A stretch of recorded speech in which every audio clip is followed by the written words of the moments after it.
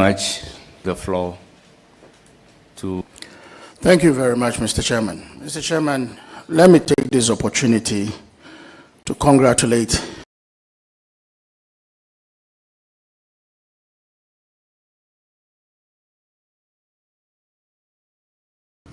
my brother. Thank you very much. I have honorable nomination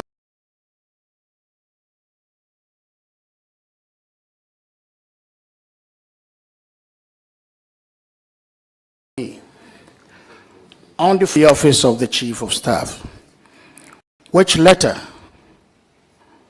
sought to demand for certain information regarding certain persons on government payroll.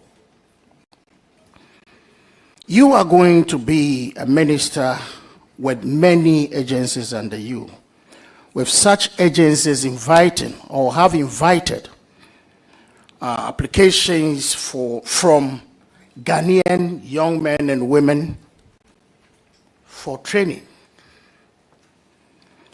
Between December 7th to January 6, 2025, that is December 2024 and January 26, January 2025, we had a government in place. With you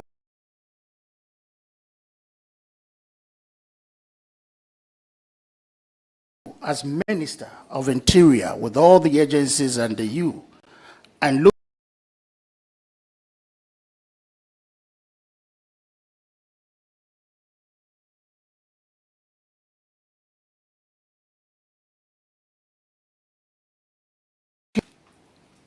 are you who are already time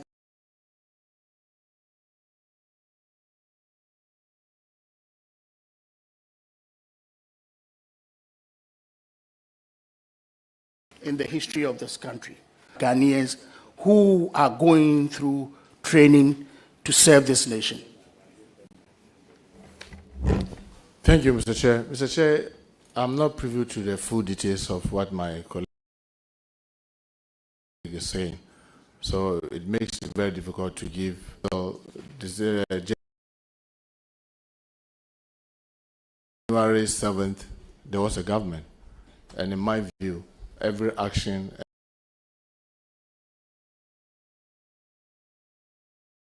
and inaction of that government is legitimate.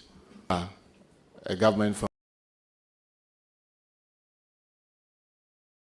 reviewing country forward. So because I don't have the details and the fine details of what you are talking, it may be very difficult for me to give very specific answers. But what I know is that if a government takes an action which is legitimate, obviously another government too has every right to be able to.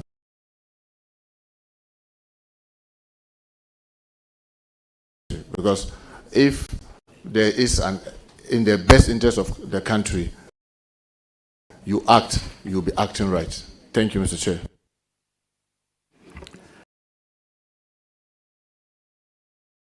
Giving me the assurance. Yeah, this is a follow-up. Yes, yes. The assurance that government indeed is continuous. And I believe strongly that whatever review will be done in the best interest of our. In terms of fairness and in recruitment, would you say that regional quotas being given on regional basis to ensure fairness and balance is a good thing as a minister designate for the Ministry of Interior? Would you promote quota system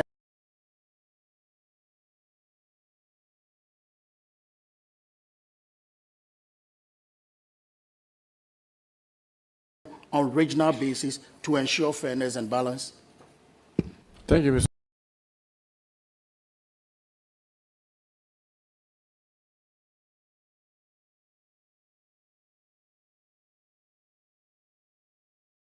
You can't doubt the prisons and the like. Maybe 30, 40 years or since we started this Fourth Republican Constitution, how have we done it? Has it served the purpose? If there are lapses, we'll look at it and review them in the best interest of the country. But to sit here and assure you that, oh, we'll do it based on regional, then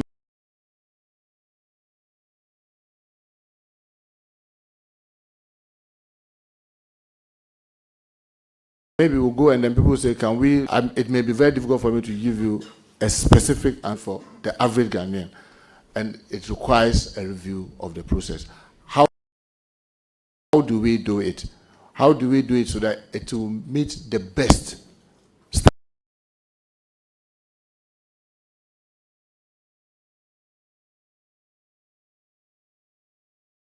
standard?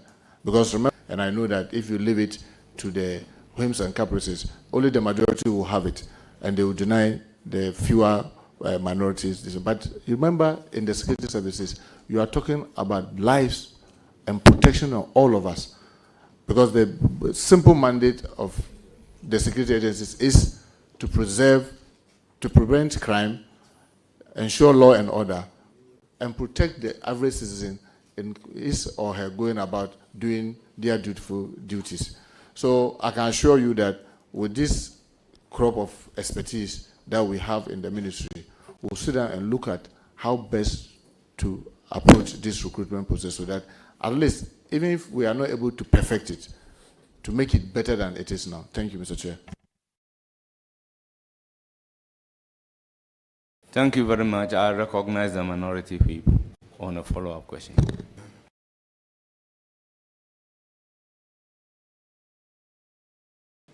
Subject matter raised by there is a lot of murmuring and whispering on same subject matter.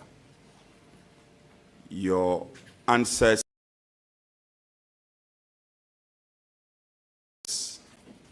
portends as a patriotic citizen, and I have no doubt. However, His Excellency the President, then candidate, made a lot of promises on review. He spoke to the free SHS and he said, possibly your colleague, Honorable Atuforsen, sat in the same seat you are sitting in the camera and tell Ghanaians that the context of your review is not cancellation. Can you assure us that your review is not cancellation?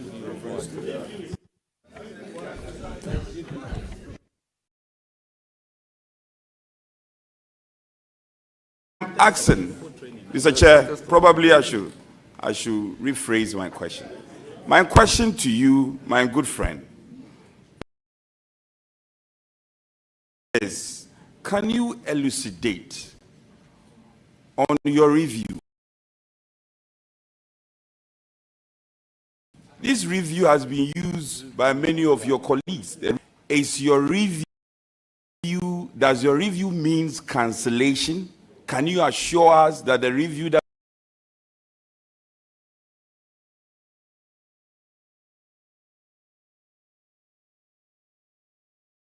doesn't mean cancellation?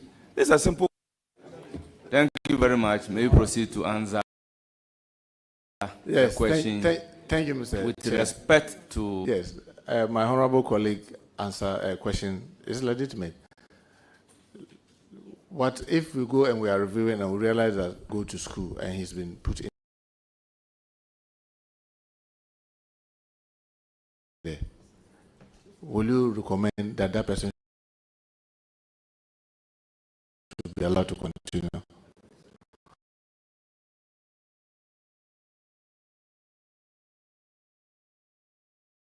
Or immigration or something that requires specific to give you a very definite answer will not even be fair to yourself, because then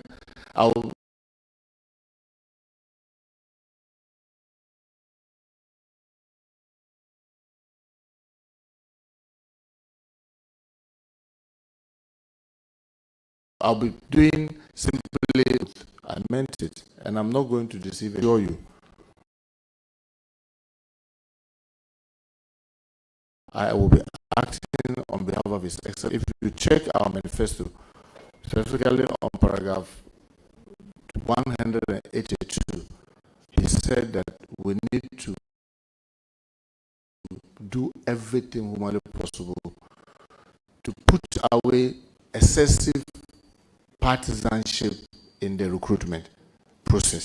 So all these things are things that we'll look at with the aspects that have been in the police service, whether prison service, the national service, fire service, and all the agencies. Some of them have been there for 3 decades.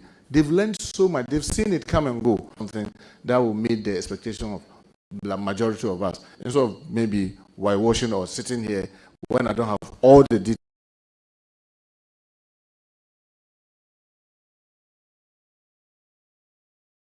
to promise you something, then only go to the ministry and realize that. So I'll be grateful that, I mean, you know me, we've worked together, we've done a lot of things together.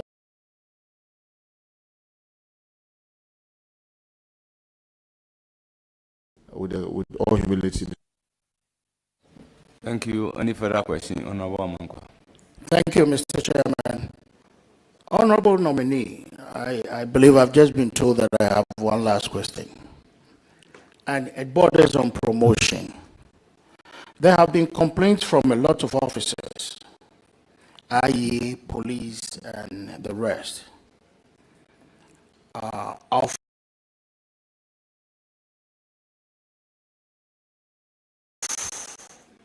officers not being promoted on time.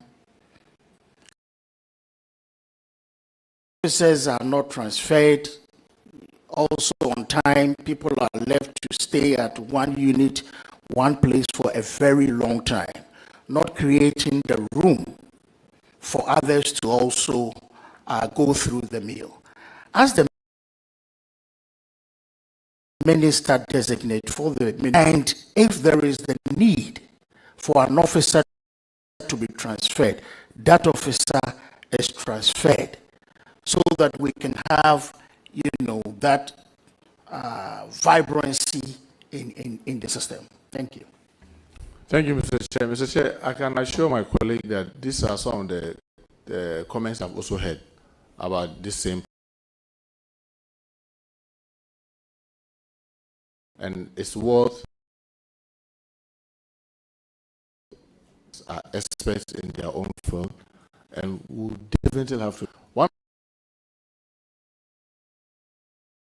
of the things yesterday when I was taking briefing from some of the security heads were that, for example, when the regulation says you should stay in a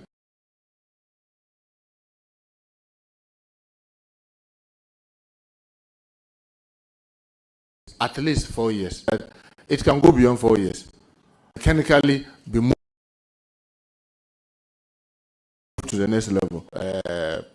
Vacancies that they have, you could see that yes, there are some places where people need to fill, but one of the things that I also heard, which I will look into real details, is that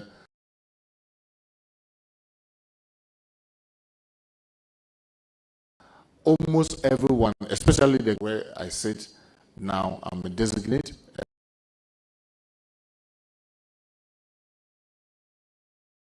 I don't have all the full facts, but it is a lot of concern that I believe that we need to codify the processes, document them. I mean, I've worked largely in the private sector. You know that annually you'll be reviewed, you'll be assessed, and the assessment will be shown to you. So the way sometimes our security services, I don't know how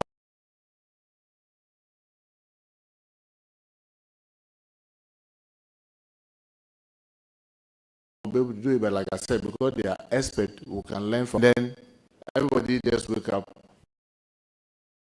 oh, it is time for promotion, then we'll all get promoted.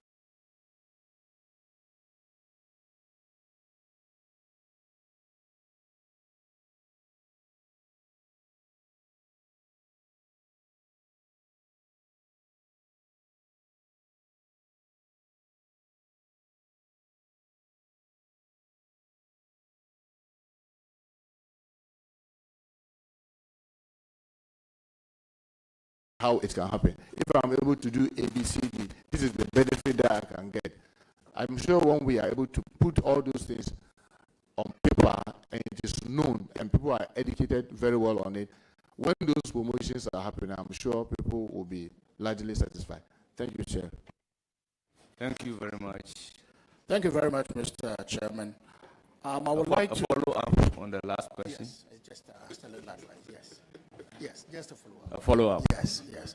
Very on the promotion of the officers. very brief. Yes, sir. I would like to affect the mind of the nominee to the police service policy. A policy to the effect that officers, I stand for correction though, because I can see a lot of police officers here.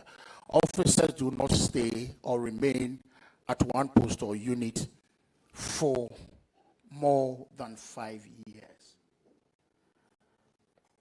I believe that the honorable nominee, when he assumes office, I believe he would. He said he's not a master, but I believe that he's a master in his own right. I believe that when he assumes office, he must have this policy to ensure that officers, if it is time for them to be transferred, they move so that others can also grow. Mr. Chairman, with this, I once again like to congratulate my friend for his nomination. I have confidence and trust that he will do that which is right for this country. He is a man, what you see is what you get. Thank you. Thank you very much. Thank you. Please, your response to. Well, Chair, what I will simply say is that, for example, because he's mentioned the police, there are 3 tiers of 3 groups within the police service. And as you may know from article 200 all the way to 205, where it talks about the Ghana Police Service, it is the president that has the sole prerogative to promote individuals from ACP upwards. That's Assistant Commissioner of Police upwards.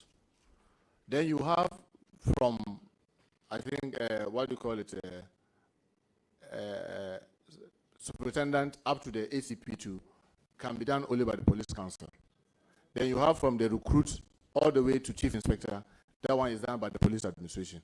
So because of these 3 tiers, some largely are not in the hands of the senior men. But like you rightly said, these are things that is worth looking into.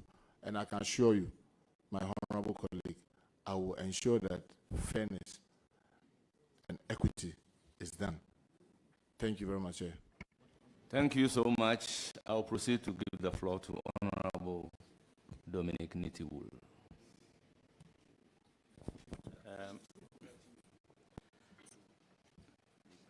Welcome back to Parliament. Yes, but welcome back to Parliament. I'm not in Aba. The chiefs will charge me. My honorable friend, Honorable Mutaka, the nominee, I've known you in Parliament here over the last 16 years. I worked with you in opposition for 8 years. And I also worked with you in government for 8 years. Hopefully, once God gives us life, we'll work together for another 4 years. You in government, me in opposition. Then after that, we'll exchange roles again. But let me congratulate you, sincerely. And I'm very happy for you. There are reasons why I'm happy for you. You know them. So I'll congratulate you sincerely. I'm going to ask you public interest questions. Just simple public interest questions. Honorable, my first question is about professionalism of the 10 agencies under your ministry, all of them. I want to find out from you and to see that whilst asking this question, particularly the Ghana police, in ranking them over the period, I would say in West Africa, over the last improvement, we don't just want them to be the best in West Africa or Africa, but the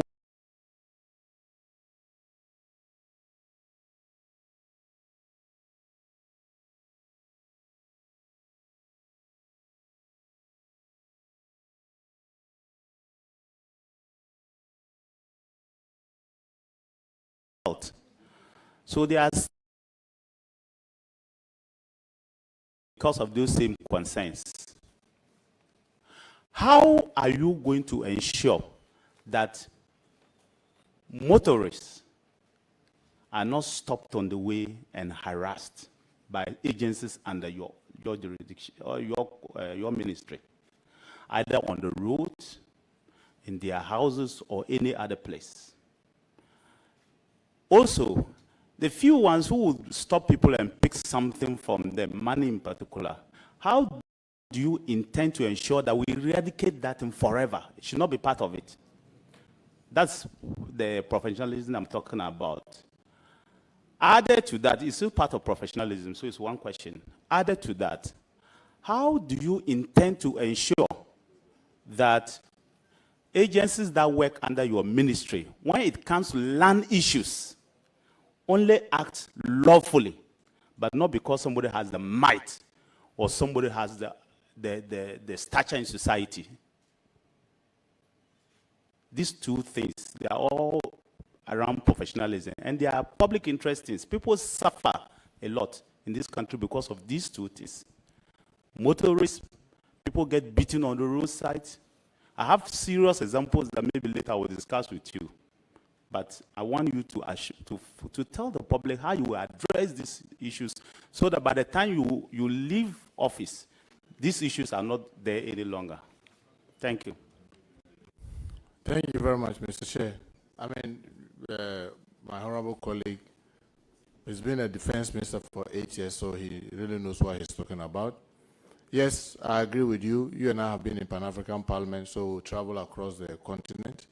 And sometimes when you get to some other countries and you look at their police, you then begin to appreciate what you have, despite the challenges that continue to confront us. I agree with you.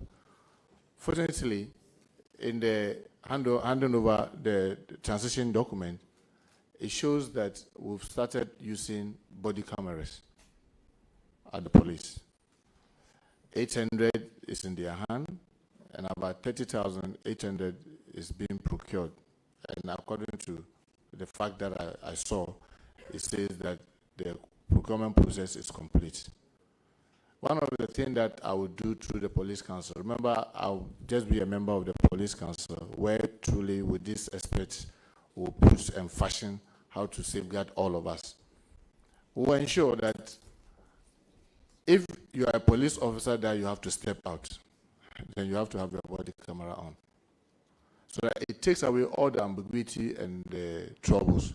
Because when you put the body camera on, everywhere you are being recorded, not only you and your environs.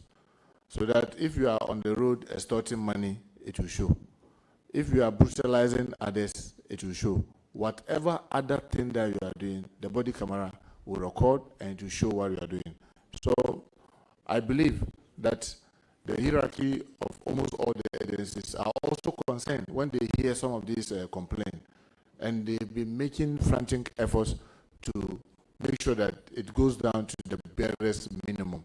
And we must also admit, in the what you call some time now, you don't see much of this harassment on the road, but you still see packets of it.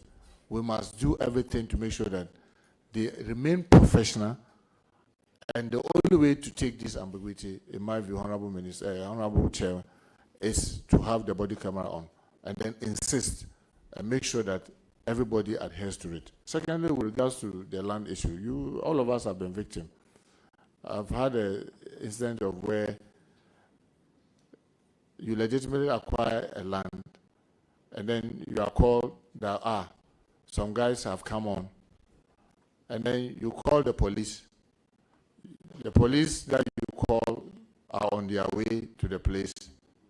You get there, and another person have called the police, also called police, and both are coming from the same station. And I was wondering, how did this happen? That I will call from one station, police move. The same station, another person calls, they move, and they came and met there, two of them, two vehicles, and they were all from the same station. I said, okay, then let us all go to the station. And yet, me, who have legitimately acquired mine, I'm holding my document. The other person who called the others, he is not there, but he was able to call the police to come. And then you go to the police, now they realize it is you. Who is the other person who called you? Oh, no, that one, you see, I cannot divulge that to you. I said, what is that? And then, so what you are saying is a legitimate thing. And you've seen people lose their legitimate land.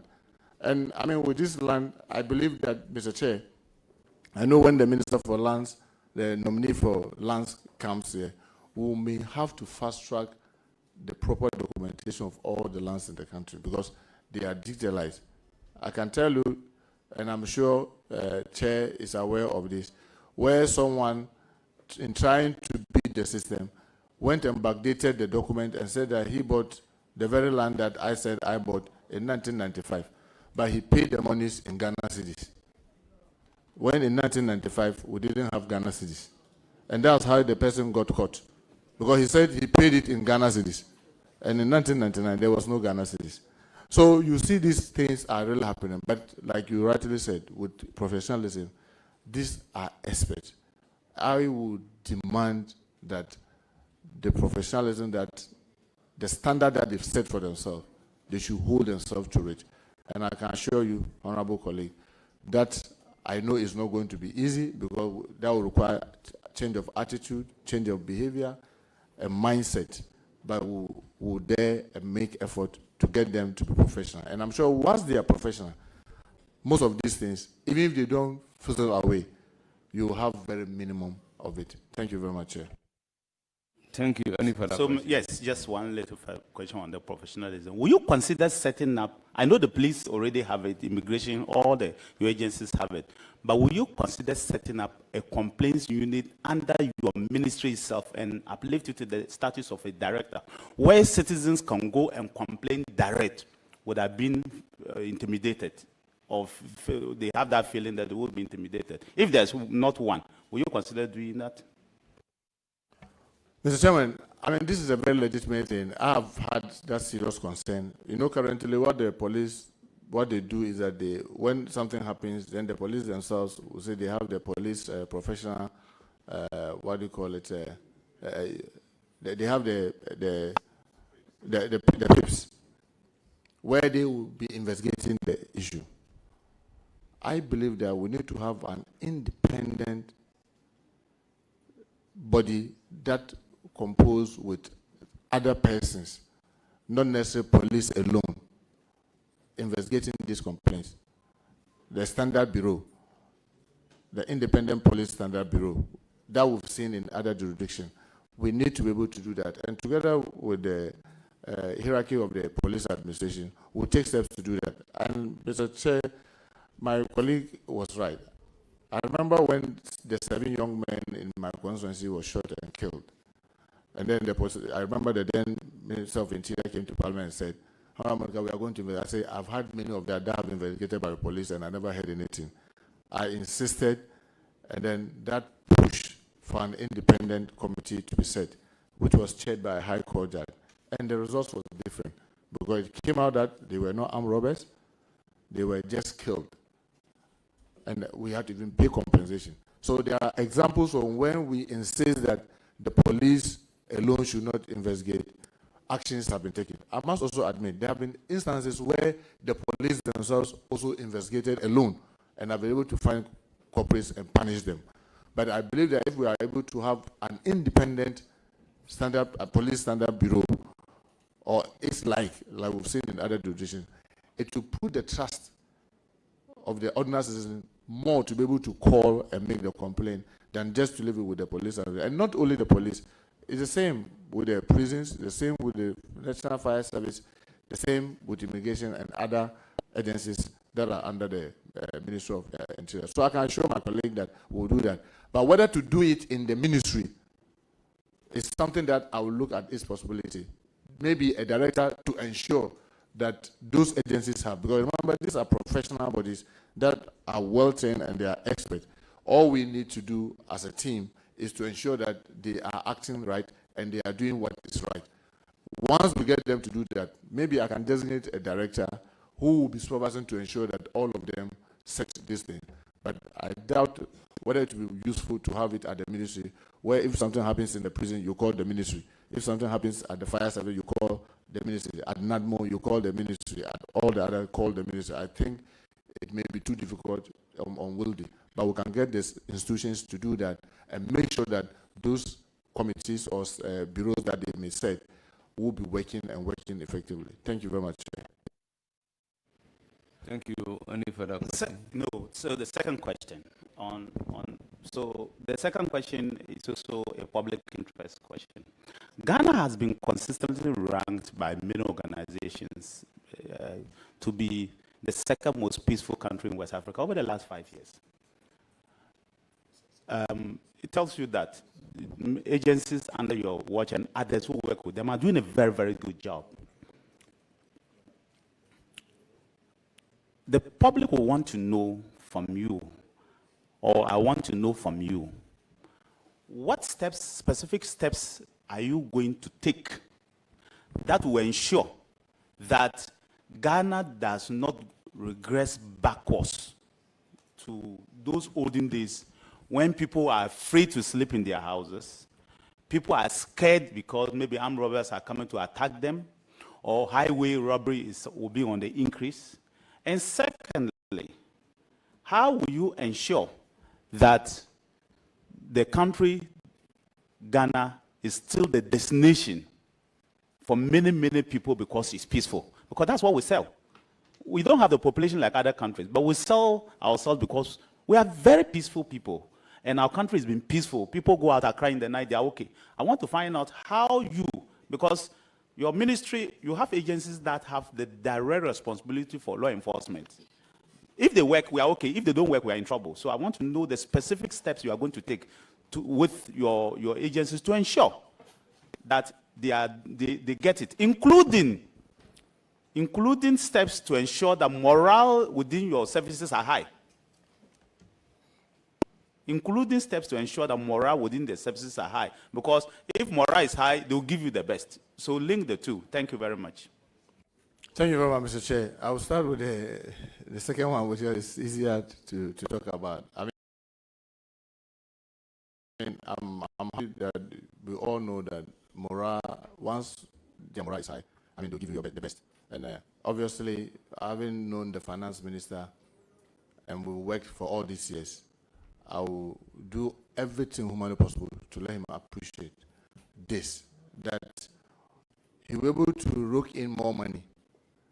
If the agencies under the ministry that I'm going to be a team are working very effectively and the country is so peaceful, people are willing to come in and invest, he will be able to rope in more money. So he must ensure that we're able to support them with their emolument allowances and what have you.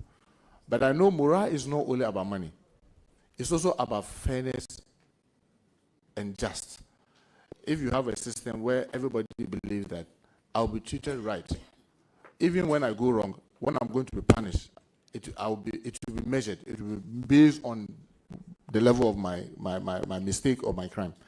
It will raise the morale of people. So I'll be looking at that, and I'll put a lot of premium in trying to get the team that I'll be working with to ensure that the morale is high. But when it comes to the specific things, Honorable colleague, you are the defense minister. I keep saying this. And you know we have the national security, strategic plan. And in that plan, ours is to have, ours, when I say ours, I'm talking about where, by the grace of God, if this committee approves of me, with my team, ours is to ensure our internal safety. And you know that we need to have the national policing strategy by the Ghana Police Service. We need to be able to have the land borders strategy for the Ghana Immigration Service. We need to have the narcotic control framework for the Narcotic Control Board. We need to have the small arms and live weapons strategy for managing small arms and guns.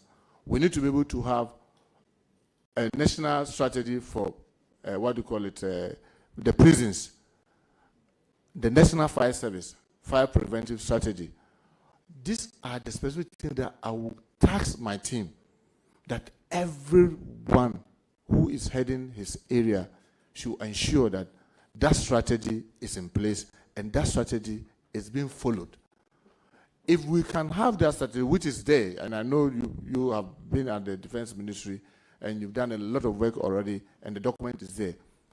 I, as a member of the team, will just be coordinating to ensure that all the team members are doing their work right, and we'll have a timetable that shows at every point in time where we should be with our strategy and what they are doing specifically within that strategy, and periodically review and monitor progress. Once we're able to do this, Chairman, I can assure you we will remain safe. People will be willing to come and invest in our country. There will be better opportunities to be able to meet the vision and aspiration of His Excellency John Dramani Mahama as he sends me there to represent him. So this will be the specific things that we'll do to make sure that every one of them, NADMO, will have, that's the National Disaster Management Organization, their strategy on prevention. How do we, when disaster happens, when emergencies come, what do we do? All those things will make sure that it's in place and be monitoring to make sure that they are following through. Once we do this, Mr. Chair, I'm sure we'll be safer and our country will remain safe. Thank you. Mr. Chairman, so I'll ask my last question. Very well. The security, the reason why I asked about this is also because of the happenings of late where young men can invade places and stop people. That's why I asked this question as well. So put that at the back of your mind. Mr. Nominee, the last question I want to find out from you has to do with recruitment. There are many people out there who think, wrongly do, that, oh, you don't need certificate to enter any of the security service. You can just go, just work for a political party, and you go, you can be recruited. I'll recruit our boys, do this. I want to ask you a specific question. Will you recruit unqualified people into the Ghana Police Service, into the Ghana Immigration Service, into the Fire Service, and other security services? Unqualified persons, no, no, no. Thank you very much. Thank you. Honourable members, I will give the floor to Honourable Mahama Shaibu. You have the floor. Mr. Chairman, I'm most grateful. Leader, Honourable Nominee, congratulations. Thank you very much. A very well-deserved appointment. One of the critical agencies under your ministry in the criminal justice delivery is the prison service. They have a huge responsibility of safekeeping, reforming, and transforming prisoners. In recent times, we've had very negative news about these three key responsibilities. What measures, what plans do you have to reform the prison service generally to meet the very basic responsibilities they are charged with? Thank you. Thank you, Mr. Chair. Mr. Chair, as a country and as part of our national security strategy, we have the prison reform strategy for the Ghana Prison Service. And I must admit, even from the briefing, the few briefings when I was preparing for this today's hearing that I've seen, honestly, they've been left to be deep orphans. And sometimes all of us tend to forget about them. And that could be the weakest link in our strategy to keep this country safe. I can assure you that I am going to pay a lot of attention to the Ghana Prison Service as part of the team member. One of the things, if you look at the manifesto of the NDC, Excellency John Dramani Mahama vision was to even change the name from prisons to corrections, so that even the mindset may begin to change. But I can tell you that there are so many examples that we can see around in the UK, in the Singapore, even in our own neighboring East Africa, Kenya, where they are using private partnership. They are using PPP, public-private partnership, to deal with most of the issues in the prisons. I'm reliably informed that when you go to Kenya, every number plate that you see on a car is coming from the inmates, because they give opportunity for industry to build these factories within the prison.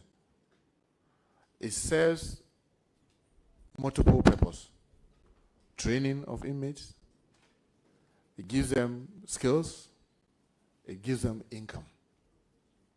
And obviously, because they are prisoners, the income that, or the payment that are made are not as if the factory was set up outside. This is an area that we need to look at. Because then Nsawam prison, for example, has vast land. You go to Ankafu, there's vast land. If we are able to do that with government support and the rest of us in the multi-sectorial nature of what we are doing, it is going to help them. Because currently, even feeding, sometimes when I heard it yesterday, I was shocked that we can treat each other that badly. Today, the rationing for a prisoner in Ghana is 1 cedi, 80 pesos. For the whole day. 1 cedi, 80 pesos. And I doubt, with the greatest respect to these members of the committee and those listening to us, even the cats and dogs in our houses, do we give them? That will put our own compatriots, because of one mistake or the other, in trying to correct them, we feed them with 1 cedi, 80 pesos, and expect that they will not have communicable diseases, they will not have skin diseases, they will look healthy, reformed. Rather, putting them in an area where we are expecting them to come out more criminal than they went in. And that is why I was giving Mr. Chairman, this committee, the assurance that I will pay attention. And let me also take the opportunity, Mr. Chairman, to thank the Pentecost Church for the wonderful thing that they've done in supporting the Ghana Prison Service. They are helping them to build almost 4 or 5 prison camps to enable them embark on agriculture, what do you call it, farming and other activities. Had it not been the prison agriculture project, I doubt even if we will not have the huge crisis in our hand, because the prisoners will wake up and there will be no food.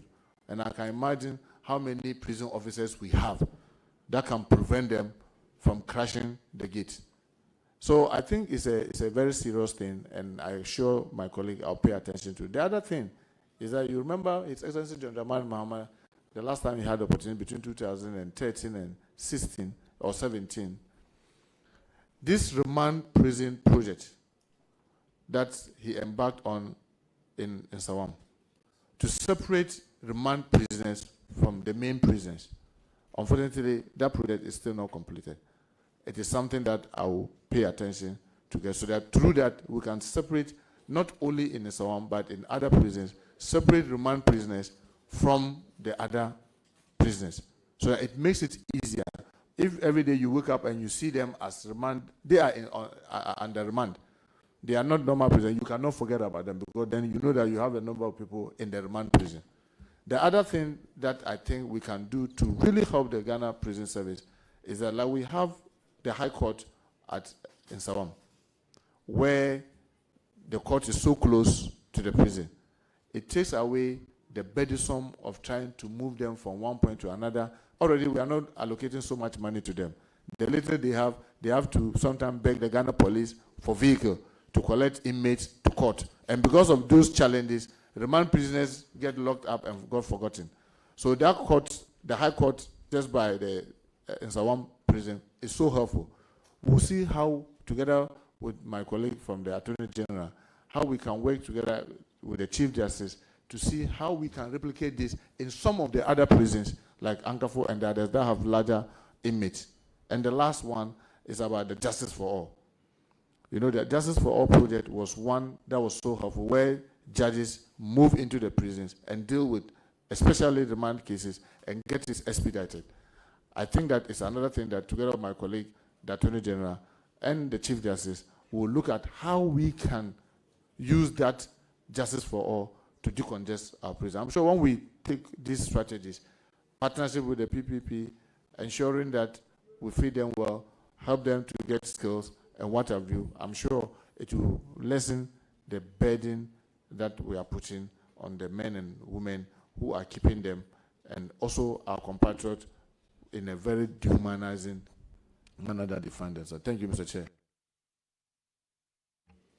Thank you. Any further question? Before you come in, I will plead with the honorable nominee. Just be brief in your answers. Thank you, Mr. Chair. Mr. Chair, the honorable nominee has information overload. Thank you, Chairman. All said and done, except and unless you are incarcerated life in prison, you will eventually come out. Reintegration has been a big challenge for most prisoners who are out of prison. Because of societal norms, they find it difficult to even live within the same community they were picked up. What plans would you have to promote a process of rehab, reintegrating prisoners into society when they are out of prison? Thank you. Thank you, Mr. Chair. Mr. Chair, we work multi-sectorial, especially with the national media, what do you call it, there's the National Media Commission, the NCCE, National Commission for Civic Education, because sometimes what we are saying, you will never know how real it is until it's getting to someone closer to you. I remember when we were young, one of our relatives was sent to the Kumasi prisons. I think he did about 3 years or 4 years. When he finished his sentence, and then my late father went and brought him home. It's like as if our father has brought some kind of demon in the house.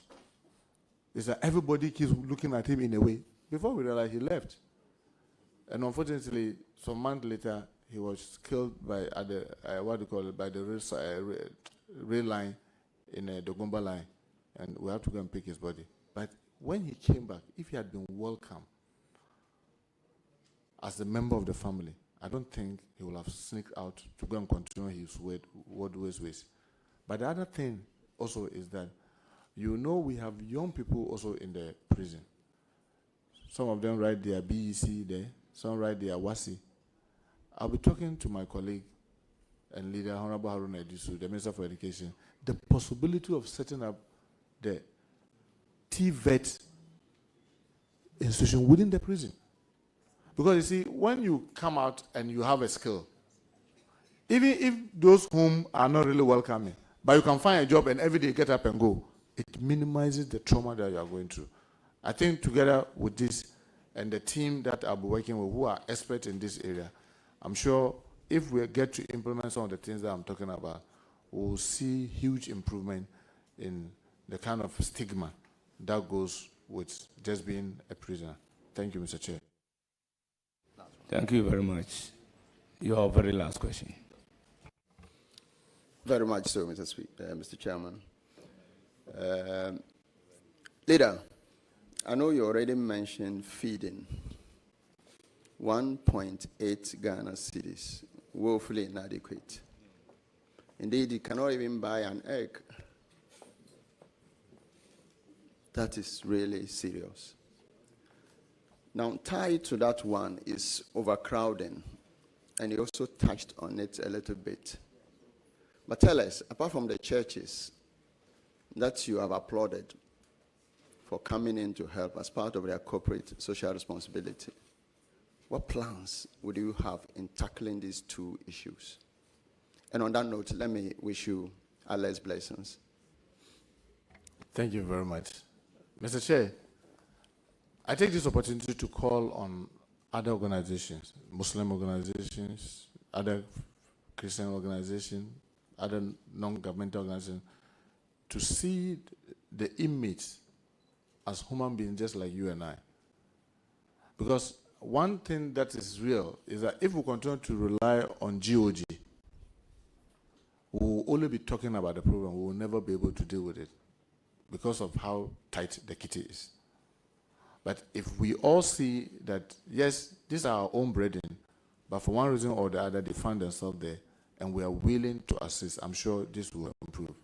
But secondly, we need to also be exploring public-private partnership. I know that most prisons in America are private.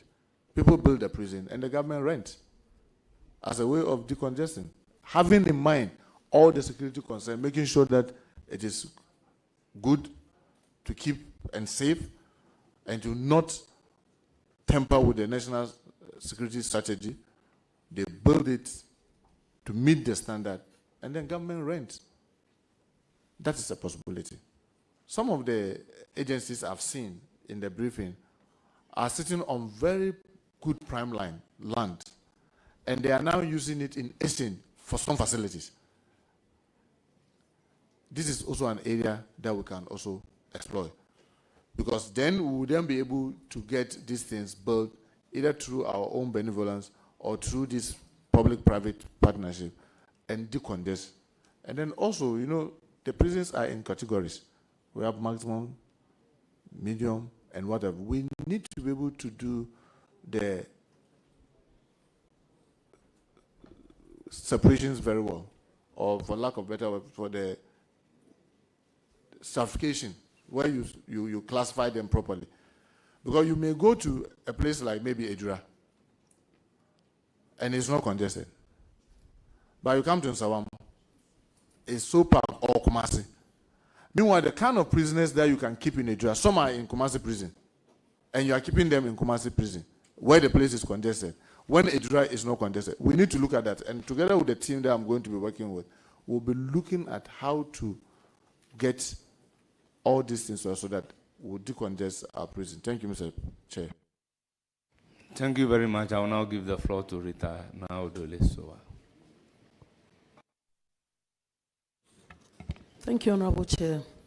I wish to congratulate my leader for his nomination by His Excellency John Dramani Mahama to the Ministry of Interior. Congratulations, leader. Thank you. Leader, as we are still on the prison service, they are in my constituency. And there is one issue that I have seen, and I have seen ongoing there. That is we're talking about inmates, but I want to talk about the prison officers. Their barracks is being pulled down. Officers have been made to go and rent outside. What plans do you have? And in the name of public-private partnership, what plans do you have? Is it that after the construction, the officers are going to be brought back to the barracks, or they are going to still remain in town? Because sometimes they have to work late in the night, and I believe being in the barracks will be a good thing for them. So what plans do you have to ensure that we'll have a barracks for the prison officers? Thank you. Well, thank you very much. What you are talking about hasn't come to my notice, but definitely is something that I have to go and look at. Because what I know with the public-private partnership is that before they even pull down that building, they will have built a standard facility where the officers will move in before they will even come and demolish this one. So if you have a situation where that has not been done and yet they are pulling down, then I think that may be wrong. But I will not be able to say tentatively what you are saying, it's whether it's accurate or it's not accurate, but it is worth looking into, and I can assure you that I will definitely look into that, Chair. Thank you. Thank you, Chairman.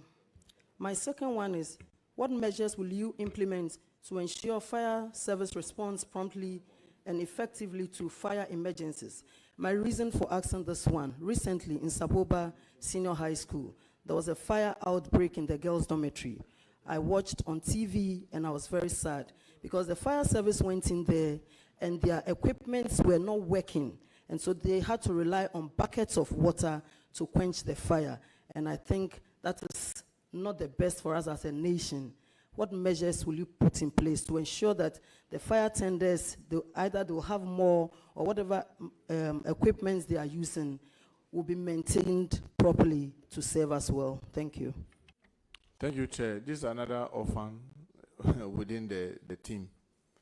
In the team that I'm going to be part, this is one of the serious orphans. And I can assure you that when I was taking the brief, I felt very sad too.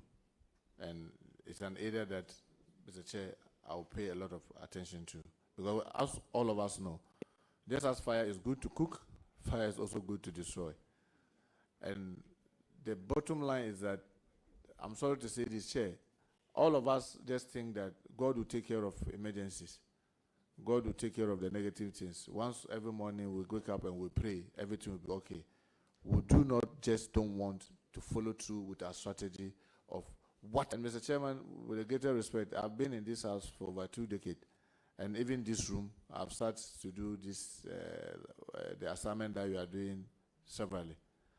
May God forbid, if now we hear a bomb, you just only hear Ajay and we'll all be scattered. Nobody will know where to pass.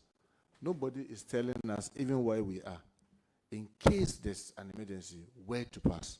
There are no signs, there are nothing. Most of the extinguishers that you may see around, are they really working? Nobody knows. Until there's fire, then you go and lift it and realize that it is empty. Because we are not following through with the national strategy on fire prevention, which is part of our national security strategy. One of the things that you notice is that in the briefing, I realized that since 2015, thereabout, 2015, 2016, thereabout, government have not been able to procure any major equipment, apart from just about 3 hydraulic, ladders. No fire tender has been procured in the last 9 or 10, almost 10 years. So what it means is that you and I are using vehicles. Even our vehicles that do not carry the kind of load that their work entails. After 10 years, how easy is it to use that vehicle? You wake up and try to start it, it will not. But that's the kind of, virtually, for lack of better word, obsolete equipment that we've left them with. And we expect them to be able to use it. And sometimes, unfortunately, with the citizen, out of emotions, we try to even beat the fire hoses. Because they've run to the place, then they are trying to start their gadget, it's not working. And then we say, you see, the fire is going on, look at what the fire service guys are doing. I can bet you, they are also not happy with the kind of equipment, but that is what they have. And because they are obsolete, the time that you need it, that's when it fails. But one of the things that, by the grace of God, as part of the team, I will be doing, together with His Excellency, to be able to meet His Excellency's John Dramani Mahama's vision for the Ghana National Fire Service, is to ensure that we retool them. First of all, on page 186, thereabout. We retool them, we'll make sure that they have the necessary equipment so that they'll be able to protect us when the need comes. Look at the kind of market fires that we are having. It's so sad that the markets are built because they are with the local authority. They just don't care about fire certificates. Many of us here, people come to my house and when they see the fire and they say, hey, now this one too, what is that? Isn't it spoiling the beauty of the house? You are talking about your safety and you're talking about beauty. So I think that all of us need to be very conscious and mindful. But I can assure you that, honorable colleague, this is an area that has been left as an orphan and will definitely. And the sad thing is that with them, there's very little IGF they can raise. So it makes it more difficult for them. But by the grace of God, when this committee approves my nomination and I get to the ministry to join the team, we'll give it our very best to retool them so that they'll be able to protect all of us. Thank you, Chair. Thank you very much. I recognize a follow-up question from Jerry Shai. Thank you very much, Mr. Chair. Honorable Muntaka, congratulations. Thank you. Just a follow-up. In my constituency, Wejagbawe, the fire tender has not worked for umpteen years. I've heard you give assurances. But I'm also thinking, do they get risk allowance? And how much are we thinking of upgrading that, if at all? Because I witnessed the fire got a property in Bawe. We had to call the next constituency, Anyasotum, to furnish us with their tender. At the time the tender came, the fire had already gutted the property. First of all, how do you intend to ensure that this is properly and comprehensively taken care of? Bear in mind the fire officers who take the risk to go, like you rightly stated, some of them are actually ostracized. And who tell that? And in fact, when I was there, they threw stones at us. So just want to know how you intend to deal with that comprehensively. And if you are giving assurances, whether you have intentions of giving us some deadlines. Mr. Chairman, I really wish I could give a deadline. And Mr. Chairman, because of members, let there be order so that we can take the answer. Thank you, Mr. Chair. Mr. Chair, I really wish I could give assurance and even give timelines. And believe me, the timeline will have been yesterday. Because these are institutions that are really suffocating. And I'm very happy that you brought a very important aspect of their challenge, the risk. Officers are dying because of inhalation of substance, smoke and what have you. Sometimes they get bent. Sometimes they fall and get injured. And when they do this to protect us, we don't even forget that we need to even take care of them. If you care to know, the Ghana National Fire Service do not even have a clinic of their own. They fall on the Ghana Police and the Ghana Health Service. And sometimes the bills, because of the refund bill, the delay in releases, these hospitals do not even want to receive them. So imagine a fire officer wakes up from his house, just like you and I have done, come to work, go to risk his or her life to try to protect us. Then he or she gets injured. We don't have a facility to take care of him or her. They try to go and borrow money to get other help in other places. It takes months for us to refund. So one of the things that I can assure you is that because we have as part of the national security strategy, we have a strategy for prevention of fire at the fire service that encapsulates almost all these things that are in there. Like the answer that I gave earlier, I will ensure that we follow through. The team members, everybody should follow through with what is in the strategy. Because if we follow the strategy, we will not be sitting here talking about some of the things that, because those answers will come by themselves. So that's the assurance that I can give you. Thank you, Mr. Chair. Thank you very much. Your last question. Thank you very much, Mr. Chairman. Honorable nominee, my leader, having worked with you for 4 years in Parliament, I believe you in your interpersonal skills, and I know it's going to come to bear when you go to the ministry. I want you to assure us as members of Parliament that we will not come and queue too long at your door when we come to visit you, because some of us have experiences where you go to visit a colleague minister, you have to wait for about 3 hours, 2 hours, and I don't think that is the best. And so on that note, I want to wish you congratulations and the very best on your new appointment. Thank you. Thank you very much, Mr. Chair. I'm sure everyone around this table who have been in this house for the past 4 or 8 or 12, or when I was government whip and whip, no MP knocks on my door. The instruction from my secretary is that when MP comes, that is not your business. Whatever I'm doing in there, you let him or her come in. It is for me to say, oh, Honorable, can you give me 5 minutes or 10 minutes? So that at least I know the MP is there. It is not the business of my secretary to tell the MP to wait. I can tell you and assure you, my sister and colleague, I will take this same attitude to the ministry. When you come to my office, you will not have to wait. If you have to wait, maybe it's because you yourself will see that I'm doing something, and I'll be able to give you time that if you have to go and come, but not to just come and the secretary will just tell you, wait, because instructions I always give, just as when I was the chief whip, the instruction is that no MP comes and you, secretary, tell the MP what to do. Yours is to just tell the MP, go.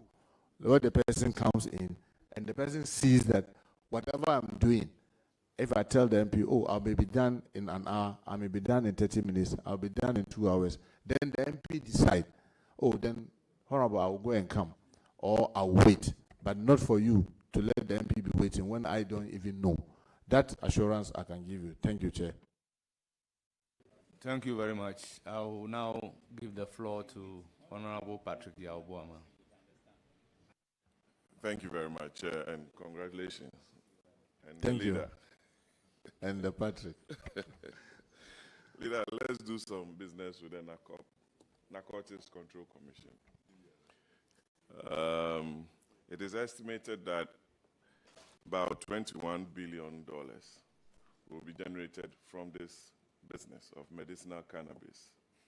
Last Parliament, we approved of the NACOP Act, and you are supposed to, God willing, inshallah, you'll be approved. The minister is supposed to give effect to an LI towards the operationalization of that very important law.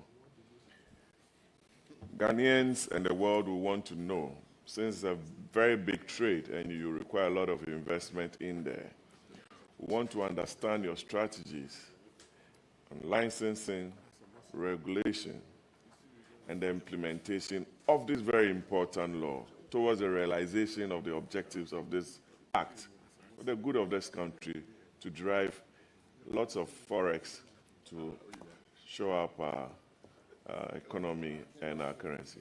Thank you. Thank you very much, Mr. Chair. I'm very aware of this, the bill. I remember the controversy that took us to even the Supreme Court, and then we came back to fix it. And it was level of the regulation that was supposed to be laid and then get the 21 sitting days. This has not been done.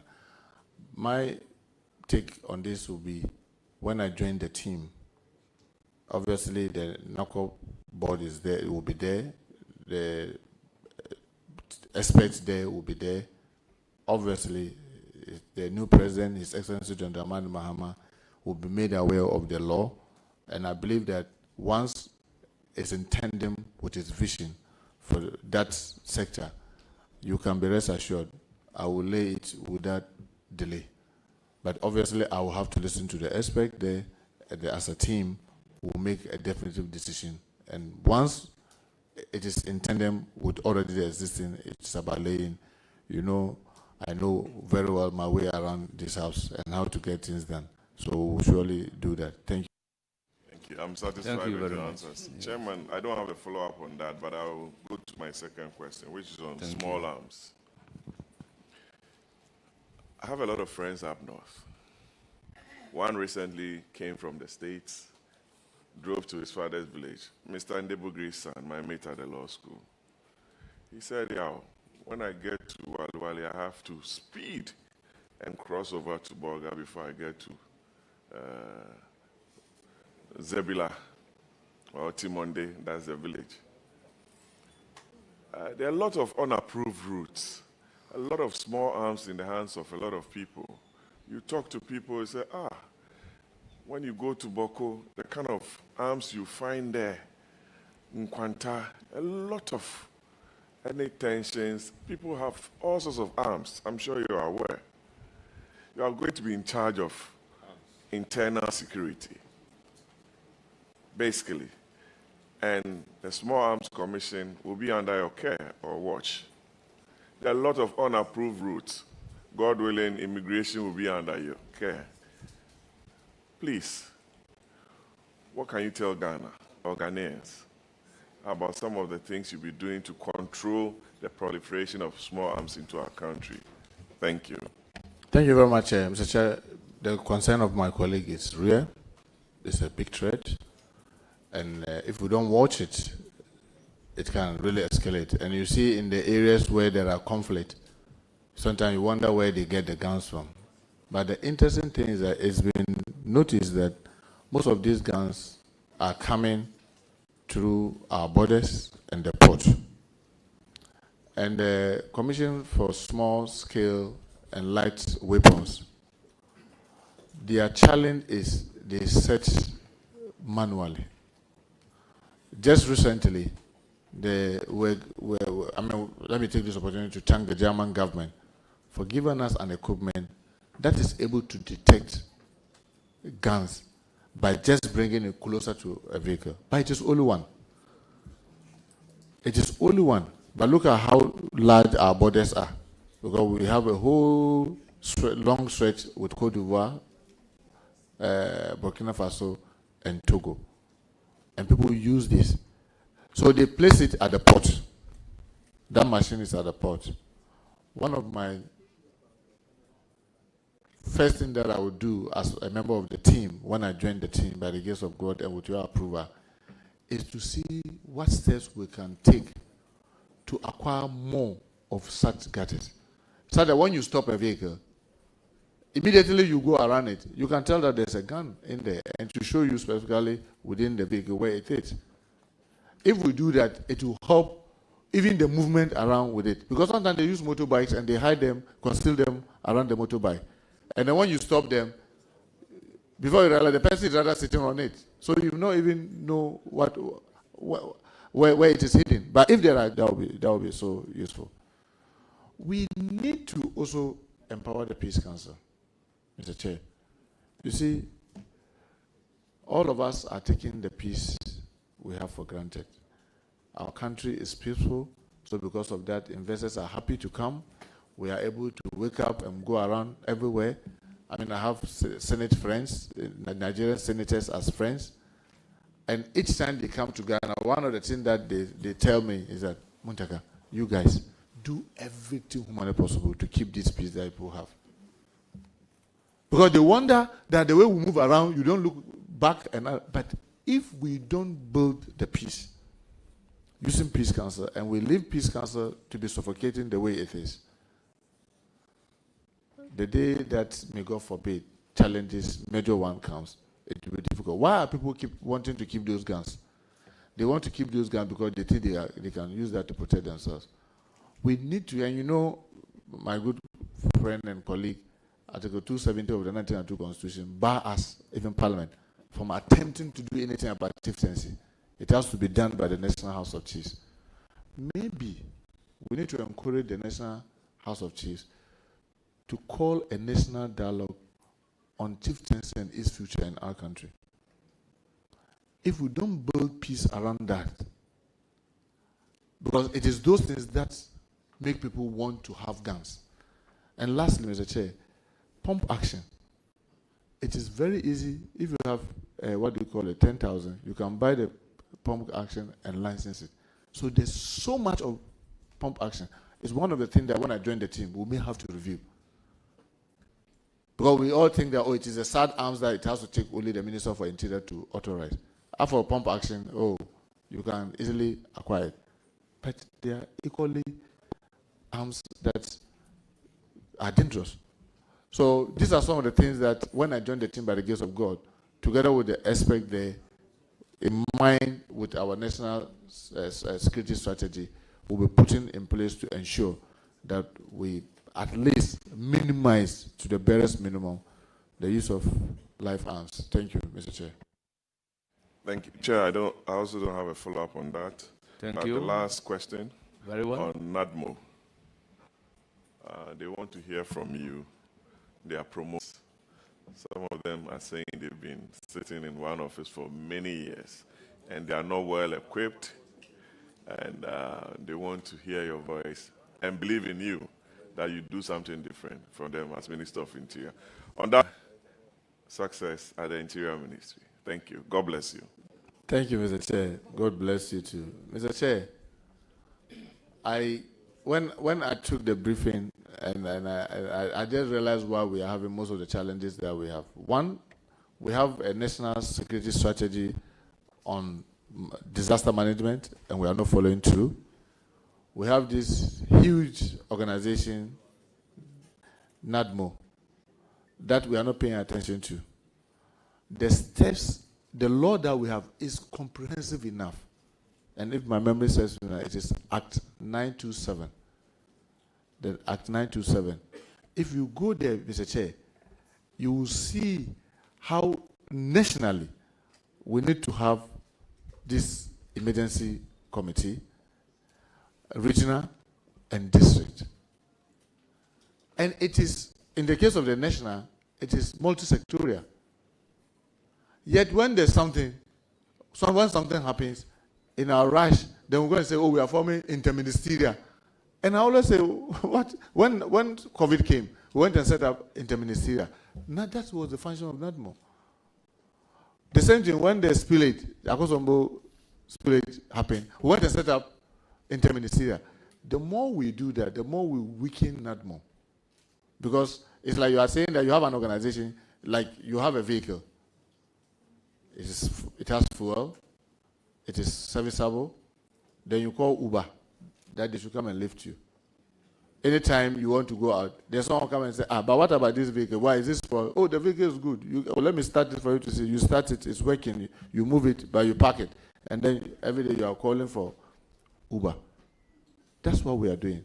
So, yes, it's an area that we need to pay attention, because if we do it right, and one of the things that I will do specifically is that when I join the team in NADMO must let us as a group see quarterly, are the district complying, are the regions complying, and what are we ourselves doing national? Because if we can even meet just 4 times in a year to ask ourselves, in case of emergency, what do we do? I'm sure it will be the beginning of trying to deal with it. With the staffing, it is generally a problem within the security services, where people, you heard the first questions that came about promotion, about transfers, about their condition of service. It is an area that I will engage there. If by the grace of God, this committee approves of my nomination and Parliament does so, engage the finance minister for us to appreciate that those who protect us also matter. Because if they protect us well, like I said earlier, people will be willing to invest, and then that finance ministry will make more money. So it is important that we take care of them so that their morale is high, so that they'll be able to protect us and then protect the whole country. Thank you, Mr. Chair. Thank you very much. I proceed to recognize Honorable Brian Achampong, Doctor. Thank you, Honorable, and congratulations. Thank you. My position on your qualification is consistent with Article 78 of the Constitution, except when the President, after this vetting, withdraws your nomination. I don't believe anything can stop you from being confirmed. You've been in this House for 20 plus years. Your 6th term in Parliament. Yes. And therefore you are overqualified for the position. My questions are to get your views of some of the issues on small arms, promotions, and depoliticization of the services. These are the 3 categories that I want us to talk about. But before that, you mentioned that you worked with JICA briefly. It's not listed in your CV, if you can correct that, because it's a House of Records. And then also, you listed Minister for Youth and Sports as a leadership position instead of employment. But that is a job, so you have to correct that on the CV. On the issue of small arms, in 2004, there were about 240,000 small arms usage in this country. That number surged in 10 years, in 2014, to 2.3 million small arms use. It is projected that in 2024, that number will be about 5 million. That projects to about 1 in 6 Ghanaians carrying a weapon. 1 in 6 Ghanaian carrying a weapon. Honorable Patrick Boama did hint on that question, and you gave a very general answer. But I want Ghanaians to have confidence in what you can do to stem this. We don't, as you have said repeatedly, when something happens, what will happen? We don't even have enough security people to stand such a mob action with weapons. And in this election, what I saw, the people that are carrying arms before, during, and after the elections, is not something that we should joke with. Honorable Minister, kindly give us an idea, if you can. If you can't, give us an idea what you can do. If 1 in 5 Ghanaians is carrying, or 6 Ghanaians is carrying a weapon, it's a dangerous territory. Give us an idea what you may want to do about this. Thank you, Mr. Chair. Mr. Chair, I mean, the concern of my colleagues is genuine. And like I said, you are working, I'm going to join a team that is full of experts that are long years of experience and have experience of other jurisdictions. But as a member of the team, if I join, one of the major things that I want to do immediate is the introduction of IT to track who has been given gun and for what purpose was the gun given or approved for. Because if you can have database that is computerized, with the touch of a button, I can know, maybe those of us around this table, who has been licensed to carry whether small arm or even larger arms. It will be the beginning to help in the national security strategy in terms of surveillance and knowing and tracking what people are using it for. As we speak, I want to believe that if, like you rightly said, you are projecting about 5 million, maybe if you go to the ministry, and I know you've worked at the National Security Ministry before, if you go there and you want to really put your fingers to who have really registered DS, even those who may have permit, it may shock you to know that you don't have the data that you can at a go look at. And I think that the starting point is that let us measure, because it is only when you measure that you can achieve. If we know who are truly holding it, then we'll be able to make our surveillance very effectively.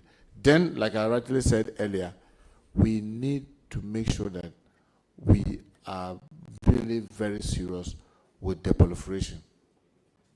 The entry points, where they are, when people are moving around with it. If we have these gadgets, I'm sure it is going to help us. And as a team, you know, the police are most of the time on the road or in the main community. They are more closer to the communities than probably maybe the small arm. Because if you look at the number of officers, the commission has, they are fewer as compared to the police, Ghana Police Service.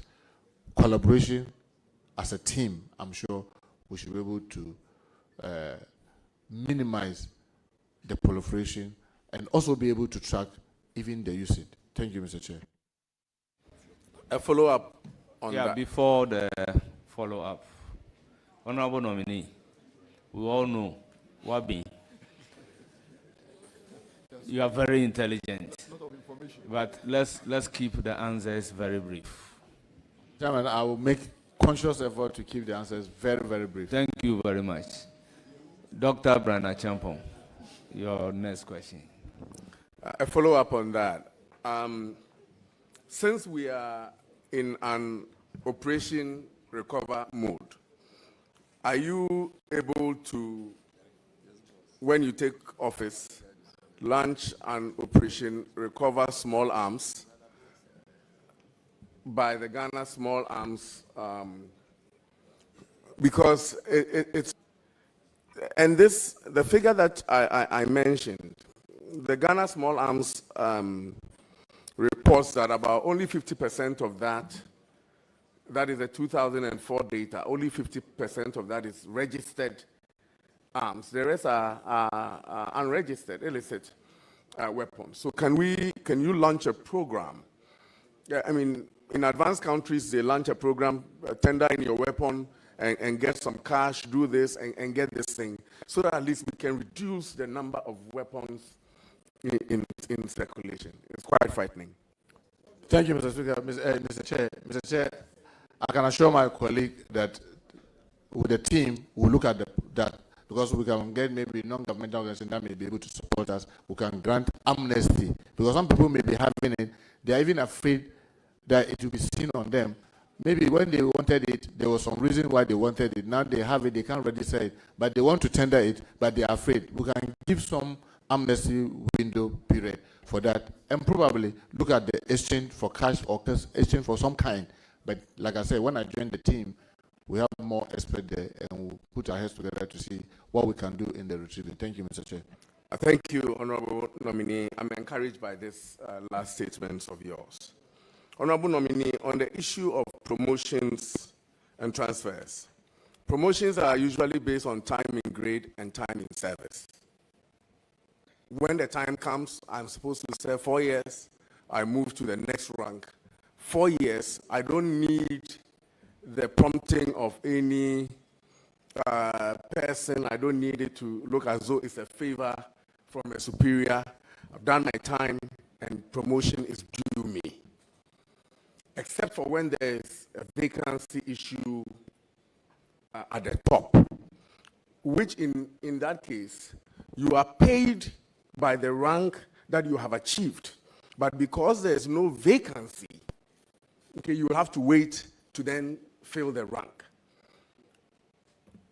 I'm not sure if you understand the question. So I'm supposed to be 4 years at Lieutenant Colonel, 4 years, I get to Lieutenant Colonel, I'm Colonel. If there's no vacancy at the Colonel rank, I'm still being paid as a Colonel elect, but I don't have the position to occupy. But I've made my time. Is it possible that you can ensure that promotions and in the police services or all the agencies under you is by time in grade and time in service? Because I've read reports of police people for political expediency. When they are due promotions, they don't get their promotions, and then their juniors are passing them by. That we can institute a policy of time in grade, time in service, such that when you hit that time mark, you get your promotion. And then on transfers in this country, Mr. Chairman, are seen as, in some cases, punishment. Is one question, promotions and transfers. Transfers are seen as a punishment. We will transfer you to somewhere the sun doesn't shine, is what you hear from your superiors. Honorable, can we find a mechanism where when you enlist into a service, you know that this is going to be my operational area, that you elect. And once you are confirmed into that operational area, that I elect to be in the Volta region, that I will operate within the Volta region, so that it doesn't be that you are from Accra or you are from Wale Wale and you are transferred to Accra, and that is not where you want to live your life. Yes, I'm a policeman. Yes, I'm a prison officer. But I want to really live my life in a certain geographical area. So can we find a policy? Can we do something about these transfers? Such that if you are transferring me within the Eastern region, I'm okay with it. But I'm from the Eastern region. I'm a human being. I want to live all my life in the Eastern region. And then you transfer me to Inzulezu, where, yes, I'm in the force, but I don't want to live. So all my time in Inzulezu, I am unhappy. I can't give my best to the nation, and so on and so forth. So this issue of promotions and transfer, Honorable Minister, God will see you through, but when you are there, what will you want to do about these two issues that I've talked about? Thank you very much. Thank you, Mr. Chair. Earlier, I tried to answer this question, but the assurance I will give my colleague is that working with the team that I'm joining, we'll put in mechanism to make this very transparent, and then some of the concern that you are carrying on, we'll look at it as a team and see the best way we'll be able to deal with it. Because you see, I've said it and I'm repeating, the law says at least. So if it says at least 4 years, it means that you can be there for 8 years. We should go this mechanical promotion. I agree. But then what will be the motivating factor? If I get up every morning, I brace it, I work so hard, and in working hard, most of the time, as you and I may know, I even get the wrath of the institution because I make mistakes and I can get punished. Oh, you decide to sleep and just wait for the 4 years. And then the time comes, we'll all get promoted. Why would I also go and sleep? So that we'll all be sleeping and then we'll just be counting the months and the years. It gets there, then we'll get promoted. So we need to strike a need balance. And because of that need balance, definitely there are experts, there are other ways of doing it in other jurisdictions. Together with the team, we'll put our heads together to overcome this challenge. But I will take the concern that you have raised seriously, and I assure you we'll do the best that we can. Thank you, Chair. Thank you very much. A follow-up on this. I agree with him, but when you are recruited into the service, you are expected to work hard. But if you work harder, you can be promoted above your colleagues. And in the same vein, if you are lazy and you decide that you sleep, there are administrative queries that can be put in place such that you also don't progress. But what we are talking about is all things being equal, that you have bid your time and you have been in the service for the time and you are due for promotion. I'll move to my third question, which is on the depoliticization of the services. Honorable Minister, in the last election, 2024, there was a security task force on elections. They did quite well, quite commendable, led by the CDS and then the IGP and other heads of services. We're grateful for their service. But Minister, you realize that in almost all the polling stations across the country, the security personnel that were deployed there did nothing to stop anything that was happening because they were not too sure who was going to win and what will happen will befall them if they take an action against the other person. That is what happened at almost every polling station. In fact, what we saw on TV at the collation centers, what we saw on TV is where people were being jacked up at collation centers, and police people, military officers were just looking on because people were just not too sure.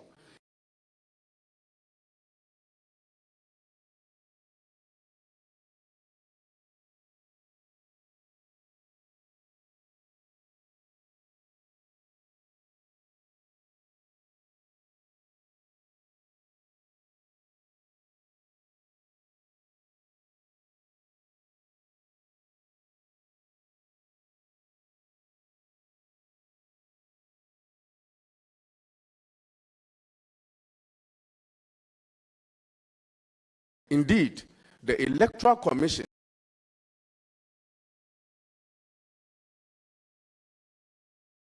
I've said this 1,001 times, even on the floor of the House.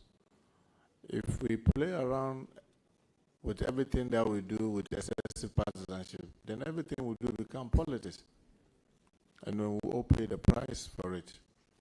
I agree, we need to depoliticize, and this His Excellency John Dramani Mahama, as part of his vision himself, has stated that in paragraph 183 of our manifesto, that we will take steps to depoliticize our security services.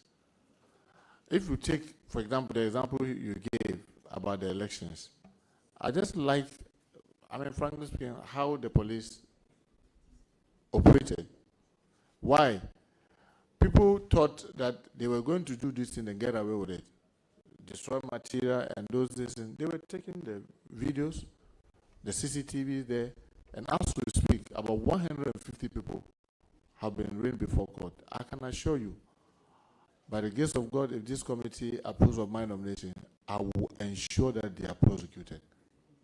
I will support the team to make sure that justice is done. So that if you know someone who had gone violently to do something, and now he's been arrested and he's been prosecuted, and he truly gets prosecuted, next time when it's going to happen, you know, because you see, one of the things that the police did that was good was that they refused to use firearms. Because if they had, now we'll have been counting a number of deaths. And you realize that in this election, there was not a single gun shot from the police. Some came from the military, some came from private citizens, but not the police. But all the perpetrators, as many as possible, and my check says 150 of them, I will support the team to make sure that each of them is brought to justice, no matter who is involved. Because you see, if we don't do that, and then now I look and I say, oh, this is Muntaka, oh, can you do something about it and get away? Why would Brian Achompong also not get away with it? But if you see that a Muntaka is being dealt with, then the Brian Achompong will know that when it gets to his thing, I mean, he can't get away with it. And for me, I keep saying, I mean, Mr. Chair, my faith tells me in the Holy Quran that God himself says he hates injustice. He is just and he hates injustice. And it will be unfair for people to just do the wrong thing and use political covering and hide away from it. I will not encourage that. And His Excellency John Dramani Mahama has stated that in our manifesto as part of his vision. And I will support that and will make sure that the right thing is that. It's not going to be easy. It will come with backlash, but we'll be determined to stand by the vision of His Excellency John Dramani Mahama to ensure that the right thing is done. So that at least, even if we don't succeed in eliminating this excessive partisanship in our security services, we'll bring it to the barest minimum. Thank you, Chair. Thank you, Honorable Leader. I am generally encouraged by your posture on the promotions, on the matter of small arms, and the depoliticization of the services. I can assure you that the process that you start in depoliticizing the services, inshallah, when the next MPP government will continue from there. Now, in 4 years. On the issue of, on a lighter note, Honorable Muntaka, when you are receiving a gun salute, you have to be at attention. You were too relaxed in receiving that gun salute, and it wasn't impressive. You have to be at attention. Congratulations, Amini, and I wish you very well. Well, Mr. Chair, I was vehemently against that shootings in my house because I told them that, no, that was why I came out, and I've since made the officer to apologize. And it's also gone viral because I don't think that that was right. Yes. Thank you, Mr. Chair. Thank you very much. I will proceed to give the floor to Honorable Hajia Ladi Ayamba. You have the floor, Hajia.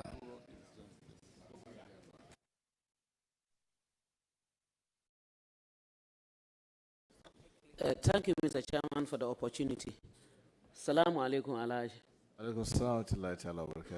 Let me start by congratulating you and saying that may the Almighty Allah continue to bless and protect you, and that His will be done. Inshallah, thank you. Mr. Chairman, I just want to ask something which is very, very relevant because I come from the Boko enclave. I am a Moshi, you are a Dagumba. So many Dagumbas behind there. So many Kusasis around. So many Mamprishis around. And we all know the route that we are coming from. That is the Moli Dabani area or route. And Nagwewa himself has his grave in my constituency. That is Pusga. So Pusga is the almighty place. Will you, as the Minister for Interior, and who will have to take up the issue of these crises in Boko, come in understand that we are one and the same people, and so we should stop all these hullabaloo that is dividing us. Will you do that? And that apart, I will just say a very big congratulations to you. I wish you the best, and you take care of yourself. You know it better than I do. Thank you. Mr. Chairman, thank you very much. I can give my sister the assurance that I will be very interested in assisting the team and His Excellency John Dramani Mahama to achieve that vision that he promised the Boku people, that we will do everything humanly possible to ensure that peace returns, not only in Boku, but all the other areas across our country that are having this packet of challenges. And that's why earlier I said the time has come for us to dispassionate about this and call for a national conference on the future of our chieftaincy, so that we'll be able to know that aside all these things that we are here, if anybody, if a UK citizen walks into this room, it will be very difficult for that person to look at us and say this person is that. Maybe apart from maybe our height and complexion, the person will not be able to differentiate us. And yet we consistently try to show that we are different. But I believe that with the commitment that His Excellency John Dramani Mahama has given and his vision, me being his rep at the Ministry of Interior, team that I'm going to join will support that vision to ensure that peace, permanent peace, returns not only in Boku, but all the other areas that are having these challenges. Thank you, Mr. Chair. Thank you very much. The floor is now given to Honorable Peter Lanchini Topo. Thank you very much, Mr. Chairman. Honorable Minister Designate, congratulations. Thank you, my brother. I think I'll take this opportunity to thank His Excellency President John Dramani Mahama for nominating you to this position. As one of my colleagues said, barring any last-minute change, nothing will stop you from becoming the next Minister of Interior. Inshallah. When you were taking your oath, I was observing you.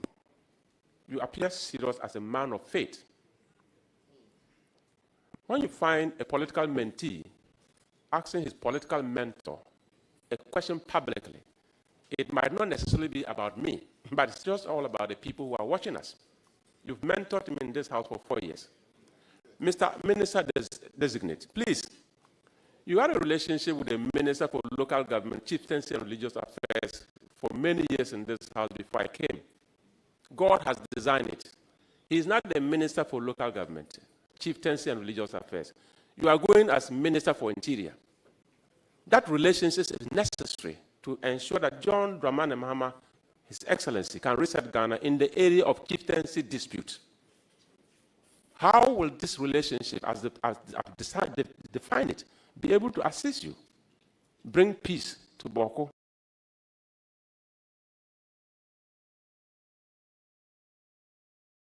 One, bring peace to many of the places that we have curfew.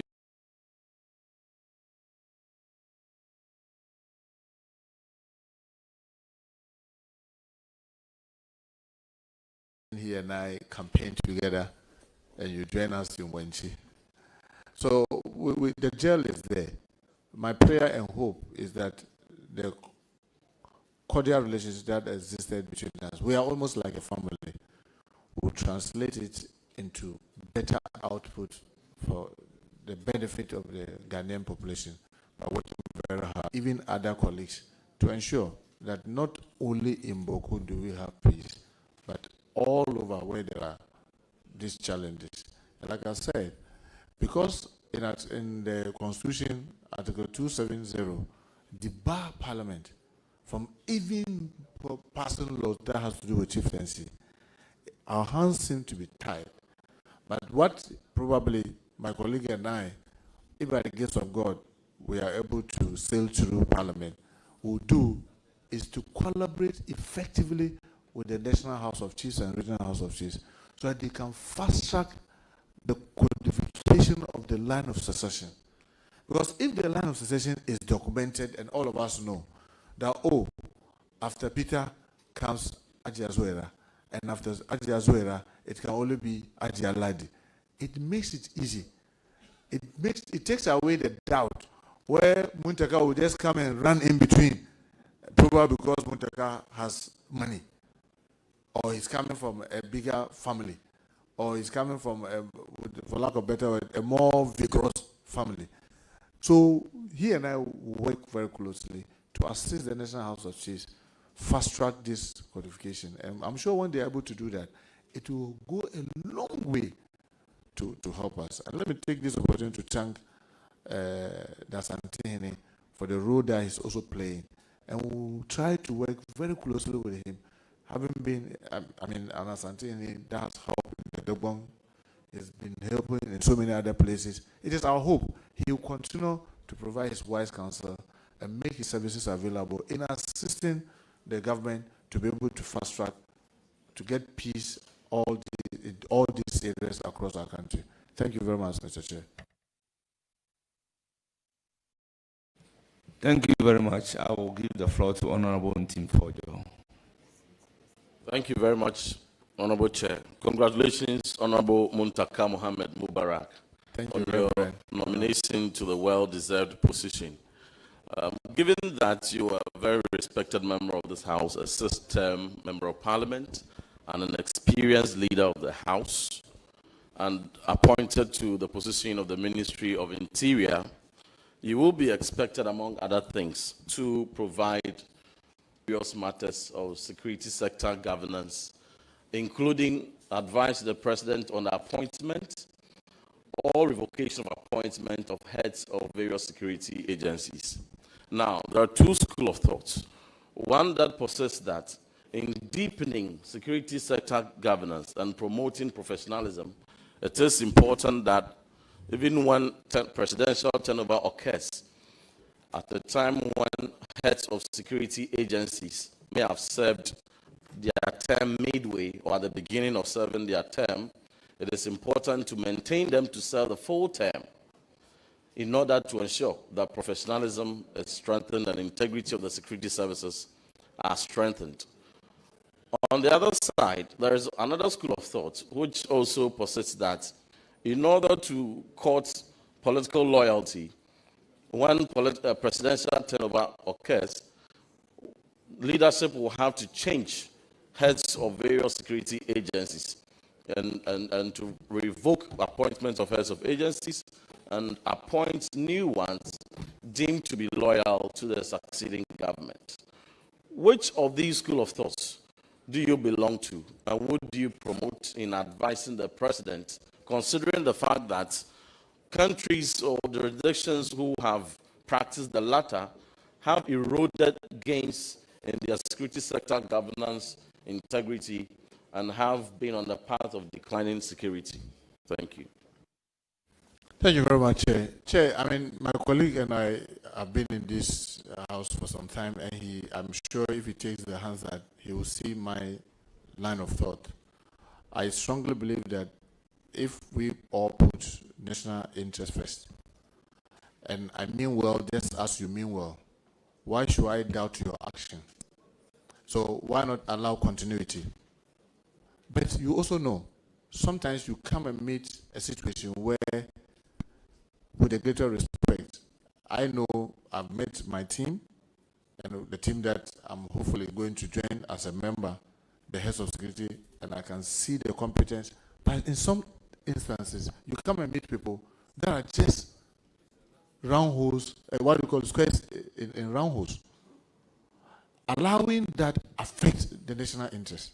Because they were not put based on national interest. They were put based on political interest. If you allow that to continue, then you are also not being fair to the national interest. So it will be very difficult to choose one side of your coin, because the exigencies and the time and the circumstances will determine which one you go for. Because, frankly speaking, if all of us were very professional in the way everything gets done, why should you even be bothered about who you are coming to meet as your secretary in the office, or who you are coming to meet as the driver of the minister, if the person is so professional? You just sit and control because you are sure that the person has your back. But if the circumstances under which the person himself was given that position is questionable, and the actions and inactions of that person over the period, there are so many gaps. Allowing that to continue will be injurious to the national interest. So it has to be dealt with case by case. But you cannot have this kind of one size fit all. If you have that one size fits all, I don't think it will be in the national interest. But just take each case and look at the merit and demerit of staying or leaving, and then act appropriately, and making sure that when you are also going to do that, be mindful that you are also doing that in the best national interest. Thank you, Chair. Thank you very much. Yeah. Yes. Thank you, Honorable Chair. Just a short follow-up. Considering the experience, the extensive experience of the nominee being the leader of this House for a very long time, and his extensive interaction with the heads of the various security agencies incumbent, and during his interactions at briefing so far, out of the 10 heads of the various agencies that you'll be heading, do you find any incumbent to be possessing traits of being around a square peg put in a round hole? Well, that would be, Chairman, that would be extremely difficult to tell. Because frankly speaking, from a distance, the way you may see an individual may be completely different from when you get closer. And then when you get all the facts. So it is when I get in, then you now have to get all the facts. When you are privy to all the facts, that's when you can be able to answer whether this person is best. Because also remember, the government has its vision and aspiration. And sometimes, if, for example, I am the type that will not be able to help His Excellency to achieve his vision and objective for this country, when the Ghanaians have trusted him, why should I stay? Because my attitude, my belief, my professionalism is contrary to the kind of vision and aspiration that he has. And he's the one who is being elected. Why should I be the one? Not because I'm not good, but the match is just not there. So it is better to give way for somebody who can come and help him to achieve his objective. So once the facts are there, I'm sure His Excellency John Dramani Mahama will not, he has stated it in our manifesto, and I want to believe that he means what he stated in our manifesto. He will mean well. He wants to leave legacy. Mine is to assist him in achieving this legacy. So we will not be acting based on favoritism, based on hearsay, based on what we want, but I want to believe that the advice, if it becomes necessary, that I will give His Excellency will be based on the best national interest, and I want to believe that he will also act in the best national interest. Thank you, Chair. Thank you, Honorable Chair. My last question. Very well. Ghana's democracy is one that is very enviable. We've gone through 5 turnovers very successfully. Even one others think that once you pass 2 turnover tests, your democracy has consolidated. However, one factor that is still inimical to the sterling democratic credentials we have is the rather unfortunate phenomenon, perennial across various transitions, of post-election violence. You have provided responses to certain specific aspects of this, but specifically, in an earlier response to a question that you gave, brilliantly and eloquently so provided, you indicated your preference for commission of inquiry in specific cases where you think that that would be appropriate, and even cited an incident of killings which you are aware, and one commission of inquiry was constituted. It fast-tracked investigations and prosecutions and served justice promptly. Considering the magnitude of the post-election violence that we have seen this year, would you support those calling for commission of inquiry into specific acts, the attack on the Anglo Ashanti or Boase mine, for instance, and certain specific killings that took place in some constituencies, to augment on the already investigations and prosecutions you had identified? Thank you. I wish you the very best. I have every confidence in your ability to support the president to succeed, and I know you yourself will succeed. Godspeed. Tell my colleague that I have very good experts as a team that I'm going to join by the grace of God. All these things will be reviewed. But let me take this opportunity, Mr. Chair, to say, I've been around for some time. I remember very well, I was a member of the cabinet of the late President Moss, when after winning power, he insist not continue doing this tit for tat forever, and all of us tagging Father for all. I remember MMDCs even had to stay for about 6 months and all that. He sacrificed. I mean, he stood the ground. We pushed. That time, many of us were much younger with a lot of beautiful exuberance. I remember in cabinet, I would say, when you do this, you yourself in your house, they came and took cars when you were not around and harassed the second lady, President Rawlings. They did this, all that. I mean, emotionally spoke around the cabinet table. Then he said, look, you are young. If you don't learn to forgive, God will not forgive you. So let's just push all these things behind us. He did all that.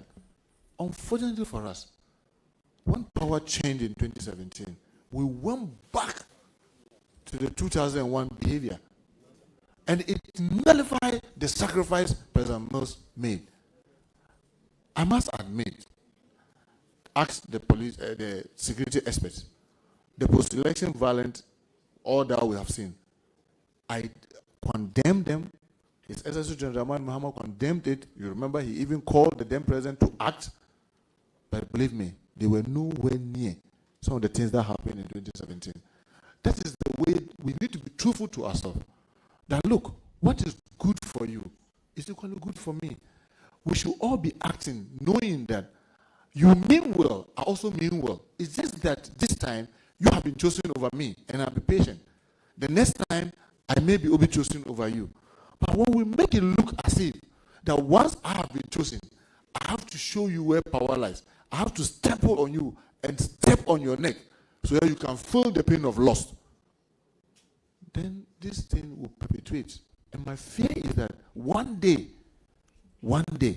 it may get out of hand and all of us will regret. I don't think we need to wait to get there.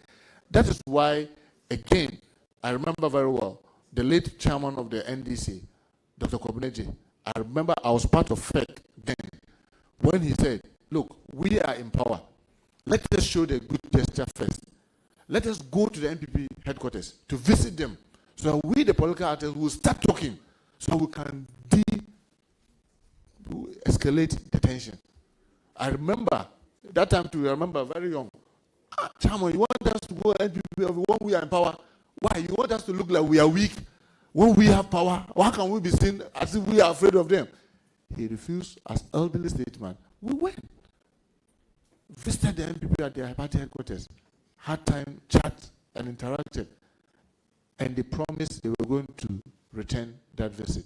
I don't know whether it is going to happen tomorrow. So when that didn't happen, then everybody was telling, Prof, Dr. Community, we told you. So let we, the political actors, I mean, I have been in this house long enough, and I don't say it with apology. Napo is my brother. We are like twins. We grew up together in the city, Kumasi. His father was like a father to me. My mother is like a mother to him. But he belongs to MPP, I'm in NDC. Since he became the MP for Menchia, before him, I came to Parliament before him. Before him, there was always conflict between Aswanse and Menchia. The constituents were always fighting violently. When he became an MP, and we kept that relationship, they will see him visit me. His constituents will see me visit him. Why would they fight? The fight stopped. And for almost 16 years, there had never been any conflict between Aswanse and Menchia South. So let us be all sitting around this table, mean well, extend courtesies to each other, and think about each other in the good sense. When we do that, I'm sure most of these things will not be happening. Thank you, Mr. Chair.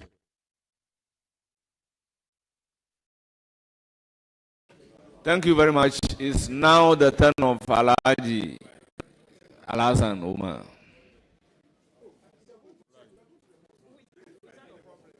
Thank you. Thank you for the reminder. Thank you, Chairman. Assalamu alaikum. Leader Jumma Mubarak. Ordinarily, I wouldn't have asked a question because when I entered this parliament 8 years ago, you were my mentor. I asked questions. I learned a lot from you. And I'm still proud of you. And I know you're going to do an excellent job. I know who you are. I know your principles. I want to ask you a question which disturbs almost every minority in this country. And it is an issue concerning police brutalities. Recently, the recent issue is even happening in the Ashanti region, Ejura. A suspect under police custody died without any explanation and causes, and several. Leader, I want you to tell us how you will address the issue of police brutality and ensure accountability. Thank you. Thank you, Mr. Chair. Earlier, I believe, if you remember, someone asked a question now talking about the body cameras. I also believe that the time has come for us to put CCTVs in all our police stations and cells. I have my phone, and I have more than 15 different CCTVs on almost all my property. And I can sit there and view and review. When something happens, I can go back and check. They are not that expensive. But what they do to help us in dealing with all this will be tremendous. I'm going to join a team, and I believe that the team, they are experts in their own right, will go to look at the possibility of emulating other good examples by making sure that in all our police stations, we have CCTV in the charge office, in the cells, in all its environs. I know I've visited some police stations, especially at the divisional level and regional, and I see that they have CCTVs around. We need to be able to get this in every police station as much as possible. Because, I mean, there are places where mine is solar. They are just solar. So they don't rely on the lights to go on and go off. But they are not expensive. So these are ideas that when I join the team, I will share with the experts. And let's see the possibility of doing this. Because when we do this, then if someone dies, we all know.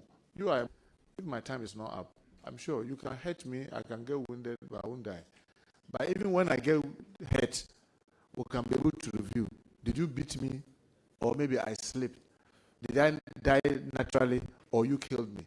All those things can be reviewed, and it takes away the suspicion. Because you see, the reason you see this and the violence that you see is mistrust.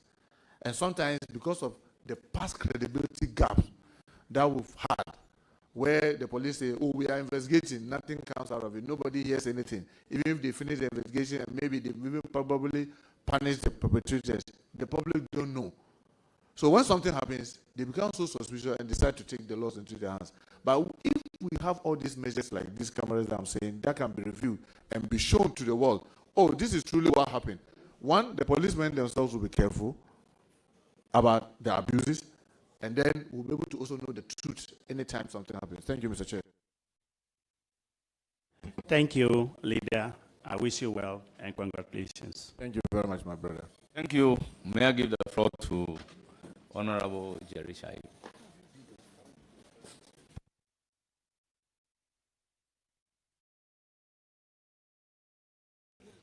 Thank you very much, Honorable Chair. Honorable Chair, I'm more interested in the welfare issues of the security agencies. Because, I mean, the guns would normally say that to wit who much is expected of, much is given. They do a lot of work, especially when they want to remain professional. The issues including insurance for security agencies or personnel. The issues including salaries, and where they even sleep, their attire, allowances, delayed payments in these allowances, even petty loans for them to even acquire basic cars, 1.2, 1.3 engine vehicles for them to do some movement around. Honorable, From all your answers, you've indicated that you are the man of the people. How do you intend to bridge this gap, the gap of poverty within even the security agencies? Thank you. Thank you very much. I mean, you're speaking to the Pope when it comes to this. I mean, when I first became member of parliament in Aswansi, there was only one police station at the airport police station. I think Commander One is here. He was then, he became regional commander later, and together with him we built some more. And the shocking thing was that the barracks that they had in Aswansi, that's the airport police station, they were using pan latrine. Pan latrine. That was around 2015 thereabout. And I said, how can you dehumanize the police this way? They are using pan latrine where they ease themselves. So I built a 20-seater WC for them through the initiative of Common for Other Things. But I know currently, especially the Ghana Police Service, they've been able to create a welfare fund that other citizens are helping and contributing to the extent that I'm told, even though I'm yet to get there to get the full facts, in the last 3-4 years, no police officer, no matter your ailment, the police themselves are able to deal with it without necessarily falling on GOG. It is something that I will encourage the other team, because I'm joining the team. So can we look at how we can emulate this with the other team? Can we get, yes, government to do more, but can we get also private individuals to support? Can people who God has endowed be able to support our security people so that they can support us? I mean, I always read widely, and I remember Carnegie, one of the richest guys in America, who says, I spent half of my life looking for money, and I spent the other half giving it out to charity. In this part of our world, we are not very good as charitable giving. Like I mentioned, what Pentecost did in assessing the prison service. Let us all learn. Yes, we'll push GOG, government, to do this, but because of the enormous nature of the challenges, if I can get all the teams that I'm joining, the prison service, the narcotics, the small arms, gaming commission, all of them, to be able to have this kind of endowment, where maybe annually we launch a program and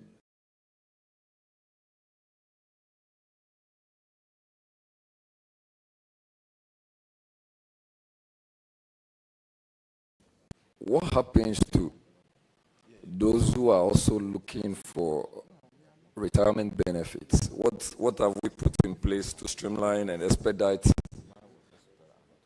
pension processing for retiring security personnel?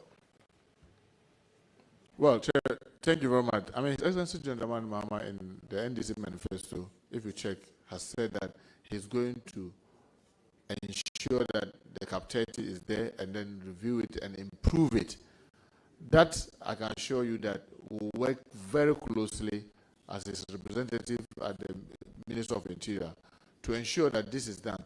Because, like I said much earlier, without morale in the services, you can bring all the tankers, you can bring all the guns, you can bring all the accoutrement.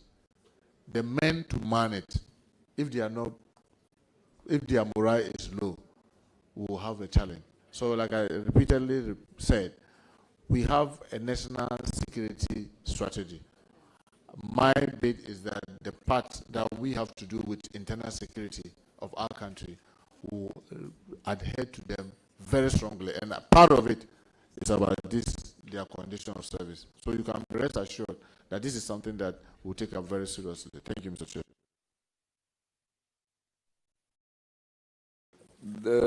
His Excellency President Mahama is currently driving a very beautiful V8.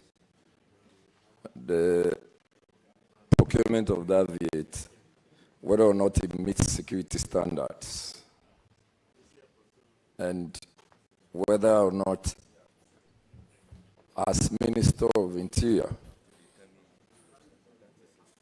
you would agree that it is a presidential vehicle, that properly so called? I'm asking the nominee. Yeah, Chair, until I don't have this fact.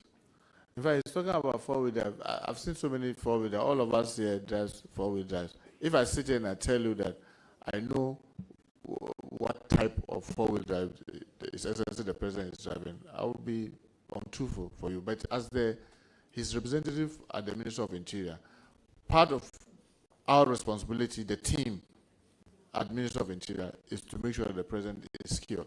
I can assure you that when the opportunity comes, when this House, by the grace of God, approves of our nomination, when I join the team, these are things that we'll review, and definitely, if it doesn't meet, we'll humbly and respectfully advise the President. But remember, the President is not just a first-time President. He's been President before, and I want to believe he's very much aware of most of these things. But obviously, when we get there, we'll look at that, and if there's some advice that we can give His Excellency, why not? Thank you, Mr. Chair. Yes, Honorable Chair. Still on the welfare of the security agencies, and vis-a-vis how they are seen to be dealing with the public and public trust, what mechanisms are you going to put in place to ensure that the security agencies would have a lot of stakeholder engagement with the people so that trust is reposed in them? Well, thank you very much. I must admit that I've seen videos and pictures of the top hierarchy of the police, led by the IGP, in our secondary schools, in some primary schools, in some junior high schools, interacting with community. It is something that we need to encourage, not only the Ghana Police Service, because, for example, the Ghana National Fire Service even needs to even do more of that. But all of them sometimes hinges on resources. And this is something that I keep calling, that the non-governmental organization, non-profit organization, that can assist us as a team to be able to do more of this kind of engagement. Why not? We'll be happy, because that will help the citizen to get closer, to tell us what their perception is about us, and then we'll also know, then be able to have basis for correction and improving what the team will be doing. So I can assure you that we'll be encouraging more of that to be done, the interaction with the general community. I mean, and it's also in line with the vision of His Excellency John Dramani Mahama. When you look at our manifesto, when he says that our security architecture, we are going to review to make sure that it is more community-based. Involvement of the community should be more. So we'll be looking at that, and like I keep repeating, these are experts in their own right. I mean, they've been in the services for long. They've seen it all. They've traveled across the world. We'll put our heads together to see how we can improve and get the communities to trust us more, so that we'll be able to improve what we are doing. Thank you, sir. The Chairman, that will be all for the witness. I wish you very well. Thank you. Thank you. Thank you. Thank you very much. I'll proceed to give the floor to Honorable Minority Leader and the ranking member of the committee, Alexander Afenyu Makin.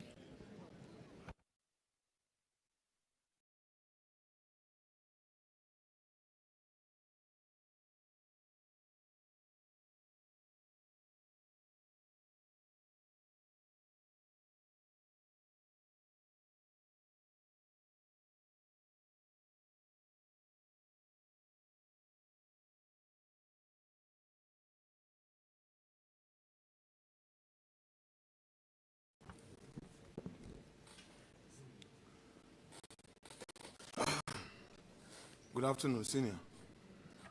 Good afternoon, Minority Leader.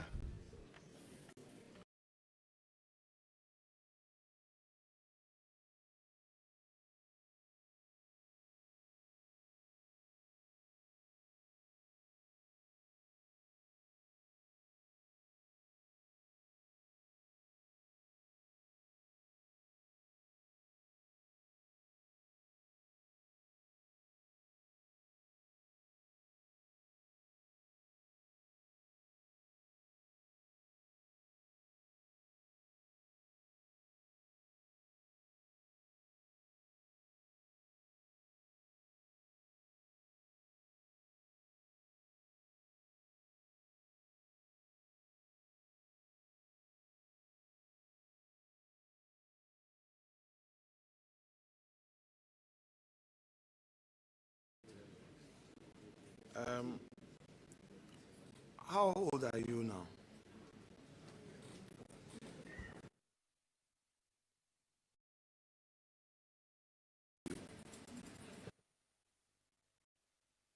On 9 February, how old were you?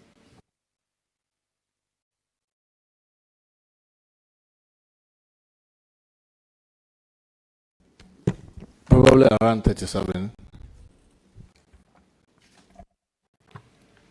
So you would agree with me that you had not reached that prime age of 40. As they say, life begins at 40, correct? Yeah, obviously. Now, a lot of Ghanaian youth are watching you now.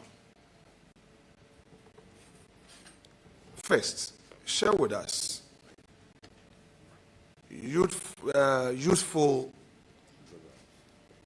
useful public life lessons you learned between that age of 37 when you came into public life and now that you are 53 back again into mainstream public life. And for the avoidance of doubt, the public life phrase as I've used now means getting into the executive arm of government. So I'm defining my public life to mean the executive arm of government. Well, thank you very much, Minority Leader. You are perfectly right. I mean, I want to believe that even when you yourself came to this house some 12, 13 years ago, you admit that I think I was then the majority whip. I was more aggressive than today over the period. Well, as you age, you learn from your mistakes, you learn from the mistakes of others, you read more widely, you experience so many other things. So you learn so much. And the tendency for you to think and review and probably even share with others before you act is much better when you are older than when you are younger. Also, let me also say that in 2009, I had just finished my first term, I started my second term, and frankly speaking, I had never worked with even any government sector. I mean, I was the type, when I worked for anybody, I wanted to work for myself. So you were 37 when you entered into the executive arm of government.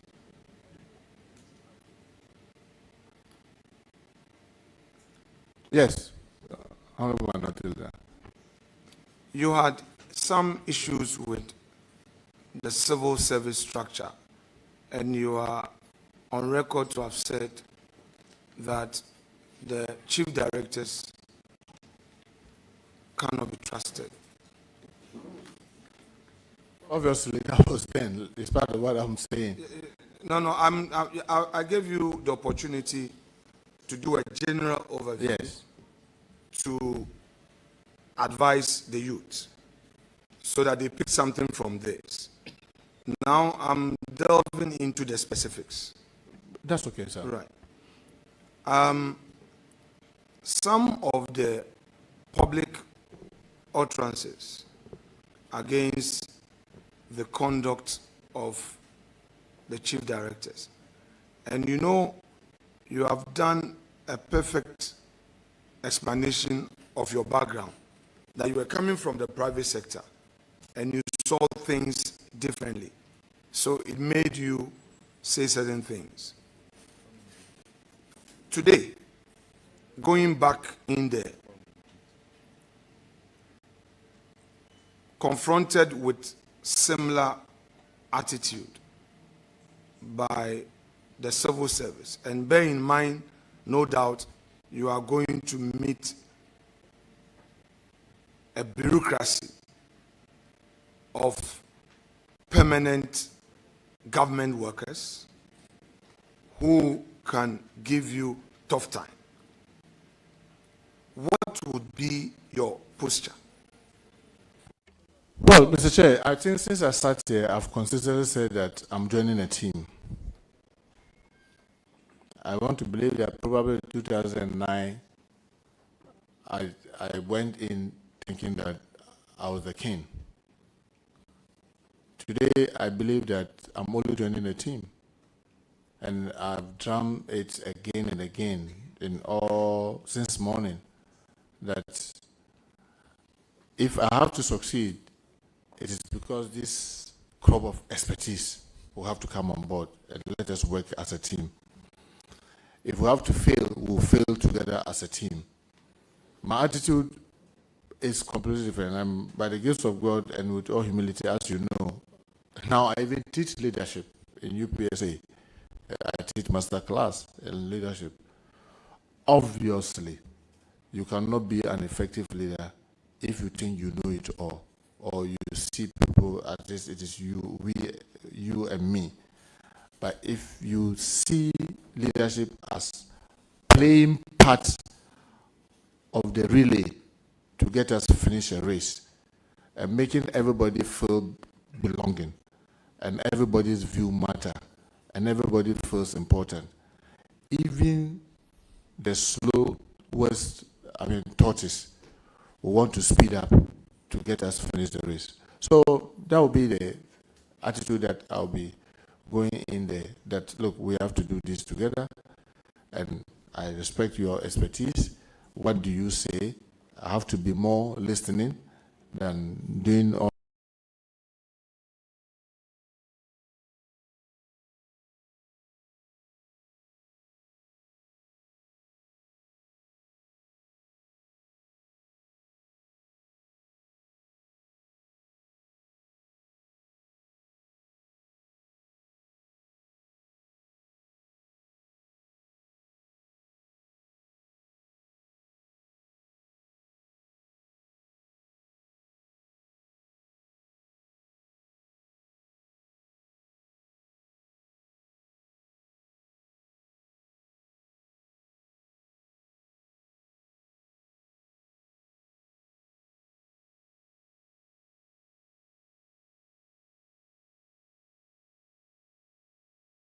Talking. Recent interview with a Joy FM journalist. You had cause to critique the leadership of the Speaker of the 8th Parliament of Ghana.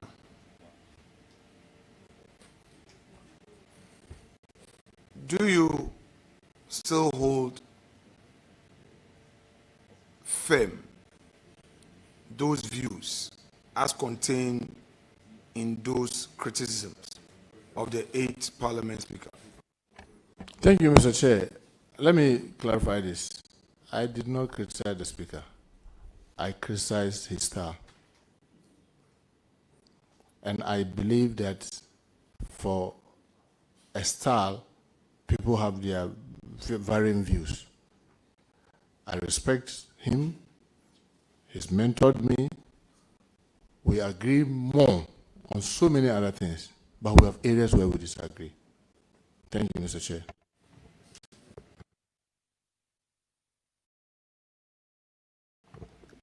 Honorable nominee, so I'll give you a bit of a background by way of laying foundation. Then I will mount my question on it. Okay. You recall Donald Rumsfeld, a former defense secretary? During George Bush Sr. Very well. Some journalists were pestering him on some very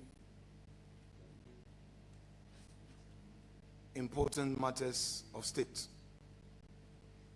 They pushed him over and over again. I'll try to paraphrase what he said. That are known unknowns, and there are known and there are unknown knowns.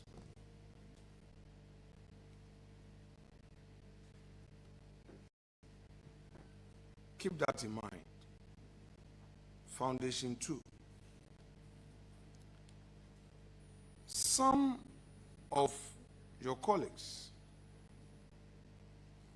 who I interacted with upon your nomination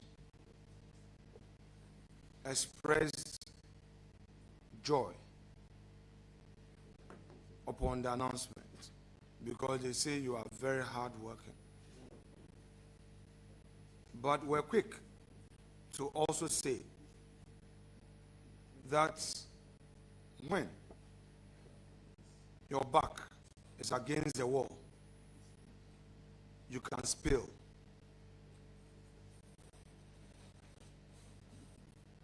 Let me ask you, are you ready to enter your casket with some debts on you, even when you are innocent, to save the nation? Thank you, Mr. Chair. Mr. Chair, I will say that you are asking the Pope. I'll just give one example to reiterate this. I believe, Minority Leader, you knew how we elected Mr. Speaker into office. Everybody in this country had done everything humanly possible. I believe even including the security agencies to know which of your guys supported us, and they don't know. Because but we know. You don't know. It's not we true. Know. You we don't. Know. You don't. We know. You don't I'm go sorry. there. I'm sorry. I'm sorry. I'm answering question. You asked a question. I hope you let me answer. Well, but because yes. you've introduced yes. that, because I'm saying that we know. You don't. You don't. You can only guess. You cannot say you know. But do you know? I work with people, and I vow and told them that not even my wife will know this. I will die with it. And I meant it, and I will die with it. I'm telling you that I'm going to this ministry that is security zone. An area where you talk less, you act more. I can assure you that even, I'm sure, Honorable Minority Leader, you and I, in the last few years that will be in this house, not even few, for over a decade. You are inadvertently spilling. No, I'm not spilling. I'm saying that over the period. You are inadvertently spilling. No, Mr. Minority Leader, I'm saying that over the period that you and I have been in this house, you can attest to the fact that there have been so many things between us that no third person has ever known. And I can assure you that no third person will ever know. Because you can trust me that when I say I am doing this with my honor, I meant I'm doing it on my honor. But obviously, like you rightly said, when you push someone to the wall, I mean, it is said in the account, when you chase a coward to the wall, you see his braveness.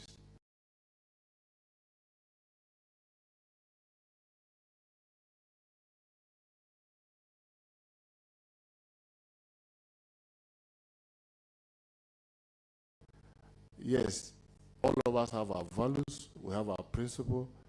It gets to a point where if your core values are going to be compromised, you rather prefer to walk away. That is a natural thing. But I can assure you that when it comes to, as people say, spilling the beans, I'll be the last anybody can doubt whether I keep confidentiality. I can be angry and be talking about it, but the details and specifics of things, you can never. Honorable nominee.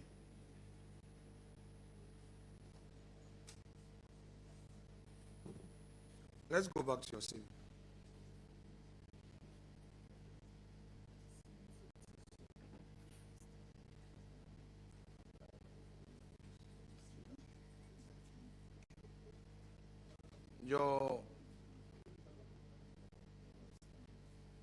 Your residential address is provided thus: B60 Simpson Road, Boteman. Boteman, that area where you live, you acquired your lease from government. Yes. So it was estate land that you rightfully bought. Yes. And you have a lease covering it between you and government of Ghana through acting through the Lands Commission. Yes. As your leaseor and you being a leasee. Yes.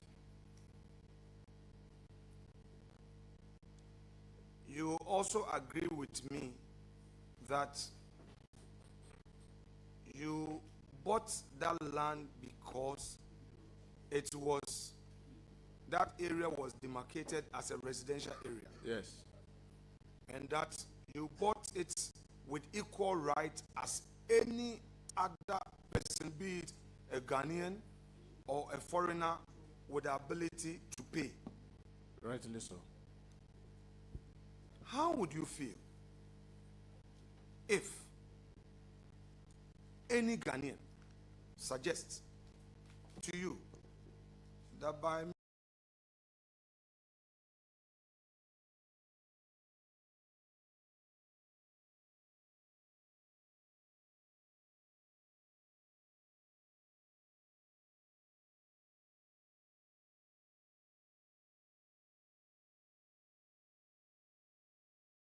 mere fact that that is a government residential was all state land. People acquire them legitimately and they are living there. I don't see anything wrong if it is done legitimately and rightly. And I've heard my colleague, the Attorney General, in answering question. If the Land Commission says they advertise, they say they are giving out this piece based on this procedure that is legitimate and you acquire, how can anybody say because of that you are corrupt? But obviously, as you may know, Chair, people have their own perceptions about things. I remember in 2013, in 2000.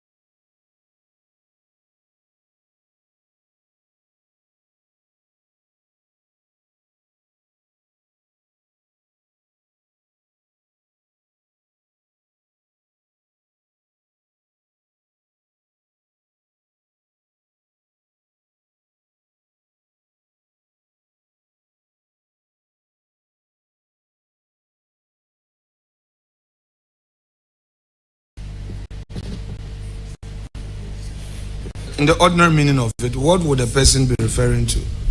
To what would lead a person to say Winneba is his or her hometown? Well, my understanding of hometown is where you are born or where your parents are born or where your parents hail. Our belief is that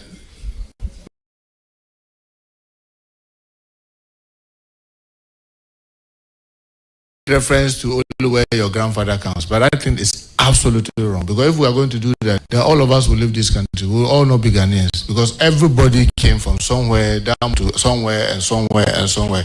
So me, my hometown is Kumasi, where I was born and bred. That is where I have lived. I have siblings who do not know Techima, not alone to get to Tamale. Yes, I'm a sad with a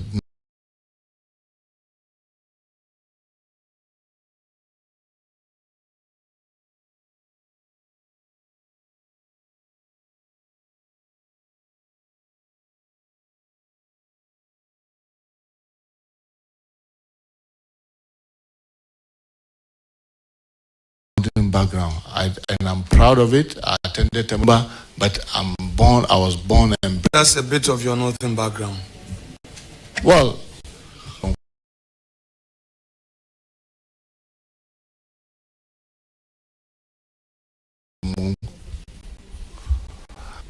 my grandfather was born around Kumbung, up in Kumbung, moved in between the north and the south.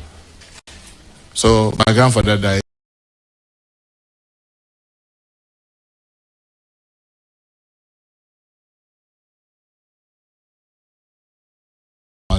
Was buried in Kumasi. My father grew, I'm told, when she was just about 2 years, and has since been in Kumasi to today.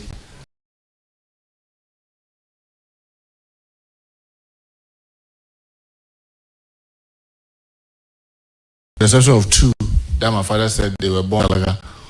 All the others, 39 of us, born in Kumasi, and it is Kumasi that all of us have ever known. Our assets, our larger family. Yes, we have the extended family. We visit. We are proud of them. Some are in Salaga. Some of my sisters married. I've taken them to some of my sisters.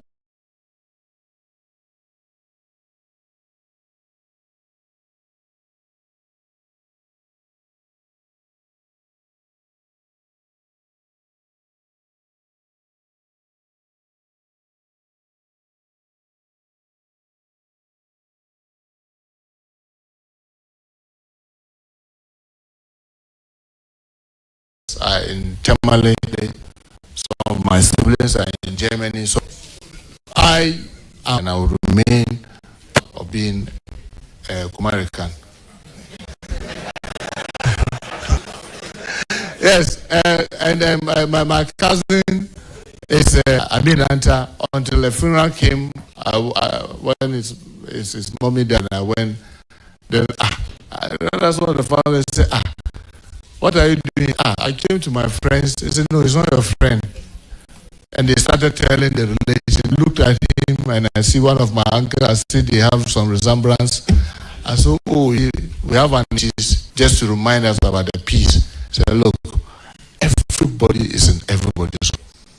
So be careful about what you do to each other, because by the time you realize you are related, Kuwa, Nigerian Kuwa, to which means everybody is in everybody's home. So be careful what you do to people, because at least you come and realize that, oh, not doing that.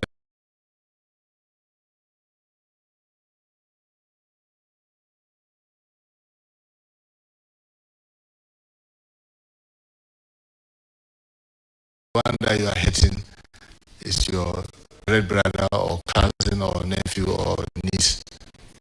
Thank you, Chair. But on you, my respected colleague, Dr. Amin Adam, is like to defy my orders and vote for you because you are his blood brother. Mr. Chairman, I don't think my Honourable members, have a vote to cast.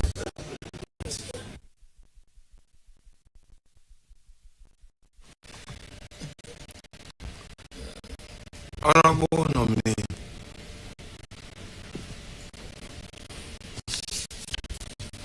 you have indicated to us fully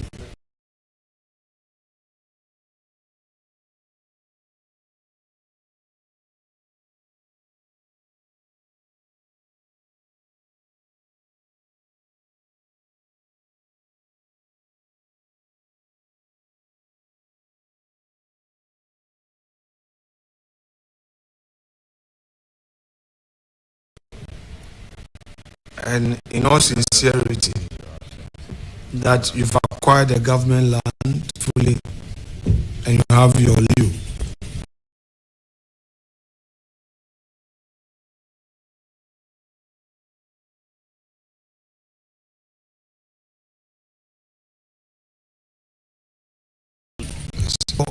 Party members who have acquired rich airport residential area. Do you know, perchance? Chairman speaking, I don't go about asking people about their assets and listen. Frankly speaking, so if I visit, say, the chair of the committee, who will be in this house and work together on so many things, and I say, oh, you have a nice house. How am I going to be asking, oh, how did you acquire it? That's okay. That's, I think, no. So I just don't know. I don't know. Frankly speaking, I don't know. That's okay. Fair answer. Out for public consumption with the little interaction I've had with you. Now, do you some of your party members who live in the Roman Ridge area, Cantonment Airport residential area? Since you visit them, some of your party leaders, colleagues in parliament, colleague NDC members, House of Parliament, do you have some of them living in these areas? I don't want you to mention names, but do you have some of them living in these areas? Frankly speaking, I've been scanning my mind to see who did I know. The only person that I used to visit and play tennis with, he was then the minister, Honorable Mama, when he was around the Roman Ridge. And since lost power, he left there. I don't know message to him. So we go and play tennis together and do a lot of things together. In Roman Ridge, in Cantonment. Okay, let's do Cantonment specifically, currently. Speaking, I'm scanning my mind to see whether I've visited any of my colleagues' two areas. Or my Anna, no. I can't recollect now. This area was somebody you can ask whether, when I visit, ask him whether he owns the house or the land. Maybe I've moved out away from ownership. Honorable, I intend to be very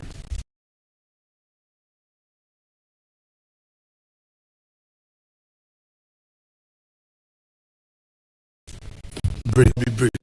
Okay. I think that's a good what do you call it, sign with me. I will try to be very. And as you may be aware, your event today comes under a special dispensation. I have no doubt about that. For very security reasons, and it's in the public interest that we take you to for the sake of our country.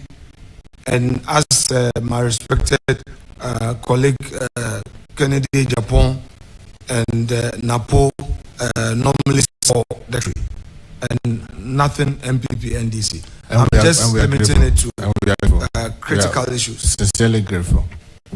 How close are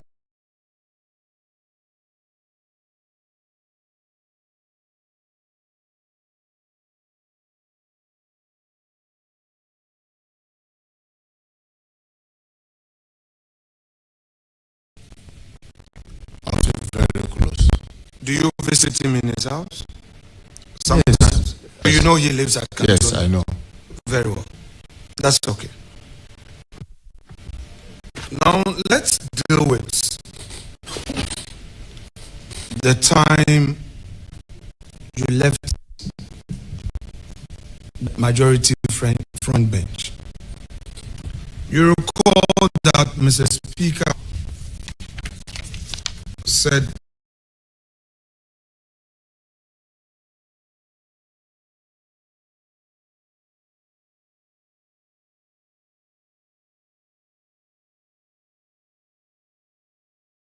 this to you. I want to quote: when one door closes, many more are open. Do you recall this?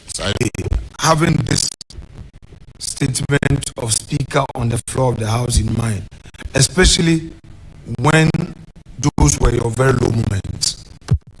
Well, let me admit, even apart from what he said on the floor, I'm grateful to Mr. Look well. You know you are going to the mosque. Yes.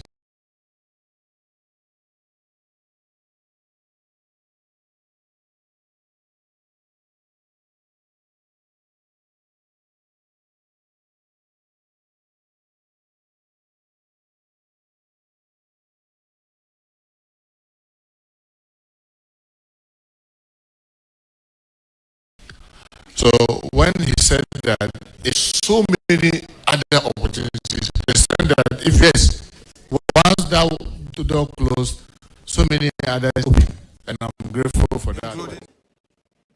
I don't wake up expecting things. I just say the will of Allah be.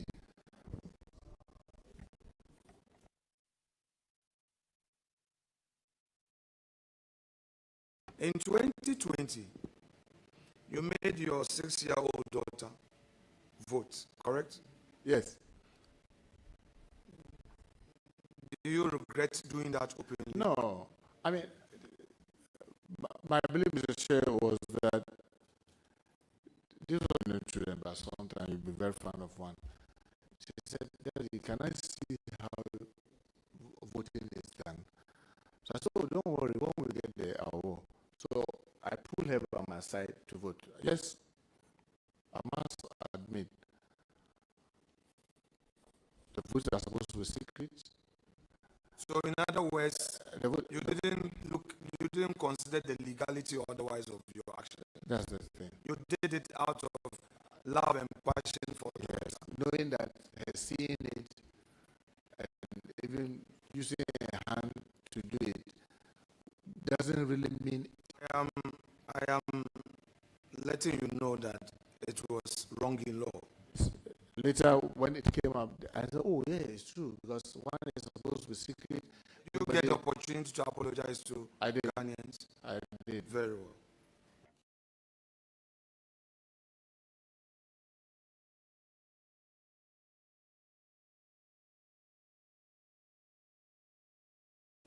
In 2009, ended up as charged, and you were cleared.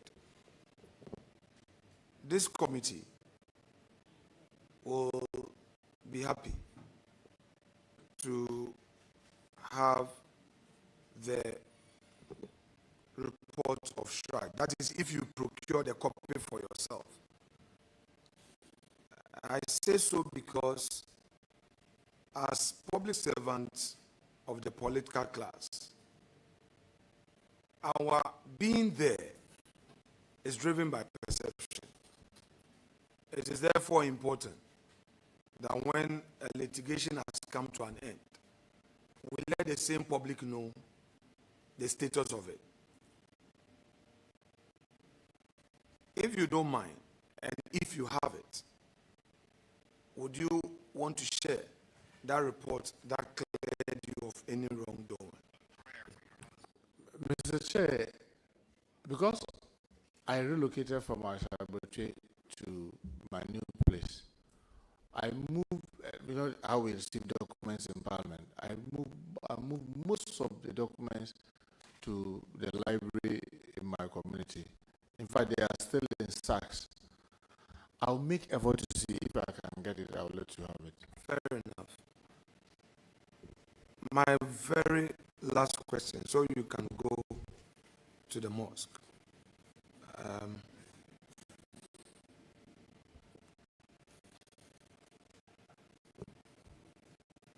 You've assured the country today that you are a moderate politician, correct? Yes. You've also assured the nation today that your tenor will not tolerate partisan violence, correct? Yes. You are also telling to all the post-election violence we are having in the country, correct? Condemn it, yes. Particularly the investor community, that you will do all you can to protect their investment in Ghana. Yes. You also verily assure all Ghanaians, especially your political adversaries, to be specific, the MPP members who are in opposition, that your office will not tolerate political vendetta. Yes. On oath, you have said that you will lead your ministry to introduce reforms at our various security agencies. You still... Now, to end it all, you have praised the security agencies, particularly the police. And let me say that the Inspector General of Police, Dr. Akufu Dampare, many may have their own views about him, but I am one person, admire him, and believe that if we have a style consistently manning our police service, Ghana will be a better place. There may be some disagreement about his style, but I personally believe that what he has done for the nation in terms of security, what would be your own advice to anybody who would suggest that because he was an appointee of Nana Addo Dankwa Akufo-Addo and he's not 60 yet, an energetic, competent IGP should be removed? What would be your advice? Well, I can assure you that when, by the grace of God, this House approves of my nomination and I join the team, definitely there will be an assessment of all the team members. You know, His Excellency President Mahama has a vision. All that will be reviewed in line. And those that, in the views of His Excellency President Mahama, will be helpful in assisting him to achieve their objective, you can be rest, especially in the national interest, I will support it. But I will not be able to deal with specific individuals to give assurance that, in fact, commendation about one individual or the other to His Excellency the President. And that decision is that of the President, which all of us are serving at His mercy. So I will not be able to give any definite answer, but I can assure you, I believe, since I was nominated, interacting with them, I can see that they are breaking their back to keep us safe. They need to be encouraged. We need to support the system so that the system will continue to improve and be able to protect all of us. That assurance you can get from it. But as to who will go, who will stay, I do not have that power. The best or the worst I can do is to recommend to His Excellency, and that is it for him. Thank you.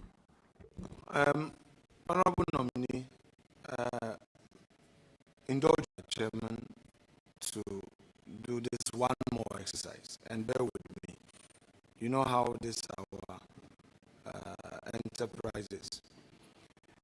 I take you back to December, thereabout. President Mohammed's government granted some approvals for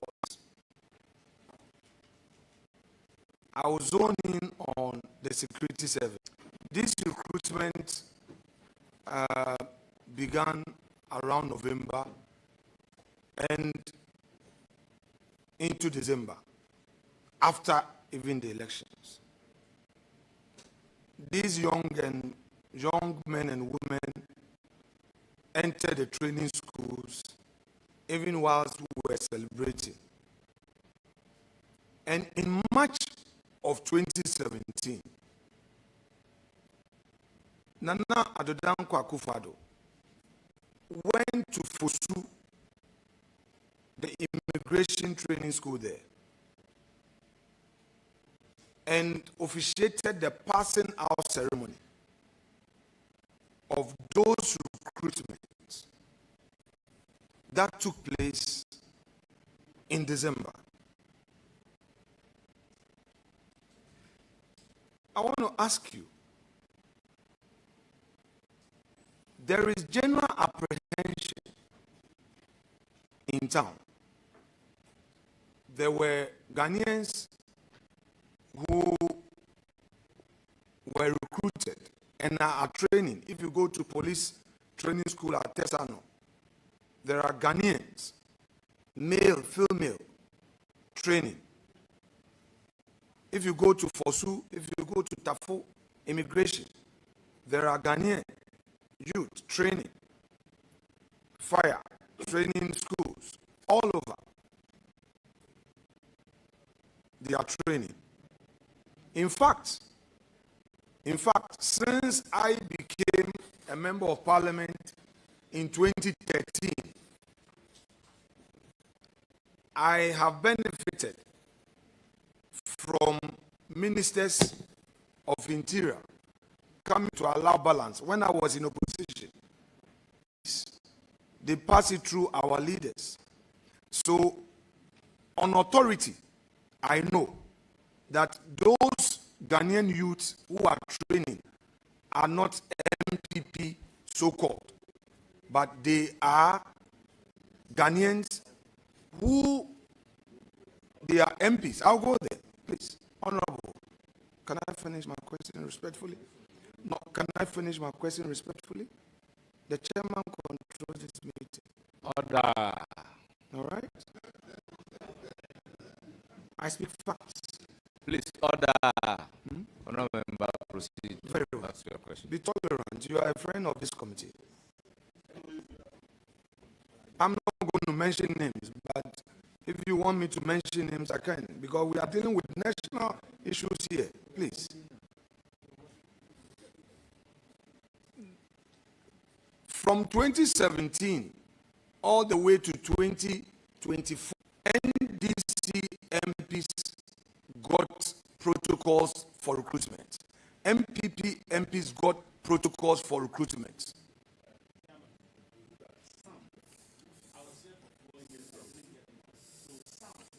Some, that's correct. That's a good qualifier. Some, that's correct.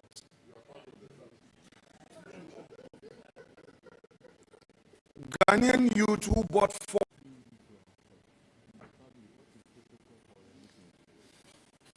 Would you ensure that Ghanaians who are currently in training will conduct their training peacefully, and upon completing their training, you as minister or anybody authorized by you will officiate.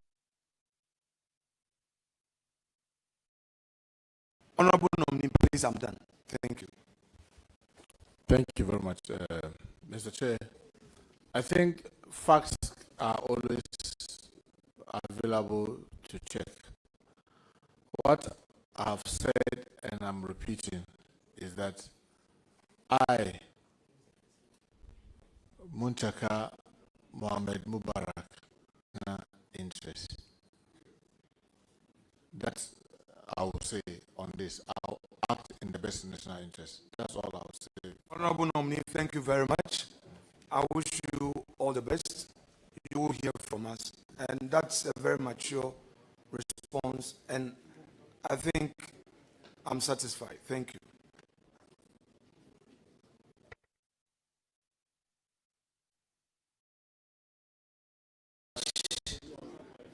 Honorable members, may I humbly, may I humbly, Honorable Roxon Dapamoko, Honorable Roxon Dapamoko, you don't have the floor. You do not have the floor. I do not intend to engage in this with you. Honorable Roxon Dapamoko do not have the floor. Wait for me to give. Honorable members, I recognize Chairman, with all due respect, the presence. The ranking member has just said that between 2017 and 2024, every NDC member got protocol. I never got. We thought please. Honorable members. He said every NDC member of parliament. So please. Honorable members, please. Honorable Roxon, please take it easy. Take it easy. He qualified it by saying some. I've been a member of parliament for a long time, and I know as a member of parliament, our constituents will come to us with enlistment form, and we beg on behalf of our constituents to be enlisted. That when you go to beg and you happen to get it, fine. If you don't happen to get it, fine. But I don't have a situation where they will say that automatically, as a member of parliament, you are in this service. So with all due respect, let's handle this with some utmost distance. So honorable members, I recognize the presence of Honorable Matthew Opoku Prempre, former member of parliament for Menchia and vice presidential candidate for the New Patriotic Party in the just ended. Members, with this, I proceed to recognize the guests seated behind the nominee who are here to give him moral support. First, a spouse of the nominee, I recognize you with your children. Alhaji Muntala Shaibu. I also recognize Augustus Andrews Nana Akwesi. I recognize Alhaji Kotokoli Imam, Ashanti region. COP retired, Kofi Buachi. Chief Alhaji Ahmed Ibrahim, Wangara Chief, Ashanti region. Sheikh Abdul Razak Abdullah, Deputy Regional Imam of Alusuna, Ashanti. Alusuna. Very well. I also recognize Nana Kofinti, representative of Asokore Mampong, Hini.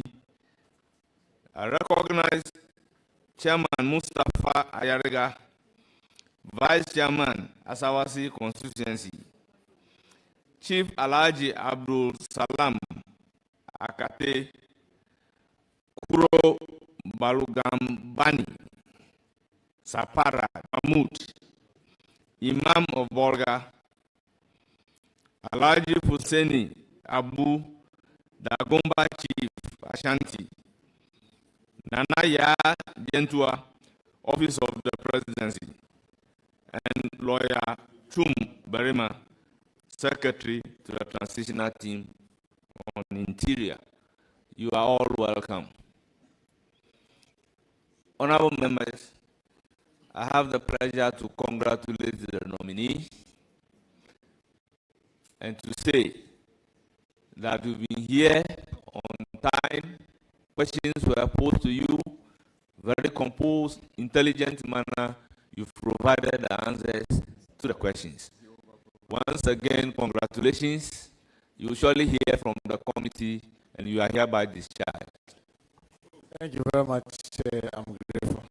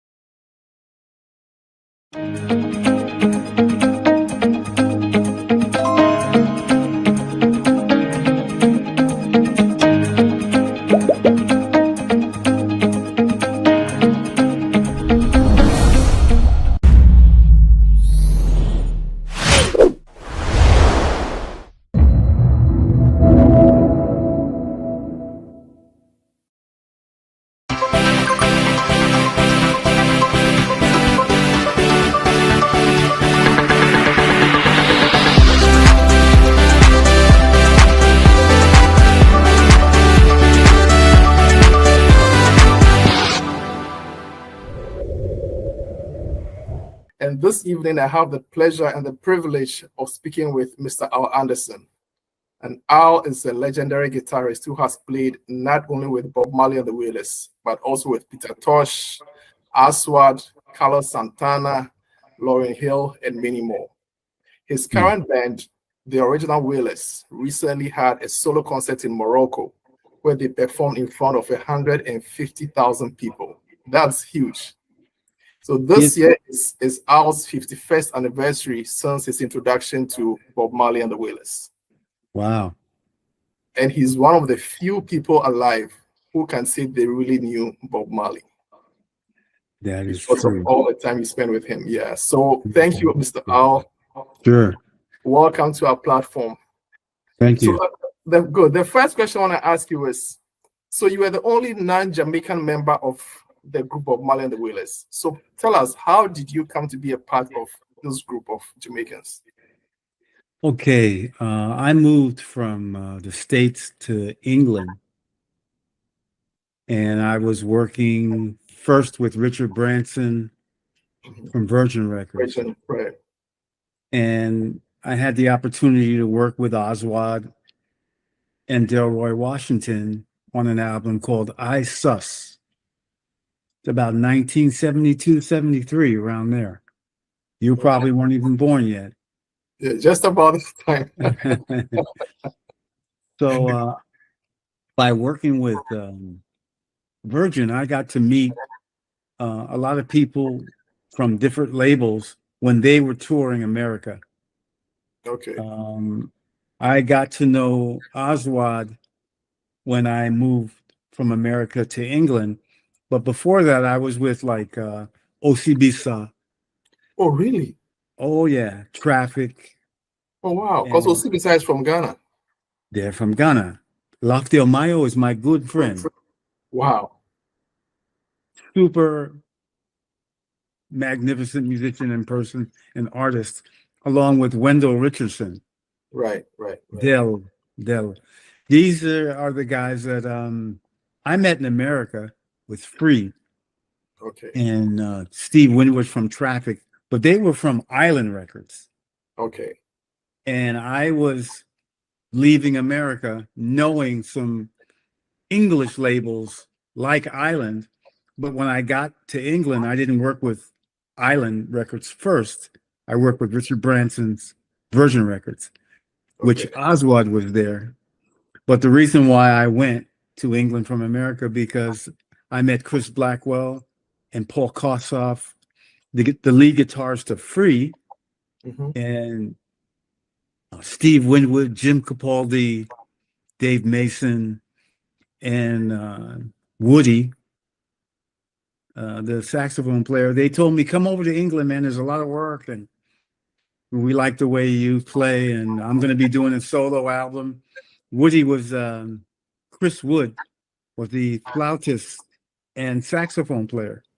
So I became really good friends with him and the lead guitar player from Free.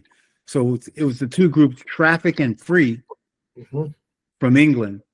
So I went over to England, and these guys, they put me up. They were friends. And I got to know Paul Kossoff from Free. They had a lot of hit songs, a really big rock group. But I was at his house, and he was a good friend of mine. And so we were sitting there, and the phone rang, and it was Chris Blackwell, who I hadn't seen for maybe a couple of years from when I met him in New York City, along with him being the CEO of Island and signing the Wailers, Bob, Peter, and Bunny. It was him on the phone talking to the lead guitarist of Free, that he needed to get down to the studio because Bob Marley was in England doing a solo record. You know, he had left Peter and Bunny. They split. And that they wanted a British guitar player to play on the Nazi Dread album. But he had been drinking and smoking, and he felt that he wasn't in the mood to do the session with Bob. And he gave me the opportunity to substitute for him. And his name is Paul Kossoff. Really great guitar player. He had a big collection of guitars. I was always with him. He was one of those guitar players who always had a lot of people in his house jamming and writing songs. And so Chris said, well, send the young American kid if you can't make it. So they sent a mini cab for me, and I went down to Basing Street Studios. And there was Chris Blackwell and Bob Marley in the studio. I walked right in the studio, and I went to work on the Not to Dread album. And that's how I got from America to England to reunite my friendship with Chris Blackwell, Traffic, and Free.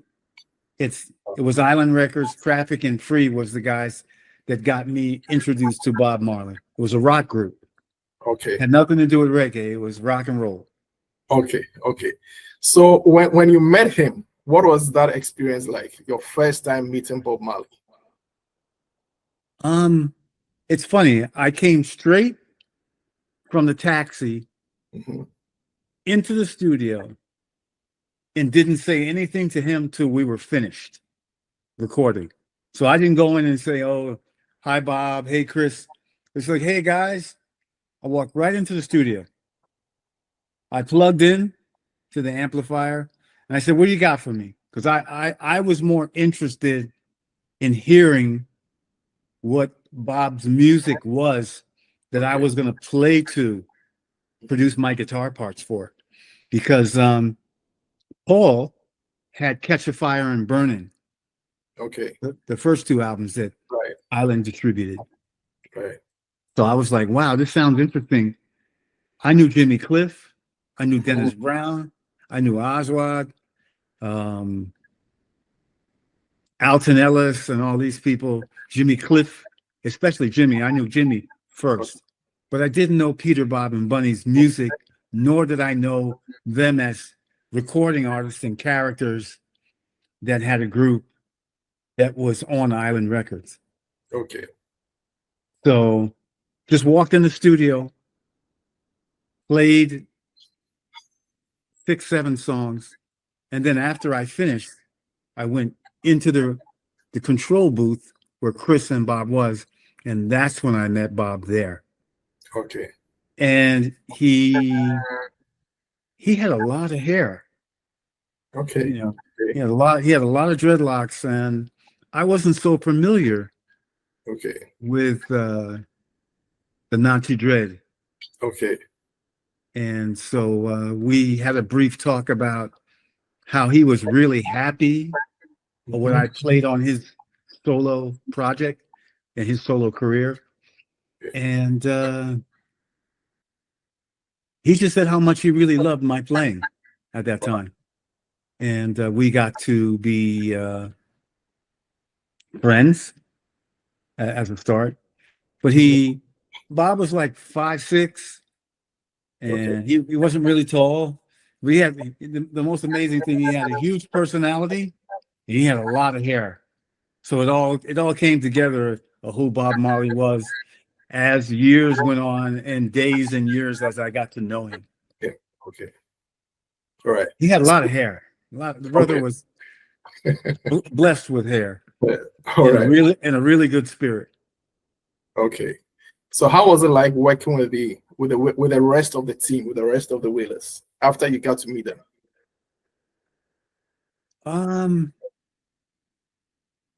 I had never witnessed anything like that in my life. Being from the Western Hemisphere of America, going to England, and then going from England to Jamaica. It wasn't a culture shock because I felt at home. Okay. You know, and I felt as though I was around African people. Okay. Because they eat the same food that you eat, and they have the same manly, strong behavior as a man, which I had a lot of respect for. I loved everybody, man. Okay. The Barrett brothers, Earl Wire Lindo, right?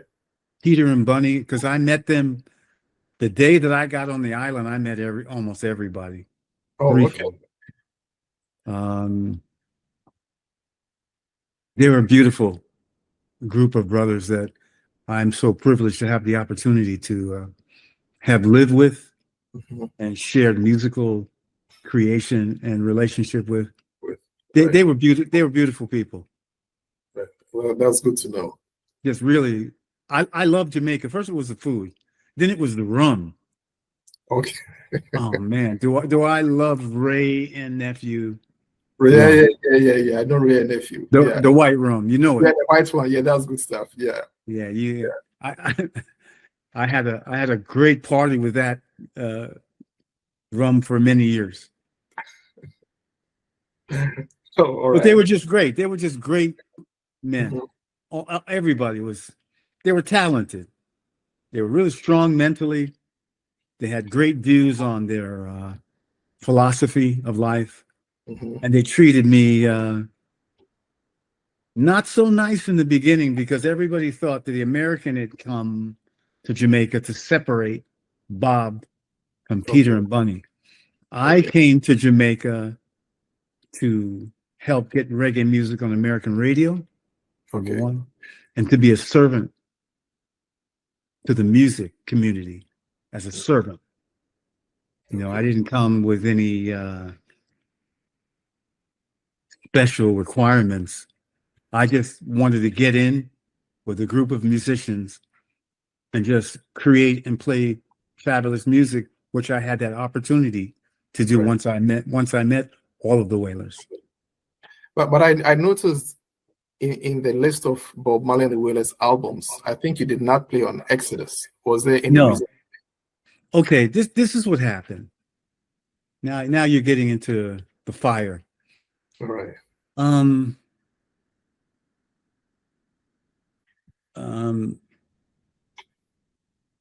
Bob wanted to go solo. He didn't want to continue to fight because Peter and Chris Blackwell. They didn't like him. And they felt that they were separating them from the brother. Okay. Their brother, you know? And when I was in Jamaica, Peter and Bunny didn't love me so much because they thought I was the guy that Chris had sent to separate them, but it wasn't true. I came with divine intentions, and everything was proof because of the massive success for all of us. Right. Everybody got a piece of sunlight, you know. But it was like Bunny wouldn't talk to me. He looked at me with a scorn, you know, and Peter used to burn me with his spliff. He'd walk by me and burn. He didn't know me. I was some Yankee guy. Yeah. That was coming to stir up, you know, cause trouble. Right. But it wasn't true. But as they got to know me, as you know, months and months went by, we were doing a program at the National Arena where Bob was going to perform one of the last times of his career and my career with Peter and Bunny. So we rehearsed for maybe 2 weeks. And then as I sat next to all of them and tried to get my feelings and learn their music and their vibrations, we became much closer as time went on. Okay. Because then I started to get to know everybody, like the band members, the drummer, the bass player, the keyboard player, the engineers. You know, we became like a synergy. Right. Okay. All right. So, going back to Bob himself, what did he like to eat or drink? Did he always smoke? I mean, we have these perceptions back in Ghana. I'm hoping you can clear that up for us. What did he like to eat, drink? Did he always smoke? Bob, when I met Bob, he was a vegetarian.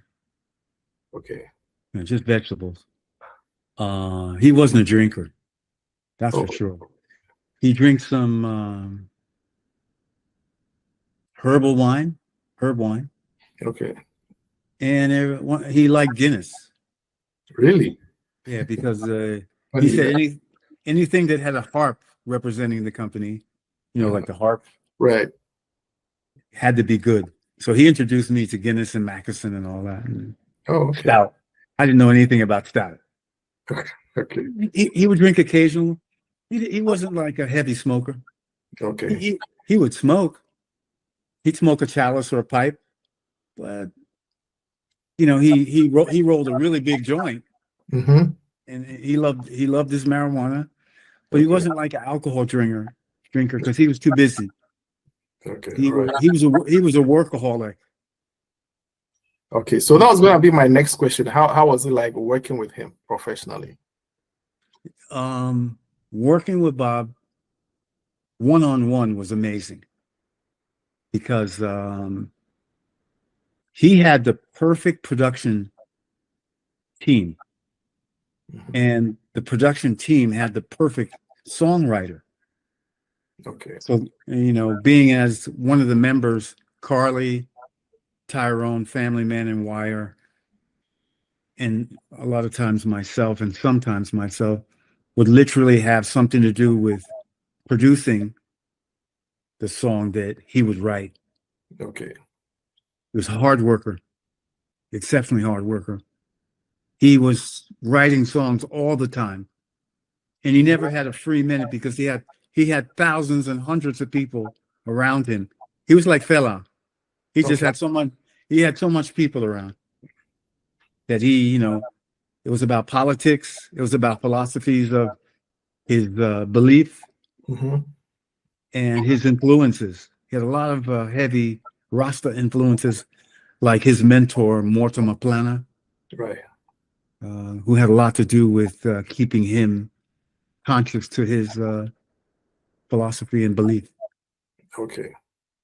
So we worked hard. We worked all the time, man. After Nazi Dread was recorded, there was a little gap in time, but we worked hard, man. We were like a tag team in the studio. We would go 2 or 3 months without sleep, just all day, all night in the studio, making sure that everything that Bob wrote was musically perfect, because he wasn't really great when it came to the audio thing and engineering, you know, and mastering. He didn't know so much about that, but what he did know was how to write a song that would be pleasing to the heart of anyone. So we would always work on the music, and he was working on the lyrics. And if somebody in the band had some songs, like Tyrone, Carly, and Family Man wrote a lot of songs with Bob that they didn't get credit for. Carly wrote Talking Blues. Oh, okay. Tyrone wrote Rastaman Vibration and Is This Love with Really? Bob in it. Yeah, there's a lot of songs that were co-written with Bob, but because of the publishing problem we had with Cayman Music, we had to use Bob's name only. Oh, because of Danny Sims, his publisher. Okay. You know, it was kind of like only Bob's songs in the name of Bob Marley would be presented. Right. And like Jammin', Tyrone wrote Jammin' too. Really? With Bob, yes. 50-50. Yeah, I think I saw that on his Instagram feed sometime before he passed. Yeah. He was 1975 when Tyrone came in, 74, 75. The whole platform of Bob's songwriting and production went 100 feet in the air. It was that good. Tyrone Downey was a musical genius. Everybody in Jamaica knows that, and Africa, because he used to work with Yusan Doro, Tonton David, wow. Okay. Tekken Jaffa Coley, and like Bob didn't write everything, but he wrote most of the material that everyone's familiar with, most of it. But the songs that people don't know, like Redemption Song, was written by Earl Wirelindo. Oh, really? Yes. Wow, I don't think many people know that. Nobody knows. You know, this, you know, the Wailers never, the band members never got their just deserves. Right. Because it was never a thing to be competing with the center person, you know, the person that is in the middle of everything, that has the responsibility. You know, we were a band, so far as I'm concerned. Bob felt that he wasn't a solo artist, and it was him. It was him and a group of musicians that made the music for him that became very popular to the world. Okay. So now that you speak about the music, how does the whole creative process take place? So Bob comes with a song that he's written. Can you walk us through once he comes up with the idea till the song finally comes out on the record? Can you walk us through that process? Okay, Bob Marley was somebody who was never alone. Okay. And so there was always somebody that had a personality. There was either a politician, there was a poet, there was multiple songwriters and DJs and engineers. So Jamaica was a melting pot of talent during the 70s. It was on fire with just talented brothers. He had all these energies around him. Okay. And, you know, I come from the Motown era. Those people, Frankie Crocker, the OJs, Michael Jackson, like that. Okay. Michael Jackson, Marvin Gaye, Temptations. I come from that. And the way that these guys were writing their songs, it was like an urban city they got their inspirations from. Bob got his inspirations from country people and city people. Okay. So it was the people that were in the circle that he was in the middle of, that he would catch personalities. People would say things, people would do things, things would happen that would influence him Okay. lyrically, and he could take something that we could be somewhere and something would happen, and he can turn whatever happened into a hit song. Wow. He had that type of.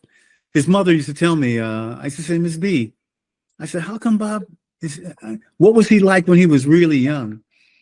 She said, oh, when we used to go to the market, he used to always like songs like Harry Belafonte, Please Don't Touch Me Tomato. Yeah. You can touch the yam, pumpkin, potato, don't touch my tomato. He became very poetic with these, growing up and hearing these songs.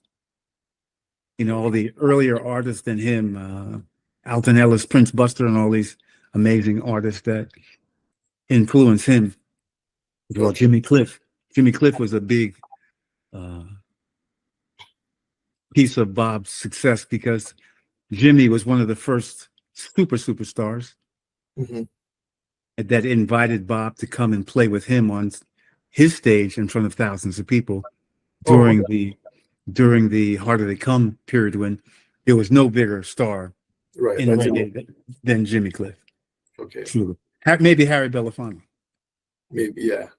Like this. So once the idea for the song came, then what happens? Do you guys just go to the studio and everybody tries to? He always had like a box guitar around.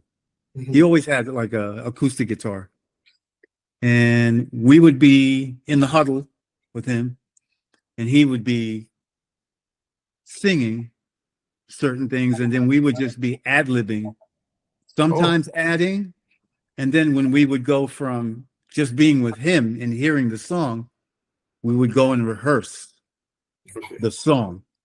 Okay, this is the song he's bringing, like Temper's Paradise. Right.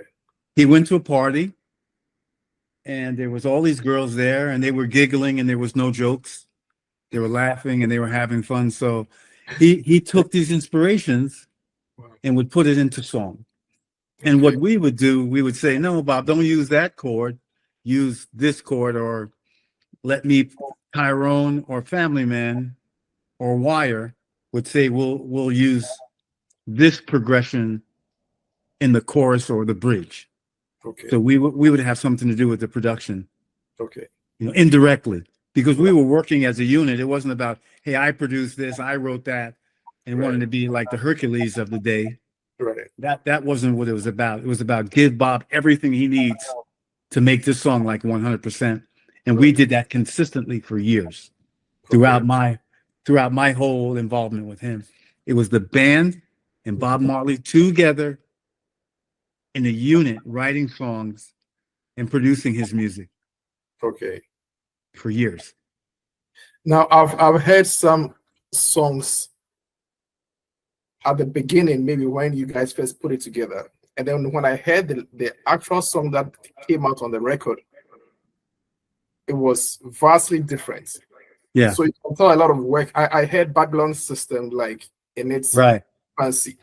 Sure. Completely different from what finally came out. And you can actually tell that a lot of work has gone into it. But at what time do you guys know this is it? This is good enough for the record? Because we would rehearse and then take what we rehearsed, go into the studio and change it for the better. It's like, wow, right now this works better than it did 2 weeks ago. Okay. So, and that's where Wire would come up with a bridge. Tyrone would play strings or horn lines. Okay.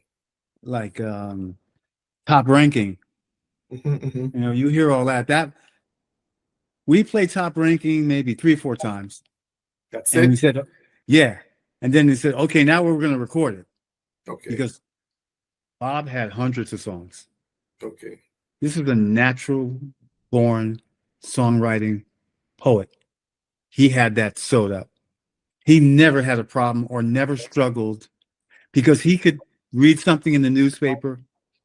There would be something politically happening. There would be something that he didn't like Johnny was a good man. Okay. You know, the woman holds your head and cry. Right. Your son's been shot down the street and died. That happened right in front of him. Oh, really? Yeah. So he could write about this. You know, we had a lot of people involved. Bob was a politician. He was a musical politician, revolutionary. Mm-hmm. You know, that he used music as ammunition. Right. To put it in the target to let politicians, Eddie Seaga and Ronald Reagan, George Bush, he let them know that Jamaica wasn't going to bow down to the Western Hemisphere. Right. Because he was all about working with a man like Michael Manley. Okay. Who was very close to Castro. Okay. He comes from the Michael Manley comes from the Bustamante family. Oh, okay. But this is bound to cause some problems. It being in the Western Hemisphere and Jamaica being so close to America, when you're supporting the opposite of the Western Hemisphere, because Eddie Seaga went to school with George Bush Sr. Oh, really? I didn't know that. He went to Harvard. Okay. Studied law and politics. Oh. Okay. And when George Bush Sr. became the head of the CIA, he wanted anybody in the Western, that was near the Western Hemisphere, to be more involved with the United States than Cuba or Russia. Okay. You understand? I understand. And then it became really heavy because Bob supported the politics of communism, let's say, more than the Western ideology that Eddie Seaga was promoting for Jamaica. And when Bob got Michael Manley elected again, it became really that's a problem. It became a tough situation for him because the opposite party thought that he was going to vote for them. Okay. Like Seaga used to come to Hope Road and be around. Yeah, he used to drive in with his security and talk with Bob about Bob taking support from Mr. Seaga. Yeah.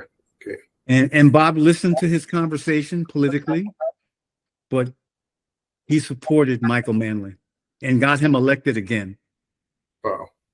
So then the people in the Western Hemisphere that was with all those heavy societies over there realized that Bob Marley was a force to reckon with because they couldn't control him, nor could they control him verbally. Right. He spoke his mind of revolution and what he supported in Jamaica and Africa. Right. It was all about Pan-Africanism for him and not America. His intentions were to go from Jamaica to Africa and take it all there and build and grow there. That is actually one of the questions that I was going to ask. Yeah, sometime down the road. Yeah. Okay. So for now, I want to come back briefly to the music. When you watch your live shows, I have two questions to ask. The first one is, do you or Junior Marvin rehearse what you're going to play for the lead solo? Or do you just get inspiration and just take it from there? I think it's a little bit of both. Okay. Because you want to have it, you want to make it as good as it gets. Not only for myself, but for everyone in the band. Right. And so I always use the word improvisational. Okay. I love improv. I like to be put on the spot. Hey, play this. I don't even know what it is. And I can jump right in the water and I'm comfortable swimming. Wow. So, yeah, it wasn't about knowing it first and then like regurgitating it. Wasn't like that. It was all improv. You get on stage in front of thousands of people and go like, oh my God. Like the solo in No Woman, No Cry at the Lyceum. Right. I didn't know what I was going to play. Really? Yeah, there was so many people, and I'm not going to say I was scared or anything, But I was like, wow, there is so many people looking at us, you know, because it was like a full place. There were thousands of people there. And everybody seemed to be like, we had a direct connection to the people at that show. Okay. And so the people made us perform as good as we did, and vice versa. So it was pretty much like jazz, just going for it. It's just doing the best you possibly can, sound the best you can for the song that you're familiar with. Because I had no idea when the solo came for No Woman No Cry during that time at the Lyceum in front of all those people. Man, I was like, wow. I couldn't believe it came out of me at the end of the day. And after that, I didn't even remember it till I heard it in the recording. The most amazing thing is that we didn't know we were being recorded. I knew. Okay. Because Bob never told anybody, hey, we're going to record the Lyceum show. Neither did Island Records come to us, which I think is totally wrong. And that's one of the biggest mistakes that Chris Blackwell made with me, because then I went like, wait a minute, we just did Nazi Dread. That's the most successful record of all times, record sales at that time, 1974 going into 1975. Now here comes the Lyceum performance. Legally, a record exec is supposed to come. You're the guitar player, you're the keyboard player, and come to you and say, hey, look, we're going to record you tonight. Do you agree? Oh, okay. Nobody knew they were being recorded. The only reason why I knew we were being recorded, because we saw the scaffolding and all the cabling and stuff. Okay. And I just thought that it was going to be like, they're going to just take a little piece and put it on the BBC. Okay. So that's why it was there. It's not like I didn't know they were going to record the whole hour-and-a-half show. Okay. And edit it into an album that was immensely successful. Successful, right. So what they did is they recorded all of Bob Marley's band members without their acknowledgement, nor did they get paid. They never received any compensation for the Lyceum album. But live was a huge hit. Never saw nobody. The Barrett brothers, Tyrone, me, nobody. We never saw anything from that. Never. And that was all the plans of Chris, because Chris is somebody that's a visionary. He can see miles down the road where, you know, I can't see until I'm up on it. Like I had a problem that night at the Lyceum. My guitar rig didn't work. I was like, oh my God, I got like 20 minutes to go on stage and nothing is working for me. And I was used to my little unit that I had to play. So I know that the Third World, Cat Core, the lead guitar player from Third World, he had a little pedal, and I went out to the bus to get it from him. So he gave me the pedal. I said, look, Cat, none of my gear works. He said, here, man, take this phaser, like one of my favorite company, Electric Harmonics. Mike Matthews made this pedal, and Cat had one, and he loaned it to me, and that's where I got the sound on all those tracks. Wow. From live. But the issue is I went outside and saw this big mobile studio, and nobody else knew that there was a mobile studio recording the night that was just about to begin in 20 minutes, because I got my pedal. Okay, that's how you knew. I saw Chris Blackwell and Steve Smith inside the Rolling Stones mobile. And I walked in and I said, he said, aren't you supposed to be on stage? I said, what are you doing?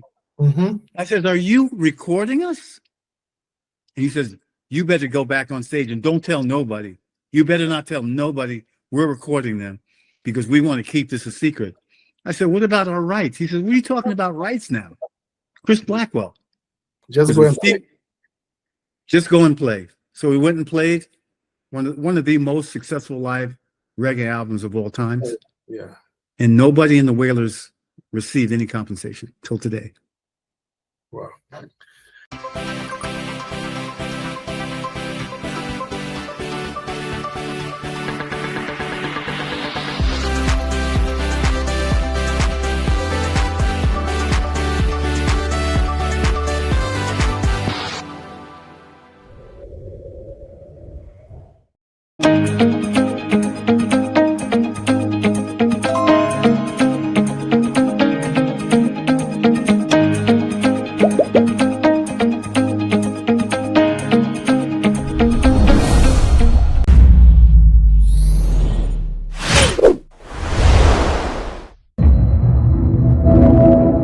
Osahin, as I said, is Osahin, not Osahine.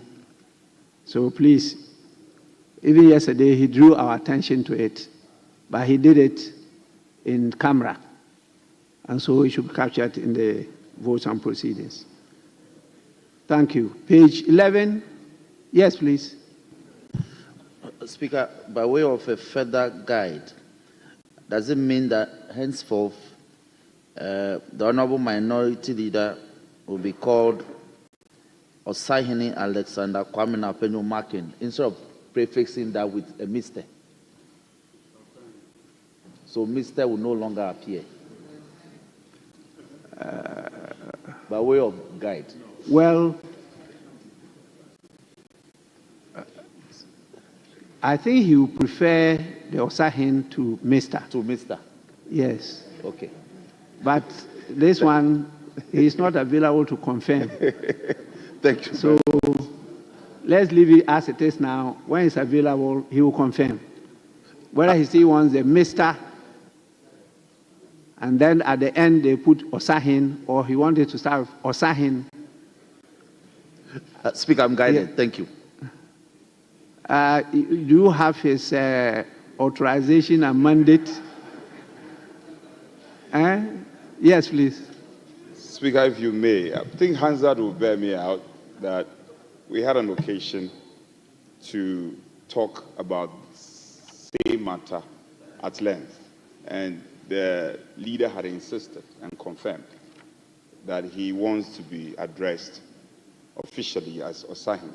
So this is not a matter we should debate about. I recall you were in the chamber then, yes, or you were then lobbying for.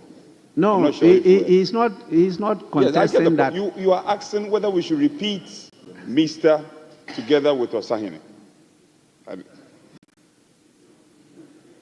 Yes, that was the issue. Speaker, that is not the issue at all.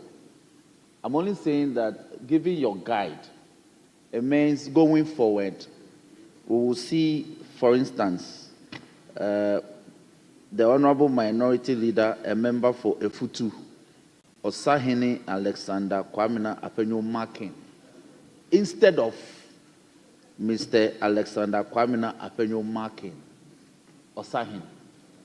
Yeah, that's all I'm saying. That there should be, by Speaker's directive, it will bring clarity to how his name will be written. That's what I'm saying.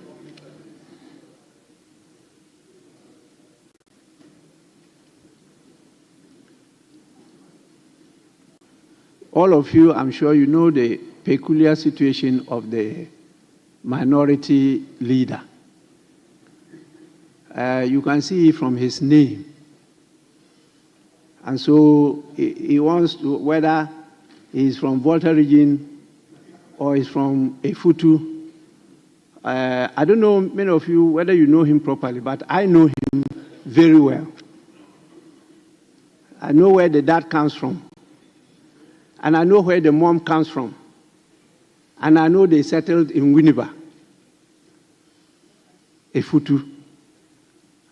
So once he's been given the title Osahin, and he says he should be called Osahin, let's give that to him.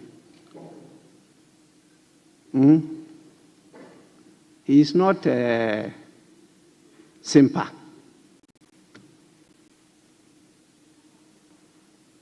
If you are going maternal, he's Gomwa. If you are going paternal, he is Eve. But he decided that the title given him is Osahin, so he wants that. and he represents Efutu.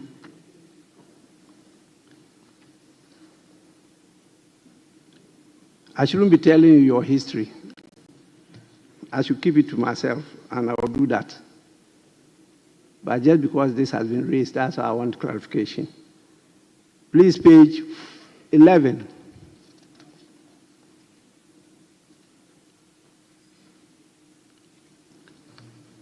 Page 12.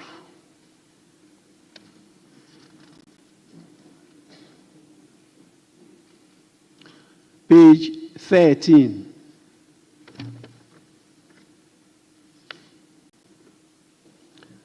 Page 14.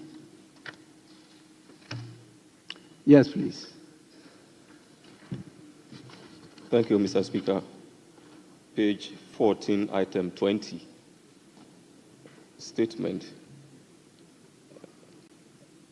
I think yesterday, having discussed on the floor the statement by the honorable member for the statement he put, the right honorable second deputy speaker indicated that the issue needs to be revisited because of its importance, and I believe it should be captured as such. Thank you.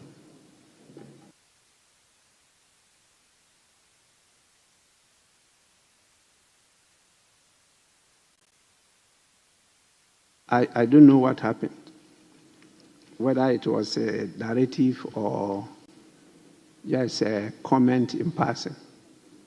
If it was a directive, then it should be captured.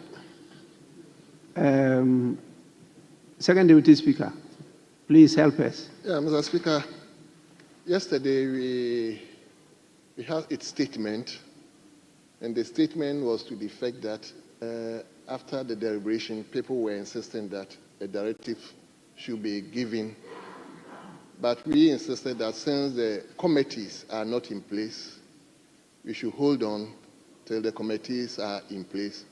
So we will revisit it next time that that issue is raised. So that is how we looked at it. So it's not something that probably we captured in such a way that at all costs we have to revisit it. But we said that issue topic must be revisited so that we can probably refer to appropriate committee to look into it because of its importance. So that is how we put it that way. Well, then I think the rendition as it is correct. We'll leave it for the future. Yes, please. Speaker, oh, sorry. Mr. Speaker, on page 14, number 20, paragraph 20, my name, Davis Ansan Opoku. The spelling of Davis, there's no E in there. But I realized that they placed a E in the spelling of Davis. Thank you very much. Yes, please. The table of office, kindly take note. Yes, please. Honourable Speaker, with respect, on the issue of the statement that was made yesterday on item 20.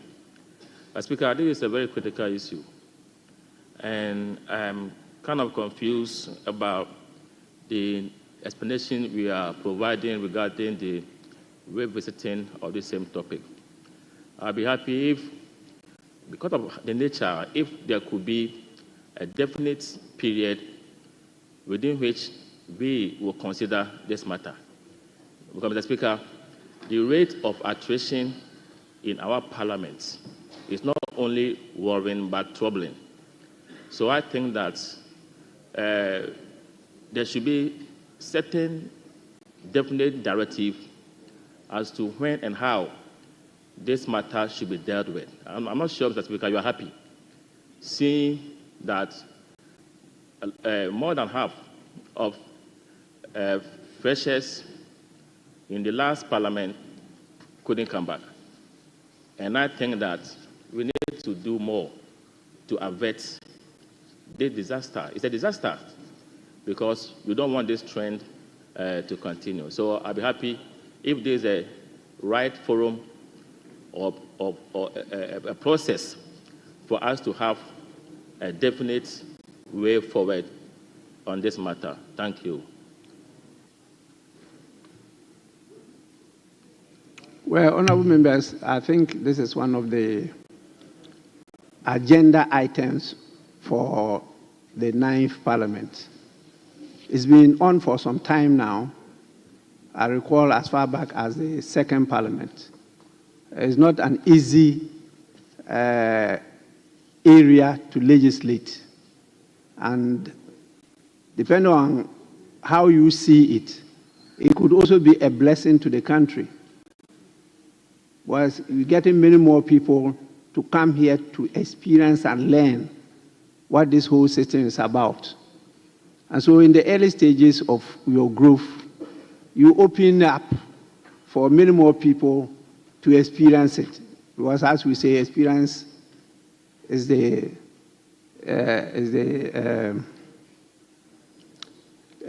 say he who feels it knows it better. So when you give them the opportunity to come and feel it, to come and experience it, they know it better, they support the advocacy and the education, and then the people then get to know the system better. So it's good that, yes, we have this high attrition rate, so that many poor people come in. I know a number of people who come in and just after the 4 years, they just opt out. But they see that they don't fit in, and they go back to continue with their various professions. But they learn a lot, and they don't go being misled by others who see it differently. And it helps build up the culture of multi-party democracy in the country. So it's not all bad to have a high attrition rate to start with. But as we go along, you see that many more people will be falling out because they see that, no, it's not worth it. I can serve my country in other areas than in mainline politics. And so that is good for the country. I don't see it as that bad. We have to be investing to educate and build up the culture of multi-party democracy. And I think it's okay. Let's encourage it. Because it's a matter of choice. If you are good, they will retain you. If you are not good, they will reject you. And that is also good. It rekindles the competitive spirit. And all of you, you have to show why you should continue to be here. Yes, so let's leave it as it is, but we will definitely come back to it, and we'll do more consultation with stakeholders as to which area to legislate and what to legislate on. Honorable members, page 15.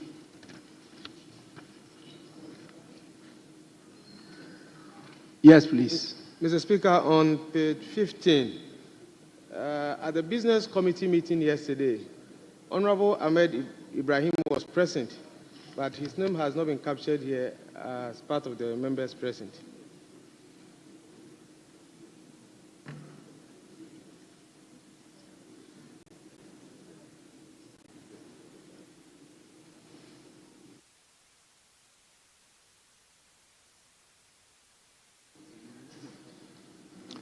Honorable member, his name is there.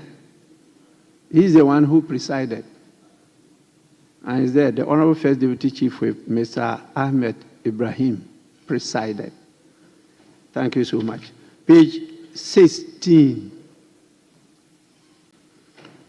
Honorable members, the votes on proceedings of the 5th sitting dated Thursday, 23rd January 2025, as corrected, is adopted as a true record of proceedings. We move on to item 6, business statement for the 3rd week. Chairman, Business Committee.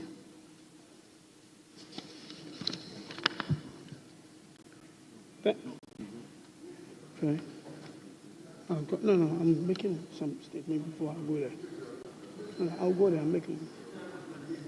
Thank you, Mr. Chairman. Mr. Speaker.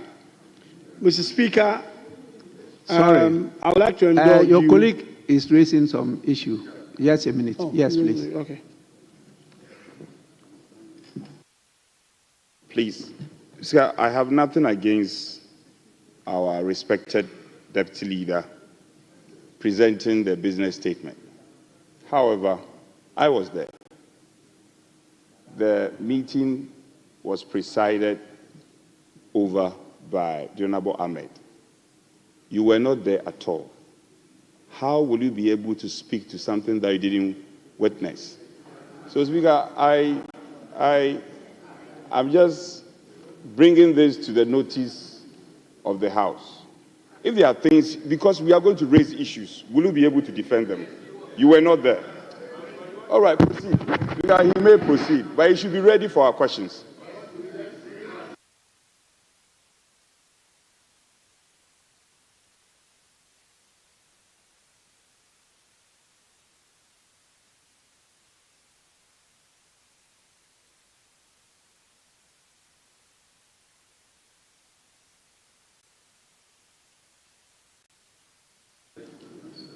Yes, Honorable Member, actually, I didn't hear what you said. So Mr. let Speaker, me hear you and see whether he has made a genuine I didn't observation. even say anything. And then You haven't said anything. Yeah, he just jumped in. Mr. Speaker, before we come He to the did business, what? Before we come to the business statement. What did you say? He did what?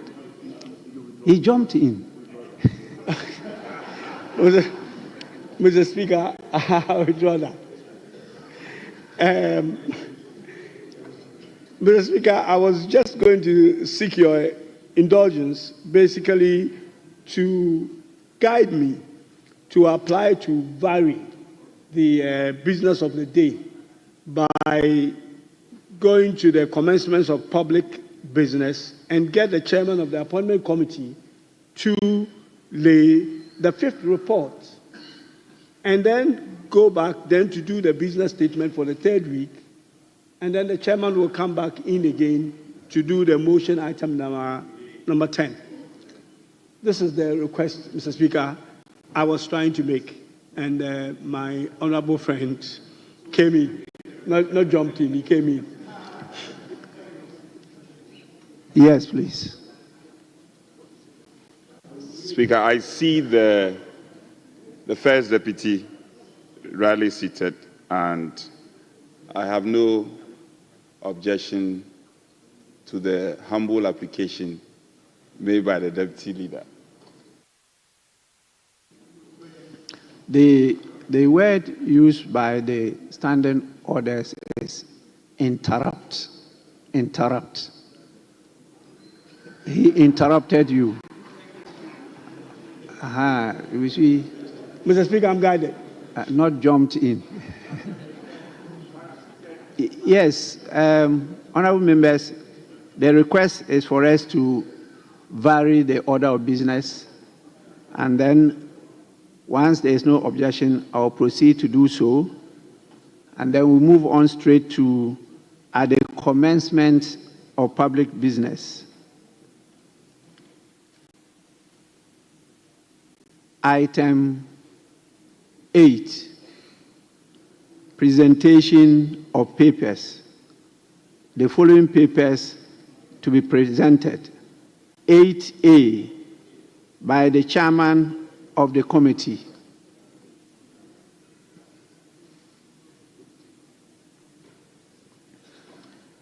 Fifth report of the appointment committee on His Excellency the President's nominations for appointment as ministers. Honorable members, the paper is presented accordingly and is for distribution to all members of Parliament. Item 8B is not ready. Speaker, that is so. Mr. Speaker, may I pray you to direct the table office to distribute the reports as presently laid to members so that they can have... I've done that already. Very well, Mr. Speaker. I've done Thank that. you. So do we go back to item 6? That is so. Business statement, Mr. Speaker. Honorable members, we allow the chairman of the appointments committee to go and continue with his business. Then we go back to item 6, business statement for the 3rd week.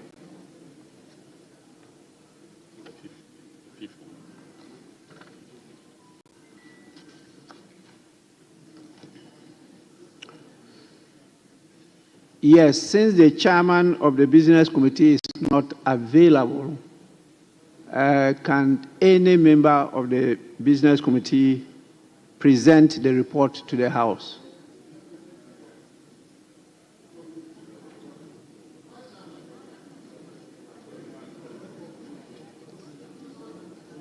Business committee.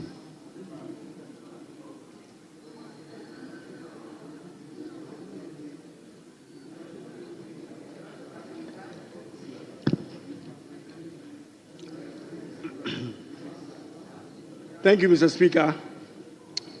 The business statement for the 3rd week ending Friday, the 31st of January 2025. Mr. Speaker, the committee met on Thursday, the 23rd of January 2025. Yes, just a minute. Let your colleagues are raising an issue. Yes, please. What is it? Please take your seat. Speaker, if I will refresh the memory of this House, you recall, Speaker, per your wisdom and guidance, we had constituted the selection committee, the business committee, and the appointment committee for very obvious reasons. So, Speaker, I looked at the membership of the business committee. I did not see the Honorable Rickett as a member. And so I'm unable to accede to his request to present the report. In any case, he wasn't even there. He wasn't present at the meeting. The meeting was chaired by Honorable Ahmed. And I want my colleagues to understand, I'm not being a litigant here. He was not there. Speaker, I was there. Speaker, so if it is the case, Speaker, if it is the case, as you, the request of the Right Honorable Speaker was, can any member of the business committee present the report? I am a member, a proud member of the business committee. I will present the report for you. Speaker, if it pleases you, let me present the report for the government side. I've seen my leader smiling at me. But leader, you were not there. Honorable Ayariga, respected majority, that you were not there either. My good friend, Honorable Eche Roxanne, was also not there. Do you want to present your business statement or not? Yes, so it has to be presented by a member of the committee. And your proud minority chief will be here to present a report for you. Speaker, so I don't know how you are going to present the report now. Speaker, your directives were crystal clear. A member of the business committee should do the needful by presenting the report. You don't want to listen to me. I'm the only one here. You won't allow me. Let's see how you present the report.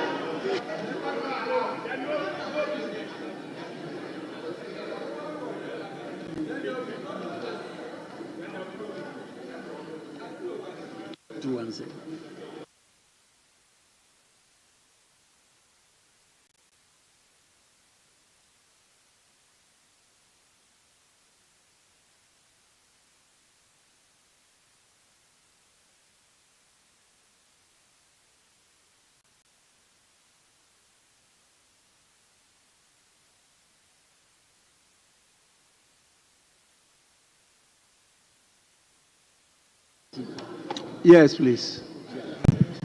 Speaker, I thank you for the opportunity. Mr. Speaker, I'm wondering the basis for which the minority chief whip is raising issue in this matter. Mr. Speaker, may I refer the House humbly to Order 216, Sub-Rule 1. Speaker, is to the effect that the business committee comprises the leader of government business as chairperson, the minority leader as the ranking member, the chief whips, and not more than 11 other members. Mr. Speaker. Now, your directive was that in the absence of the leader, any member. Mr. Speaker, he hasn't determined that the deputy majority leader is not a member of the committee. And in any case, Mr. Speaker, we have had deputy majority leaders present business statements on this floor. So, Mr. Speaker, I believe that myself, I'm here as the whip. The leader himself is here, competently represented, and we are available to deal with this business. So, I believe that we should make progress in this matter, Mr. Speaker. Thank you.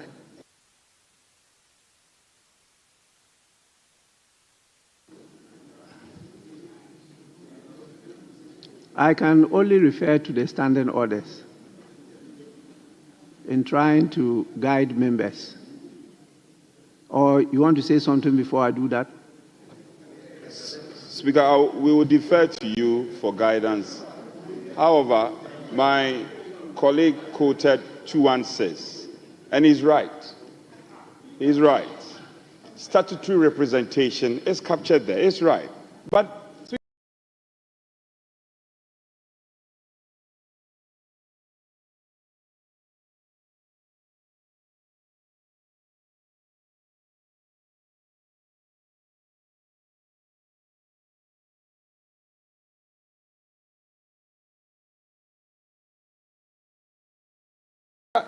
let's put matter. Order 96.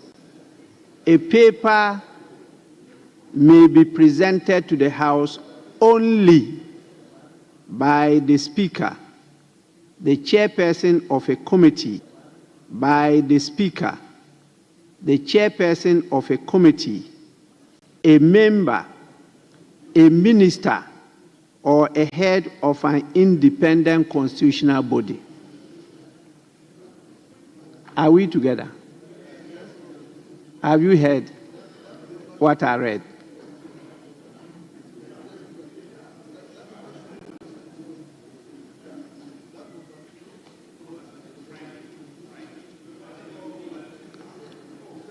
So clearly, Speaker, with respect, in this House, we've always been guided by you. Yes. And Speaker, we will take a cue from you on any day. However, if you recall, the three committees who were formed were formed by a motion, and same motion was adopted by this House. Now, in proper context, in the face of the motion that was formed, three of you are strangers when it comes to the membership of the business committee, unless we vary the earlier motion that was taken. So let's go by the rules. Yeah.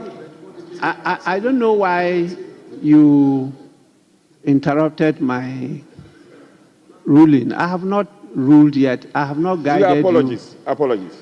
I was just reading Order 96. And I was trying to explain to members that Order 96 talks about chairperson of a committee, a member of the committee, a minister, or a head of an independent constitutional body. These are mandated by our rules to be the only people that can present a paper to the House. And so the issue raised by the minority chief whip is in the right direction. The only thing that could have persuaded me is that if he has sought my leave and also mentioned that he has the authority of the chairman of the committee to do so on his behalf, then he would have been acting as an attorney of the chairman, and I would have permitted him to do so. But he did not do that. And so, not being a member of the committee, and worst of all, not being present at the meeting of the committee, he is not in the position to present the report or paper for and on behalf of the business committee. So I think that objection is upheld. And so we will call on a member of the committee or any of those identified by the standing orders to do so. It doesn't necessarily mean that the member must be government. The system we are running in Ghana allows so many formations. You can have a minority party in government because, honorable member, I can identify the person who was yes, you can have a minority government where the people decide to elect your flag bearer as president, but disagree with the parliamentary candidates and opt for the majority to be in opposition. You can have that. You can also have an independent presidential candidate being the president of Ghana. Yes, that is the choice of the people, and it's allowed by our constitution.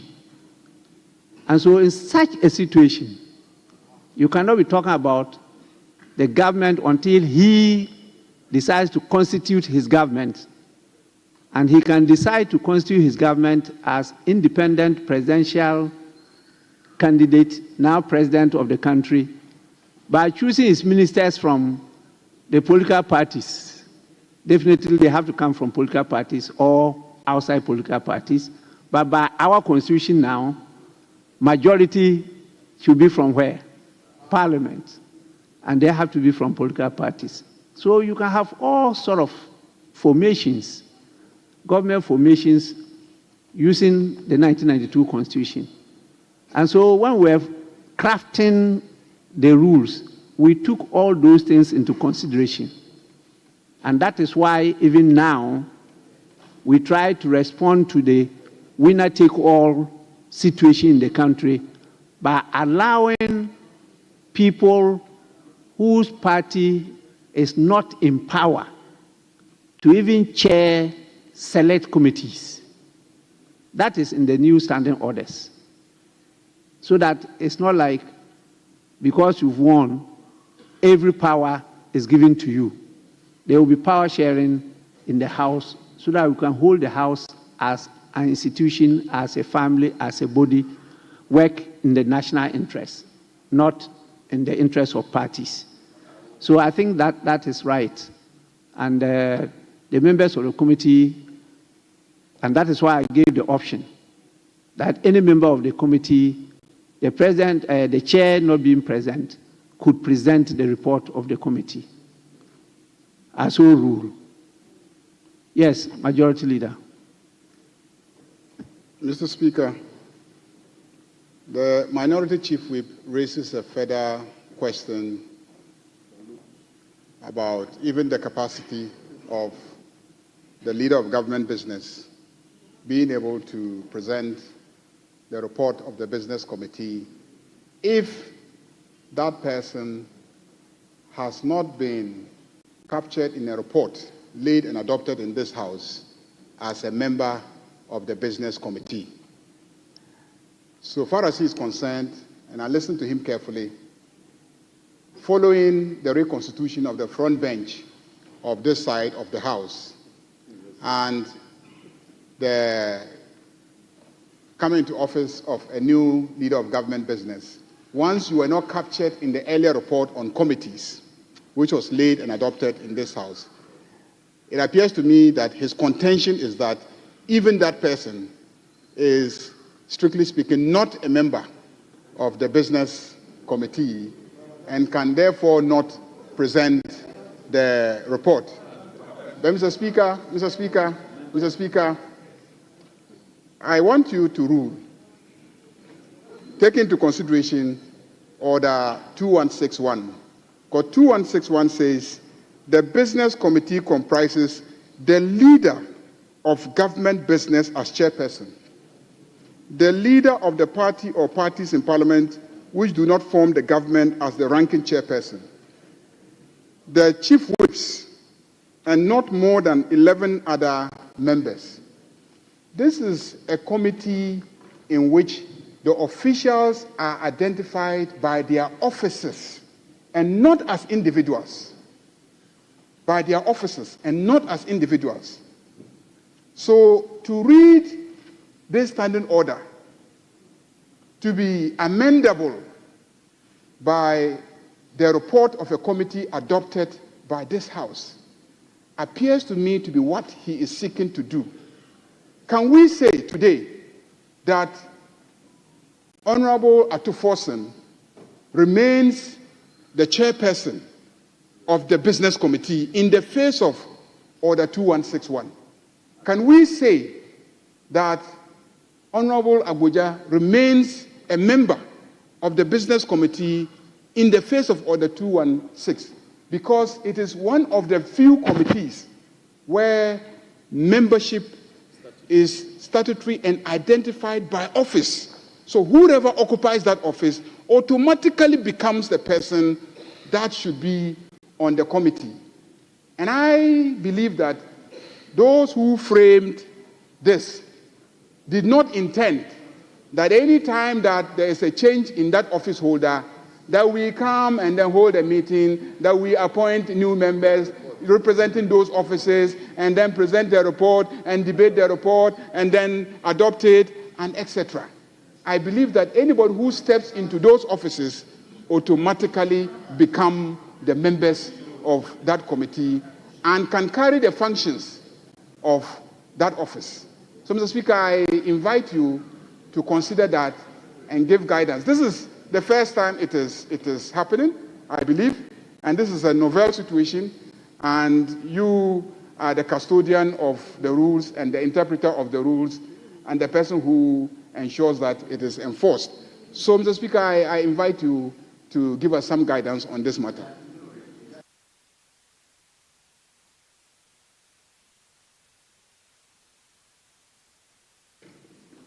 Yes, Honorable Member for Asawase.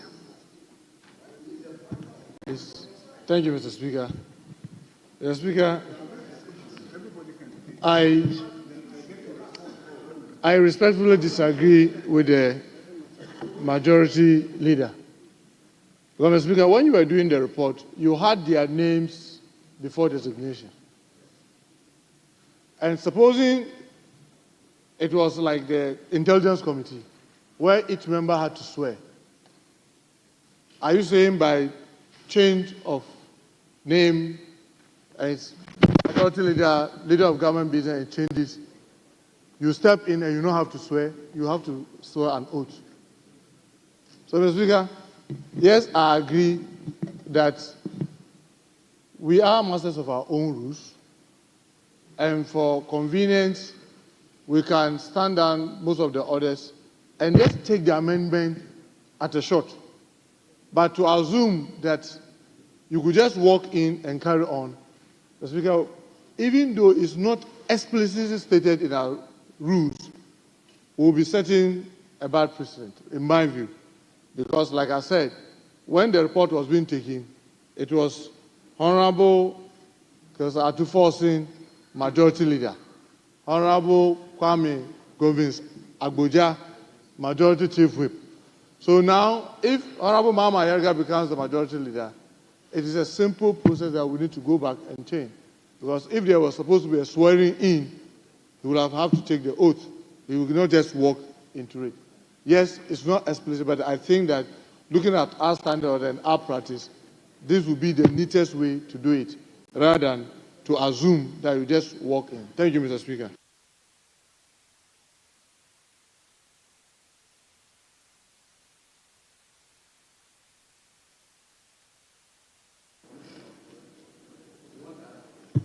Mr. Speaker,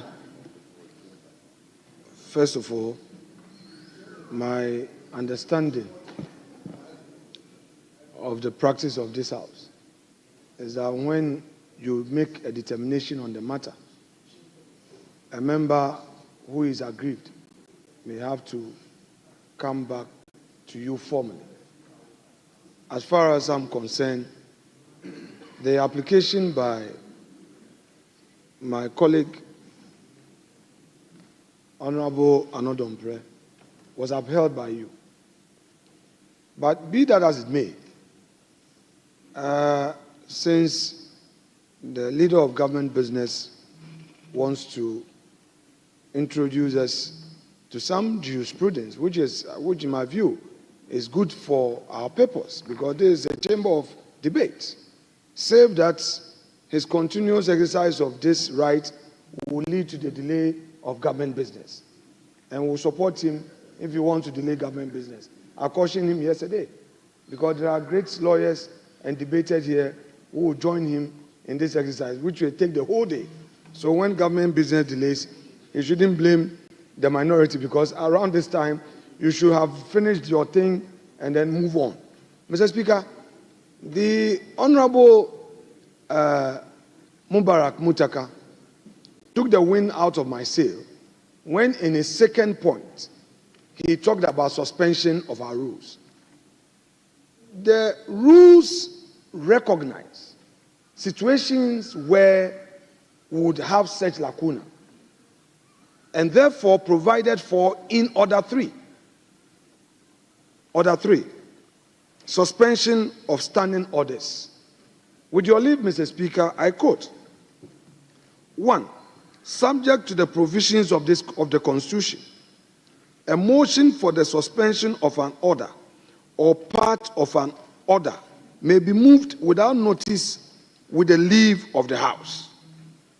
2, where the order or part of the order is to be suspended, reasons must be stated prior to the suspension of the mover of the motion.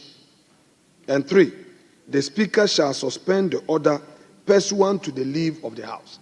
So reading 3, 1, 2, and 3 together, my humble view, and I respectfully submit in all modesty, that the respected majority leader should have come under this to move the House to suspend the rules. We've done this before in the ministerial nominations that we received. I stood here and moved on your behalf that we've received the first one. We are aware that Mr. Speaker may be out of the jurisdiction. We are aware that Parliament will be going on orientation and all. Therefore, should we receive any other communication from the President, we should waive the requirement that Mr. Speaker would have to read and refer. And we came under Order 3 to mean that all things that will be done must be presumed to be regular. Therefore, we would proceed to vet. This we did. So the right way to go was to pray with our leave for this rule to be suspended. But put that aside. Mr. Speaker, the respected majority leader has introduced a new argument, which with all due respect, I disagree with him. He can never be wrong, but I disagree with him. He says that there is a certain definition. He places some interpretation on Order 216 to say that Order 216, and at the risk of being repetitive, I shall read it one more time. The Business Committee comprises the leader of government business as chairperson, the leader of the party or parties in Parliament who do not form the government as the ranking member, the chief whips, and not more than 11 other members. To him, to the extent that he had assumed the black chair, the rule of triggers, well, I would agree with you that when procedure and prudence clash, prudence must supersede. But it doesn't operate in this context, with the greatest respect. Because here we've laid down a procedure, a known one, and that is why you can find solace in other three. So therefore, your argument that these provisions are there, so there is no requirement for a motion to be moved. And that is why Mr. Speaker rightly supported the respected minority chief whip, that we enacted a process. Is the reason why the letter from your General Secretary did not just get to Mr. Speaker's office, but a certain procedure was followed. Mr. Speaker read it, and if you pay attention to the language of Mr. Speaker, when he finished, he now invited the leaders to initiate the process, whereupon your predecessor came to the dispatch box, read his final message to the House, and ushered you in, and we congratulated you. Sir, if this your jurisprudence persists, government business will suffer. Do the needful. Because today is Friday. When you were on this side, on a Friday like this, you will be doing this, that you want to go to the mosque. I don't know what has changed. Mr. Speaker, Mr. Speaker,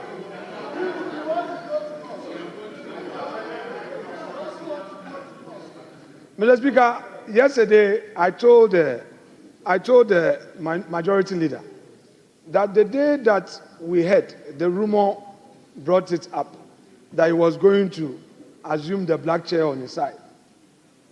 One of my researchers told me that she's followed this legislator, and his passion for the law is so great that I should get my team to prepare for some legal exercise.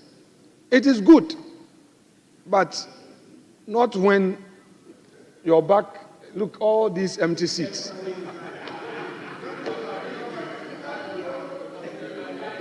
Not when you have all these empty seats. Just look behind you. So if you know, Mr. Speaker, you remember when I was the leader of government business, on occasions where I tried to, push a certain agenda, you would tell me that look behind you. Mr. Speaker, see how posterity, just look behind you. I'm not doing government business. I don't have government business. I am opposition leader. My business is at large. Look behind you. You want to pass Honorable Muntaka today. Because Honorable Muntaka, let your majority leader know that we agreed to vet you today because of certain exigencies. And he is delaying this house. And your members will not keep quiet. They still think they are in opposition. He should look behind him, how empty the seats are, and direct the whip, the majority chief whip, Honorable Defemeko, to get out of the seat. His place is not where he is. This is not the time to be seated in your seat comfortably. Where is Richard Achampo? No, I won't talk about Doyo. They are new. They're two young men. They are supposed to start whipping the members in. Because even if we are to take the bill, the report, you don't have the numbers. And we are going to insist on it. So end it here, seek the leave, present the business committee report. Let's have some discussion on it. Mr. Speaker would allow you to adopt it and make sure this chamber is filled with your members. Then we can do government business. Mr. Speaker, I rest my case.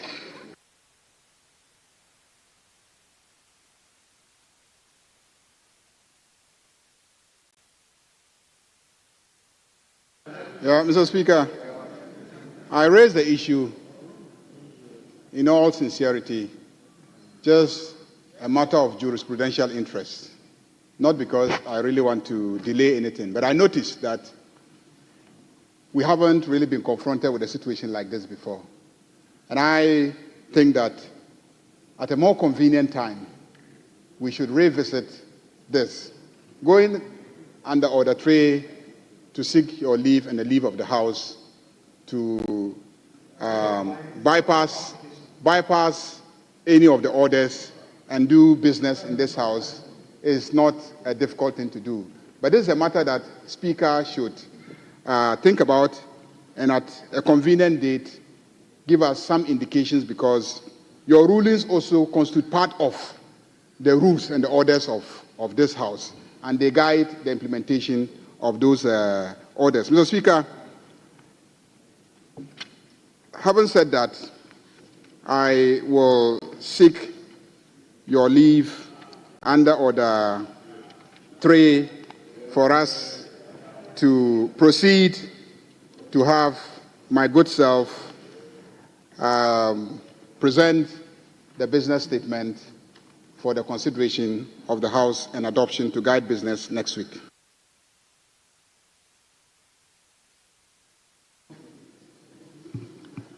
Yes, honorable members, just for your guidance, the Speaker is the chairman of the Standing Orders Committee, and he is also the chairman of the Select Committee of Selection. There is good reason for that, because he is given the power to interpret and enforce the rules. Earlier on, I drew your attention to the various types of permutations that we could have as governance in this country. This Order 216 refers to leader of government business. The leader of government business does not necessarily mean the majority leader. And I'm sure you can recollect why. Now, we use leader of government business. But that decision is actually not taken by Parliament. That decision is taken by the government. The government decides who should lead government business in Parliament. So you can have a majority leader and another person, different person being leader of government business. So you are not referring to the individual. You are referring to the post, the position. There's good reason why in the ordinary committees, you are not called upon to swear an oath when you constitute the committee. But I've realized in the same standing orders, there are some committees that are called upon to swear an oath because of the nature of business, the mandate of the committees. In the case of the business committee, you are not called upon to swear an oath. This Order 216 is referring to the position. So whoever occupies that position becomes the chairperson. It's ex officio. Becomes the chairperson of the committee. And so by virtue of the fact that Honorable Mahama Ayarga is now the occupant of that position, even though I have not been given evidence from the government, I will take it that because the government has not objected to his being so. He is the leader of government business, and so he chairs the committee. Now, the other issue is, if the person is not present at the meeting of the committee, can the person present the report of the committee? And my earlier ruling showed that yes, the person could present the report, because it could be done by the authority or through the authority of the chairperson. And so I was drawing your attention to the fact that because of the failure of the deputy majority leader to seek my leave and to inform us that he's been authorized or mandated by the chairperson of the committee to do so for and on his behalf, he is not properly clothed to present the report. And that is why I call on any member of the committee present to do so. There should be sufficient guide to the House. We don't need to amend any report.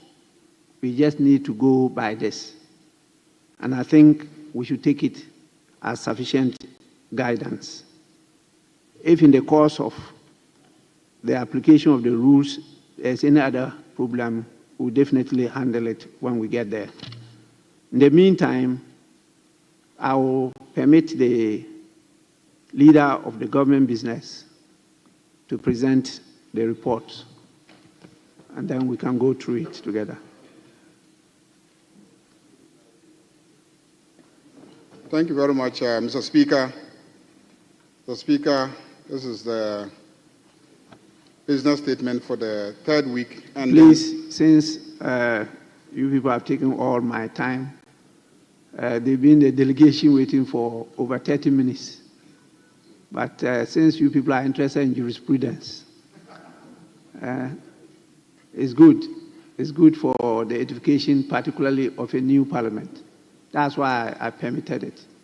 But I'll hand over to the second deputy speaker to take the chair. Second deputy speaker will take the chair accordingly.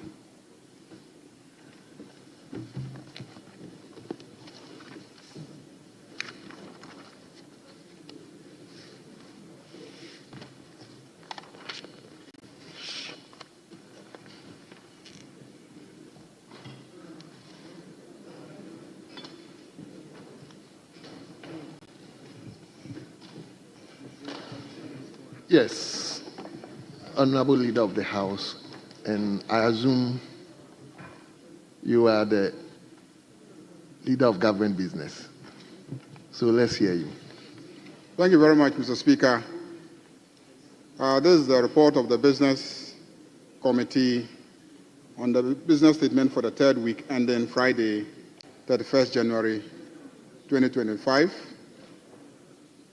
Mr. Speaker, the committee met and it was agreed that next week there may be formal communications by the Right Honorable Speaker that ministers of state may be permitted to make statements on government policy pursuant to our various orders, that honorable members may make statements pursuant to Order 93, that we also will urge the Committee of Selection to expedite the process of the composition of the various committees so that business can commence with dispatch in the various committees. Papers may be laid during the week in accordance with Order 97. Mr. Speaker, the motions may be debated and their consequential resolutions taken during the week. And we propose to have a joint caucus meeting on Tuesday, 28 January 2025 to discuss pertinent issues of concern to honorable members. Mr. Speaker, in accordance with Order 2162 and subject to Order 67 of the Standing Orders, the committee submits this report to this House for approval, adoption and approval. Thank you very much. Honourable members, the business statement for the ensuing week has been read to us by the Leader of Government Business.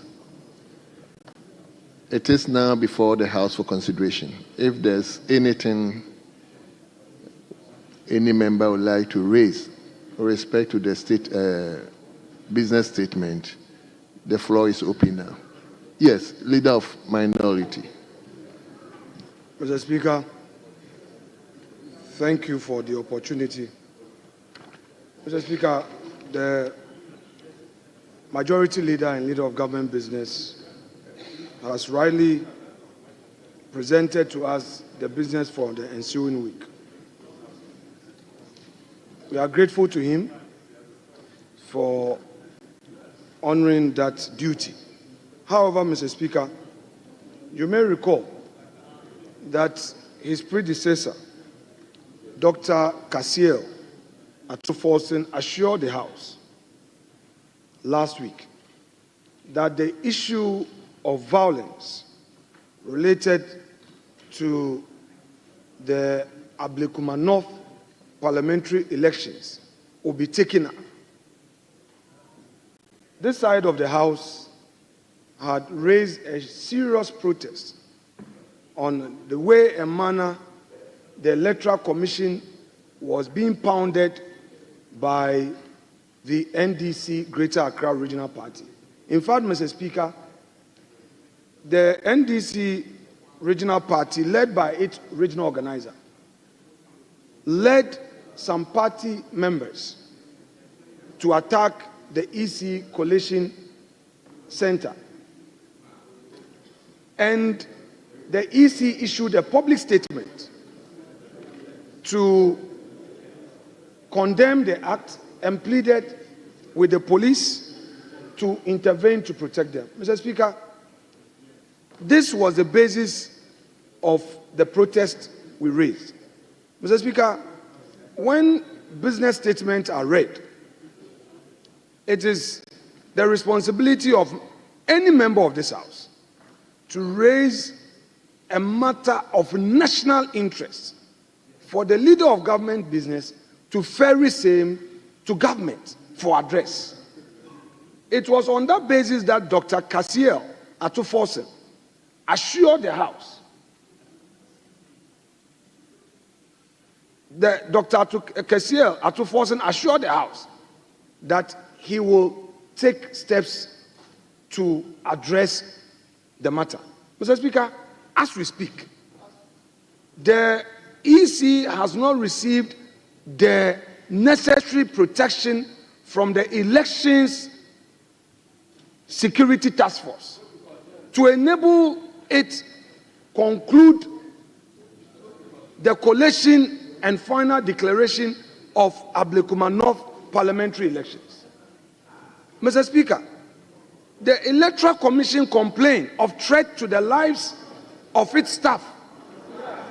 The Electoral Commission complained of destruction of its properties.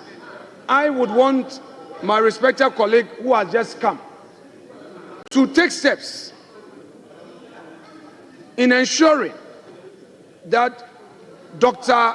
Dampari, the IGP, who is the head of the Election Security Task Force, is able to provide sufficient security to enable the EC undertake its constitutional mandate. Mr. Speaker, we raise this as a serious democratic matter because it is a blot on our otherwise peaceful democracy. This is supposed to be a 276-member chamber. We are 275. The people of Ablekuma need a representation, and government must take steps in ensuring that the Electoral Commission declares. Thank you. Do something. Do something. No business. Take your hands off Ablekuma. No.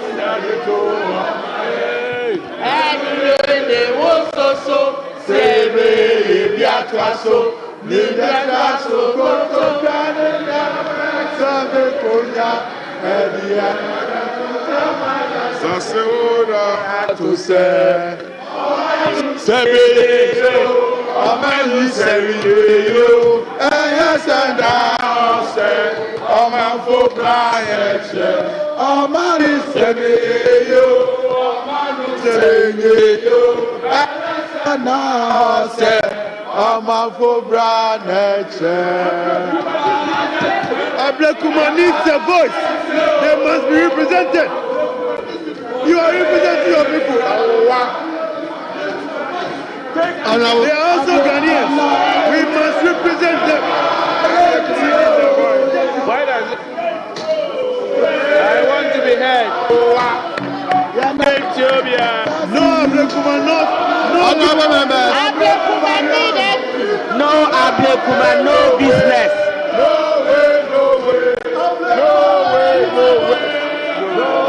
No Ablekuma, no government business. No Ablekuma, no government business. No Ablekuma, no business. Business. No Ablekuma, no business. No Ablekuma, no business. Take your hands off. Honorable members, no government business. No Ablekuma, no government business. No Ablekuma, no no government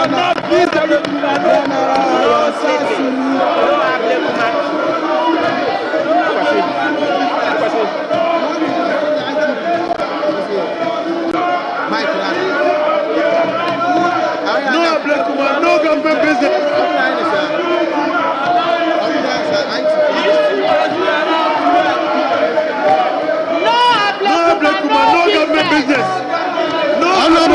No government business. Honorable members.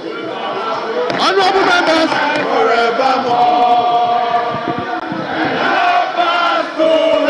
Resist oppressors who read all our will and my forevermore. Resist oppressors who read all our will and my forevermore. Honorable members. Oppressors who with all I will and mine forevermore.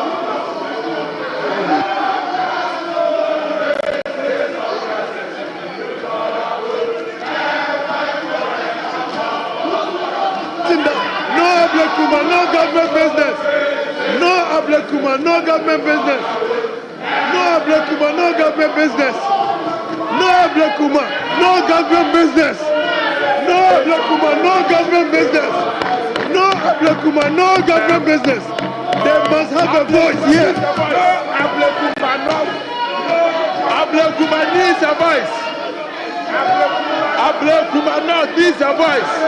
Ablekuma needs a voice. Ablekuma needs a voice. No Ablekuma, no government business. You are representing your people. They are also Ghanaians. They need to be represented. No government business. No Ablekuma, no Ablekuma, no business. No Ablekuma, no business. No Ablekuma, no business.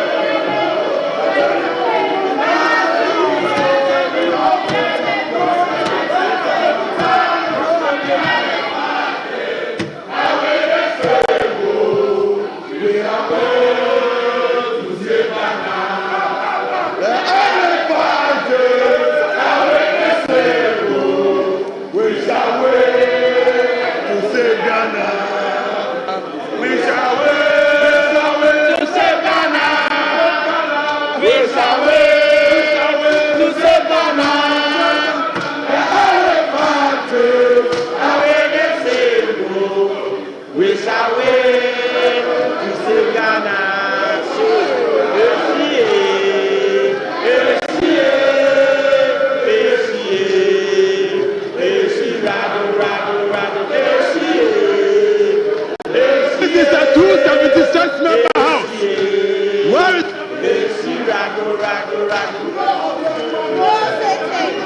No Ablekuma, no business, no business, no business, no Ablekuma, no business.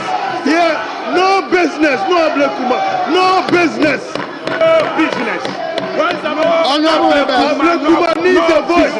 No Ablekuma, no business.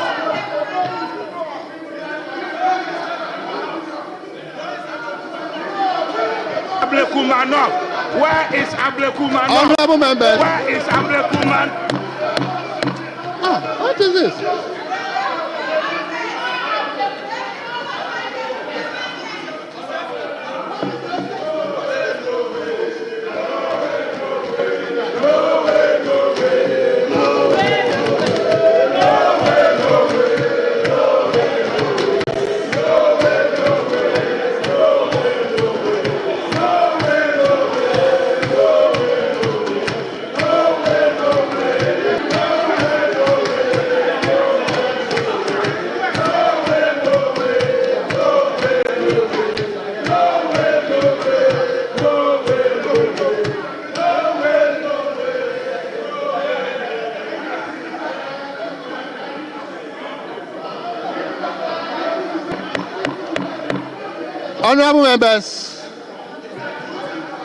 Honorable members, the business statement as presented to us is hereby adopted. Yes, leader, any directive? We have adopted the business statement.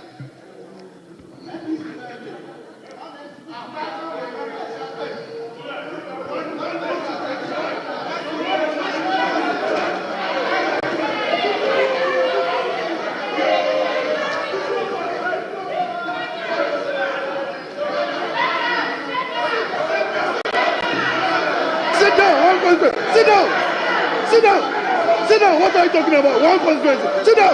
What are you talking about? This is what? What are you talking about? You are representative. You know body you get up. You are representative of constituency. Sit down. Tell him to sit down. What are you talking about here? Sit down. Tell him to sit down. Honorable member for Bosuwe Fiaho. That is the 276 member house. It's a Ablekuma North. It's a 276 member house. A 276 member house. Where is Ablekuma North? No business. It's a 276 member house. Where is Ablekuma North?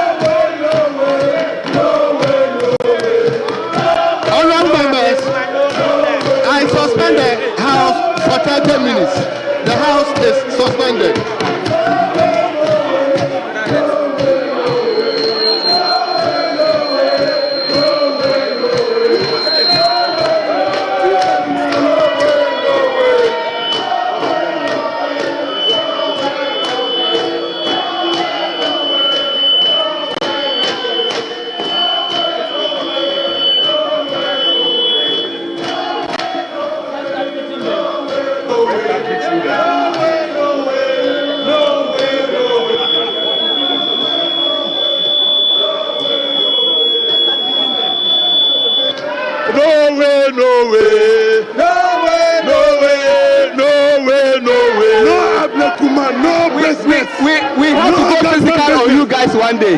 That's the only solution. Ablekuma, clap for your hands. Clap for your hands, man. Ablekuma, no. This is a 276 member house. 190 people. Ablekuma, no. In the betting, we'll stop the betting.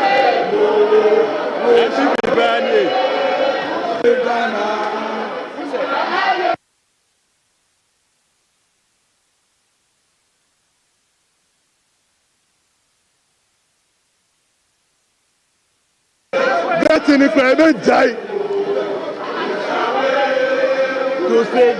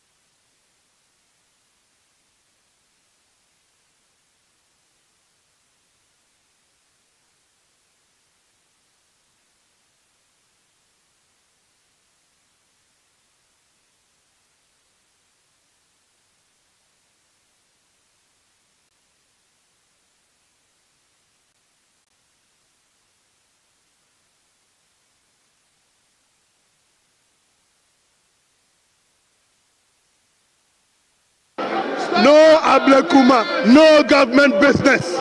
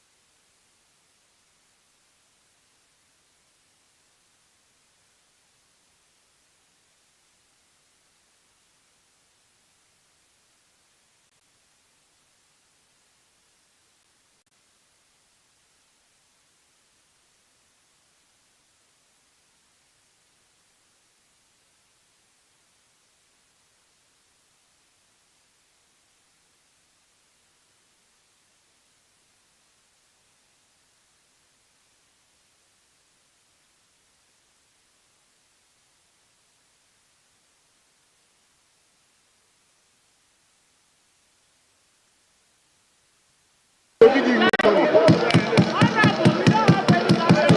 Hey, you put your money.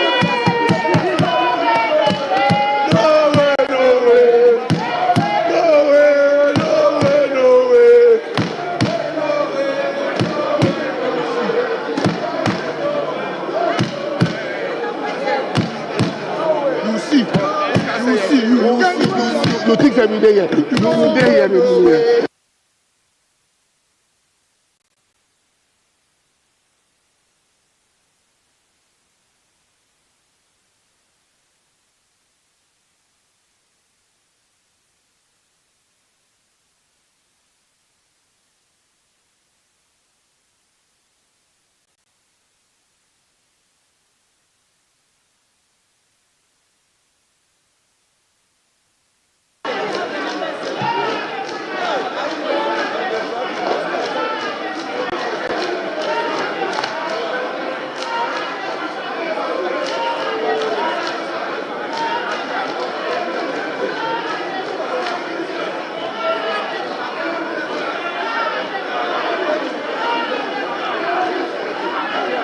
They will bring on so let's start it now. The way they started this,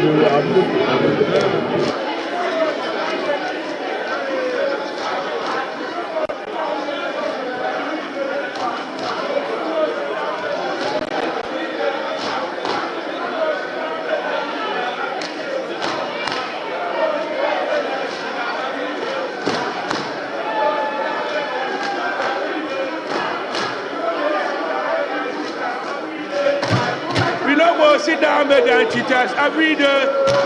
We don't go sit down bed and cheaters every day. And this in India tax, Mr. More family.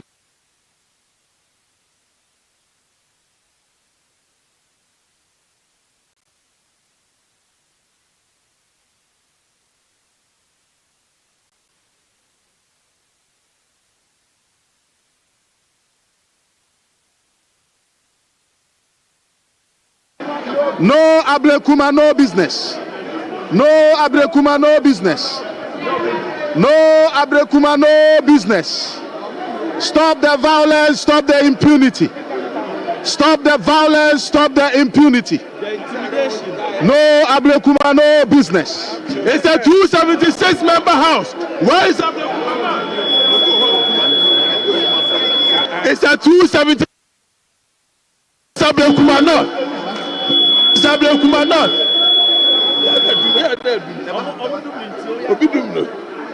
276 member house. Where is Ablekuma North? Where is Ablekuma North? It's a 276 member house. Ablekuma North needs a representation. No Ablekuma, no Ablekuma business. North.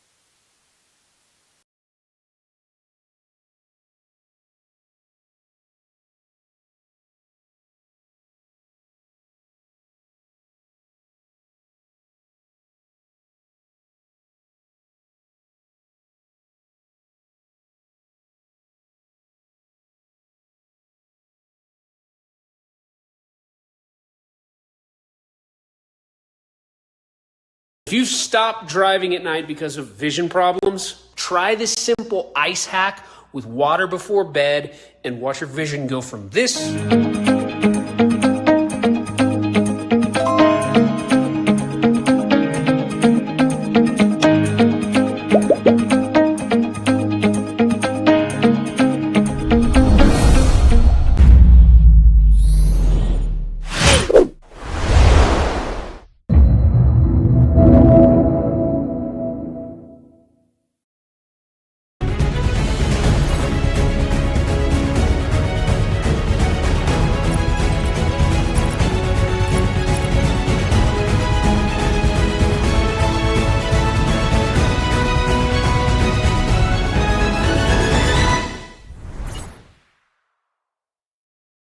Welcome to Sports Check on GhanaWeb TV. My name is Emmanuel Enin, and today we are shooting from the Bronx Boxing Gym. So it tells you that today's episode is about boxing. Let's go for a quick break. When we come back, I will introduce to you my special guest on this episode.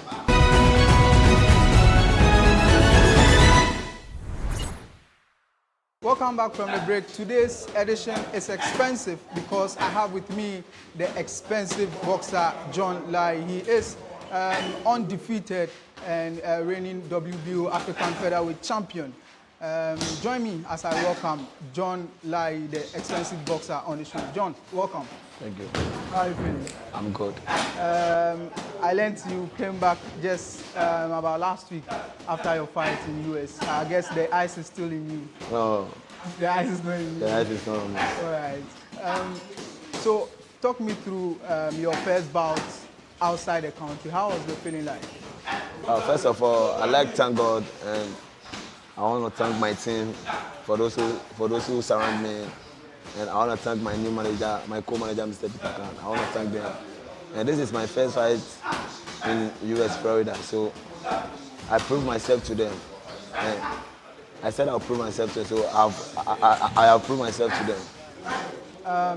I've watched the videos when you came. People welcomed you.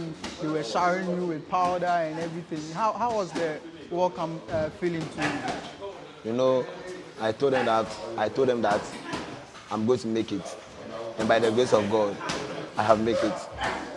So you deserve the powder. How did you take the powder and everything? Were you expecting it? You were expecting it? I was not expecting it. Oh, okay. So it was a surprise? Yeah, it was a surprise thing. All right. If this is the first time somebody is hearing of John Lai, because after the bout, it was everywhere. John Lai is undefeated and everything. If this is the first time somebody is hearing of John Lai, who is John Lai? Me. But I can tell you that it's not me, but it's my coach and my manager. Your coach and manager? Yeah.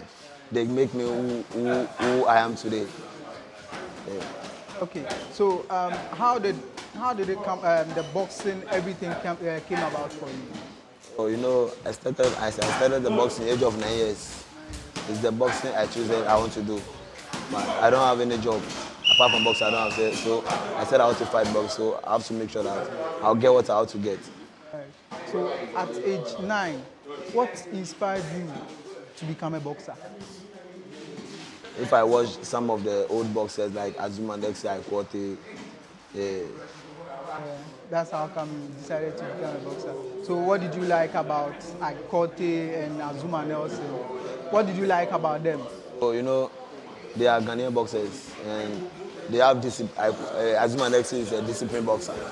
Kote also is a disciplined boxer. So I chose to be like them. Right.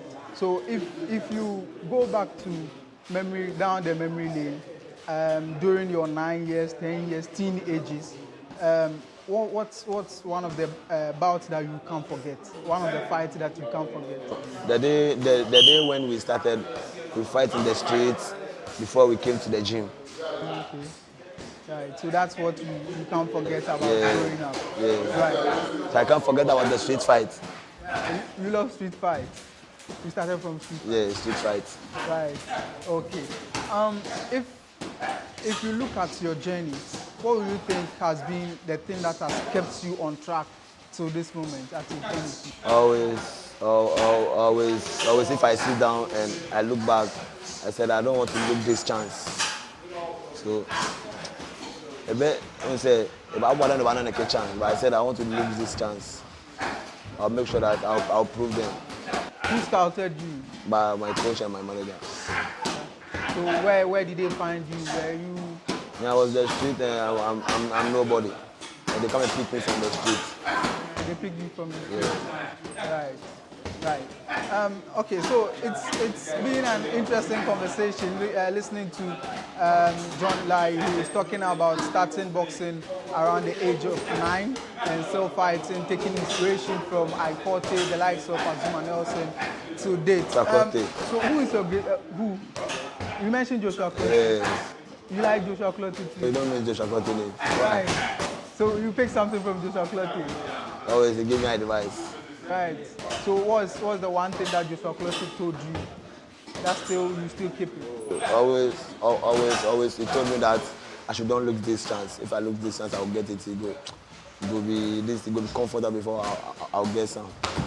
So always, he told me that I should keep it, listen to my coach and my team. Whatever they will do me, I should silence. Right. And it seems you are taking that because you are undefeated. Yeah. Right. If you look at things, I read that you quit boxing for a year. That's after December 2023. You didn't fight again until your recent fight in the US. What happened? You know, everything happened with reason. And I thank God for my life today. Okay? I thank God for my life today. Okay. Why? What happened? See, if the fight will come on, they postpone. If the fight will come, they postpone. But God knows what will happen. By today, you see, say I go USA, I go beat my opponent. So what led to you putting boxing on hold for a whole year without fighting? Why? What happened to you? Oh, see, say the opponent, if they call them, they run. Oh, so they were afraid of you? They are afraid of me. They run. I don't get fight. I sit down. Almost over 9 months. I don't fight. So how was it for you, staying at home 9 months without a fight? I'm okay, but I'm stitching. But sometimes I complain, but I'm okay. But if you are a boxer, you don't fight. You can't see your performance. You can't see your performance well. So you have to every 3 months you have to fight so that you will see your performance and those things.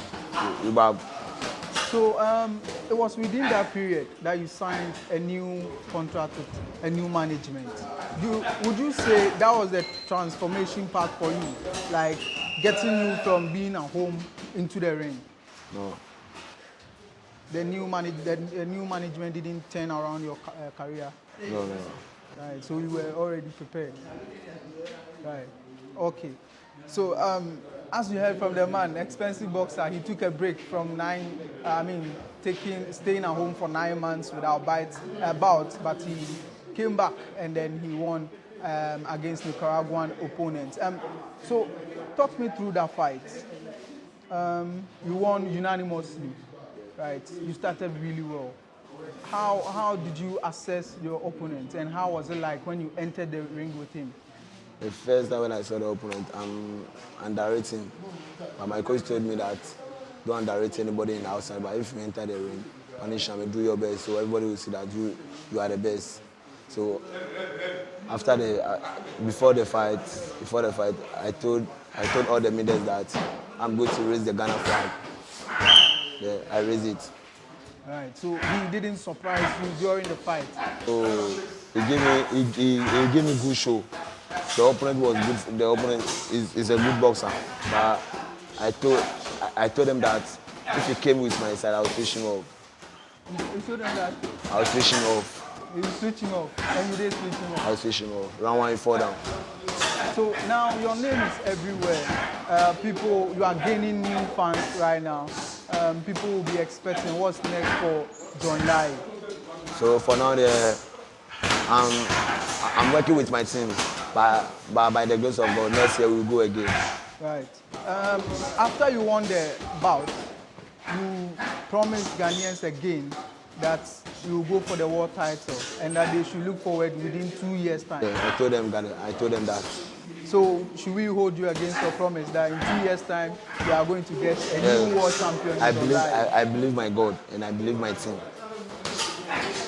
So what you keep saying you believe your team, you believe your team. What's the secret? What are they adding to you that makes you different from I can tell you that it's not all I can tell you. I can tell you that my team have guided me well. They are do what they have to do for me. They do for me. And the place they take someone to be a world champ, they take me for them. They take me to pass there. So I know that I'll be a world champ. So that's why I tell you that I believe my team, I believe my God.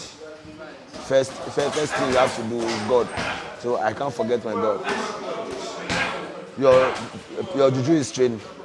And if someone told you that, let's go here and go and do something, tell the person that if the mala do it, he should do for himself or for him picking. Always God first. Yeah. All right.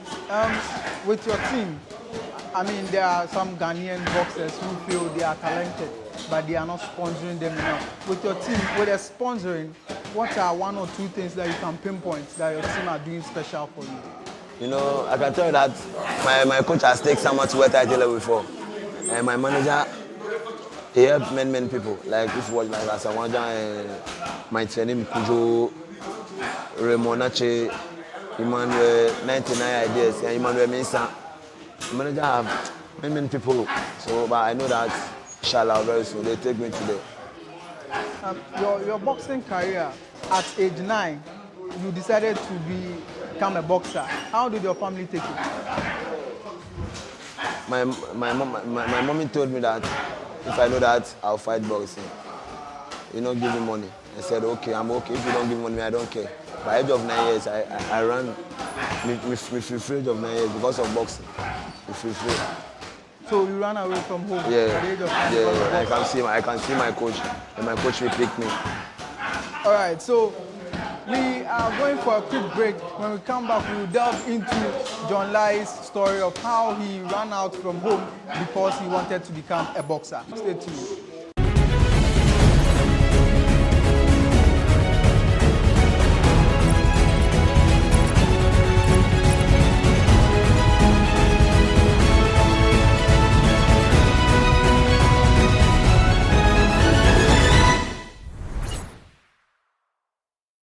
Right, welcome back from the break. We are having a conversation with the expensive boxer, John Lai. So it is an expensive interview that we are having here at the Bronx Boxing Gym.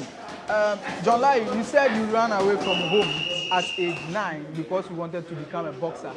So how was it like living outside home? Like, were you still coming home, hearing from your family, your dad, your mom? Or they were not calling you? They were not calling me. I sleep in the gym.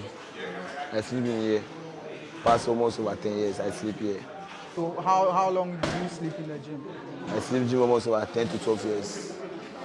Wow. So you didn't go to school? You didn't go to school. You didn't go to school? I stopped school in class 4. So you've not been to school since? No. Really? So how has it been for you, like not being in school? Okay, so does it mean that you not being in school for all these years has fueled your energy to go to the top in boxing? Yes. Right. So you not being in school, what has been the advice from your coach? Oh, always my coach told me that I have to return back to school. And I told him that no, I can't. So right now you're not thinking about school? No, I'm not thinking about school, but I know that very soon I'll go to school, and I want to set foundation for my people, the Buko people. But I know that school is important now, so I'll go to school and I'll set foundation. I'll help my people who don't go to school. I'll help them to go to school. Right. So your mom was not in support of you becoming a boxer. What about your father? But for now, my mom is happy. My dad also is happy. The day when we came back from the airport, they also there. Oh, they came. Yeah. What do they tell you now that you are traveling abroad, fighting bouts? From when I'm back to Ghana, we have not talked. We have not met like almost over 5 days. I have not called them. So even before you went out to US, and okay, before you came, that you saw them, you had not seen them. The day when I was there, I called someone to give the phone to them. I want to talk to them to bless me to win this fight. I know that if your mommy says something about you, if you say something bad about you, the thing will follow you. But if you say good thing about you, the good thing will follow. But I know that always. My mommy has said good thing about me. And after the day when I will fight, I called someone to give the phone to them. When they picked me, I said, "Mommy, bless me. Daddy, bless me." When they blessed me, I said, "Amen." I'm okay. I cut the call. So right now, would you say you and your family, your mom and dad's relationship? No, I'm not. The relationship was okay, but I'm not stay with them. They stay with different places. I stay with different places. Do you have siblings, other siblings? Yeah. Right. Are they also into boxing? No. So you are the only boxer in your family? Yeah, I'm the only boxer in our family. So you know. So about your nickname, Expensive Boxer. Why Expensive Boxer? No, where they pick me from to come and reach where I am today, I can tell you that I'm expensive, and I have good people who surround me, like Mr. Samuel Nimado and my coach and my manager, Mr. Peter Khan. They take big money to sign me, so I can tell you that I'm expensive. You can't buy me. So you came up with a name? Yes. Expensive. Yes. So you are priceless. I'm proud of my name. Okay. You mentioned Samuel Nimado. How has his influence been on your career? Oh, like almost over 10 years. You've known him for long? He said? You've known him for long? Yeah. He's my coach. He's my coach who introduced Mr. Samuel Nimado. He introduced me to Mr. Samuel Nimado. Yeah. So since he came into your career, how has it been like? Oh, I can tell you that if Mr. Samuel Nimado don't come to my career, for now, I can tell you that I'm a robber or I'm a smoker. I mean, if you mention Samuel Nimado in Ghana, the sporting circle, we know him as somebody who loves football. In fact, he is a football administrator. So how would you say he has a good eye for boxers by spotting you? You know the person. If someone sees something on you, before someone will come on, before another person will say, "Oh, I know like I picked this way," but you know, I can tell you that my manager Mr. Samuel Nimado is a magician man. He's a magician. Yeah, I can tell you that he's a magician man. Right. In Ghana, we have the Ghana Boxing Association. After you won your bout in the US, have you heard from them? Has anyone contacted you, congratulated you, or anything like that? No, I've not heard anything from them. But you know that they have special group where me I know they inside. So my manager told me that someone has come and congratulate me, and they mentioned my name for Buko Boxing Arena. That was last week. So July has won his first fight in the US. They mentioned my name several times. So you are a boxer, and I mean some Ghanaian boxers complain about how the Ghana Boxing Association is not helping young boxers and everything. How do you see the works of the association? I can tell you that I don't want to talk about Ghana Boxing Association, but I can talk about my managers. And I don't want to talk about Ghana Boxing Association. I don't know what is going on there, but you see for now there, if I go talk something, they'll tell you say this way it's not respected. But I don't want to talk about Ghana Boxing. If they are talking, they should talk. But I don't want to add myself on it. You were 9 years, somebody spotted you and invested in you. There's also somebody who is also talented out there, but there's no one to spot him or her like you did, like somebody did for you. What do you think the government should do so that young boxers will also have a good career in boxing? I can tell that the people where the small people, the young people where they should focus and they should listen for advice. They should keep training. Juju is trained. So if they train, they'll get what they have to get in boxing. Okay, so what do you think is lacking in Ghana boxing You see, they need support and help. What kind of support? If you say support, they need someone to push them to go to the top. Okay, and right, you don't want to talk about Ghana boxing. Yeah, I don't want to talk about Ghana. I won't send you there. So in Ghana, we have good boxers. We have the Samuel Techis. We have you and other boxers. We have McBones, Fizzy McBones, and all that. Would you say you are the best boxer in Ghana right now? But I can tell you that I'm the best. Where the people go, they beat them. I go there, I bring the victory. I can tell you that I'm the best. So you are saying you can beat any other boxer in Ghana? No one can stand you? I'm the best. All of him. So if you know, I say Cecilia. Miana, on say Biana, me Jibo Konigana yen Fenkano. Now me call. They look up to me. So they look up to you? Yeah, I can tell you. Okay. At age 22, everybody's looking up to you. You are doing a great job.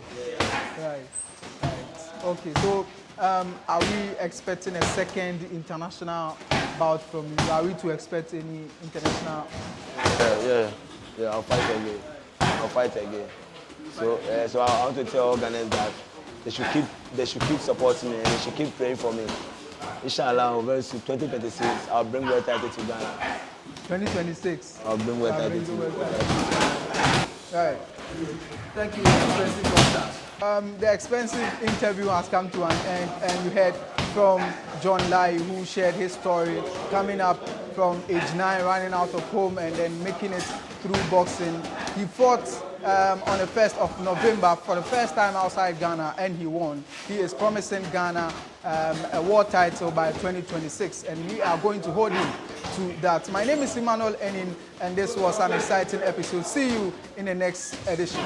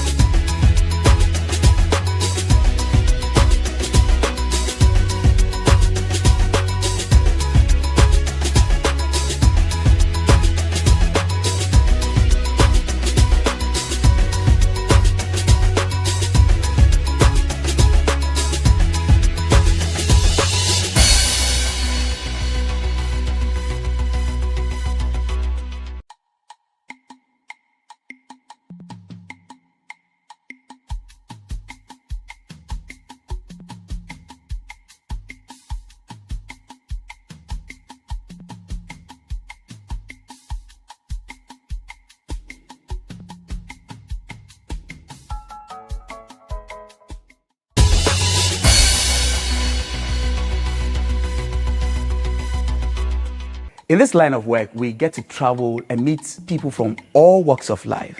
But the conversation we're about to have is not one of the ones you have heard or seen because of the area we are in. We are at Asin Kushia.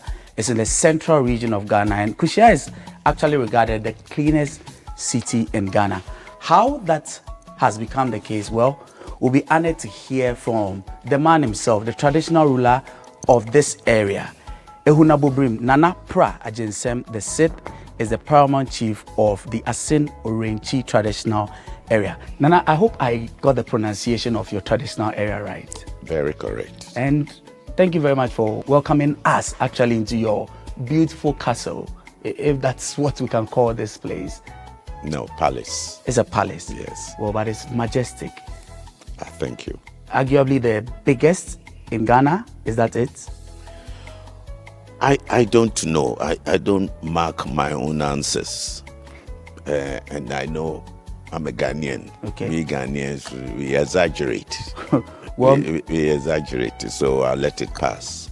Well, Nana, and you've put in a lot of work into this palace, which is a conversation we would have more and more when we get into this.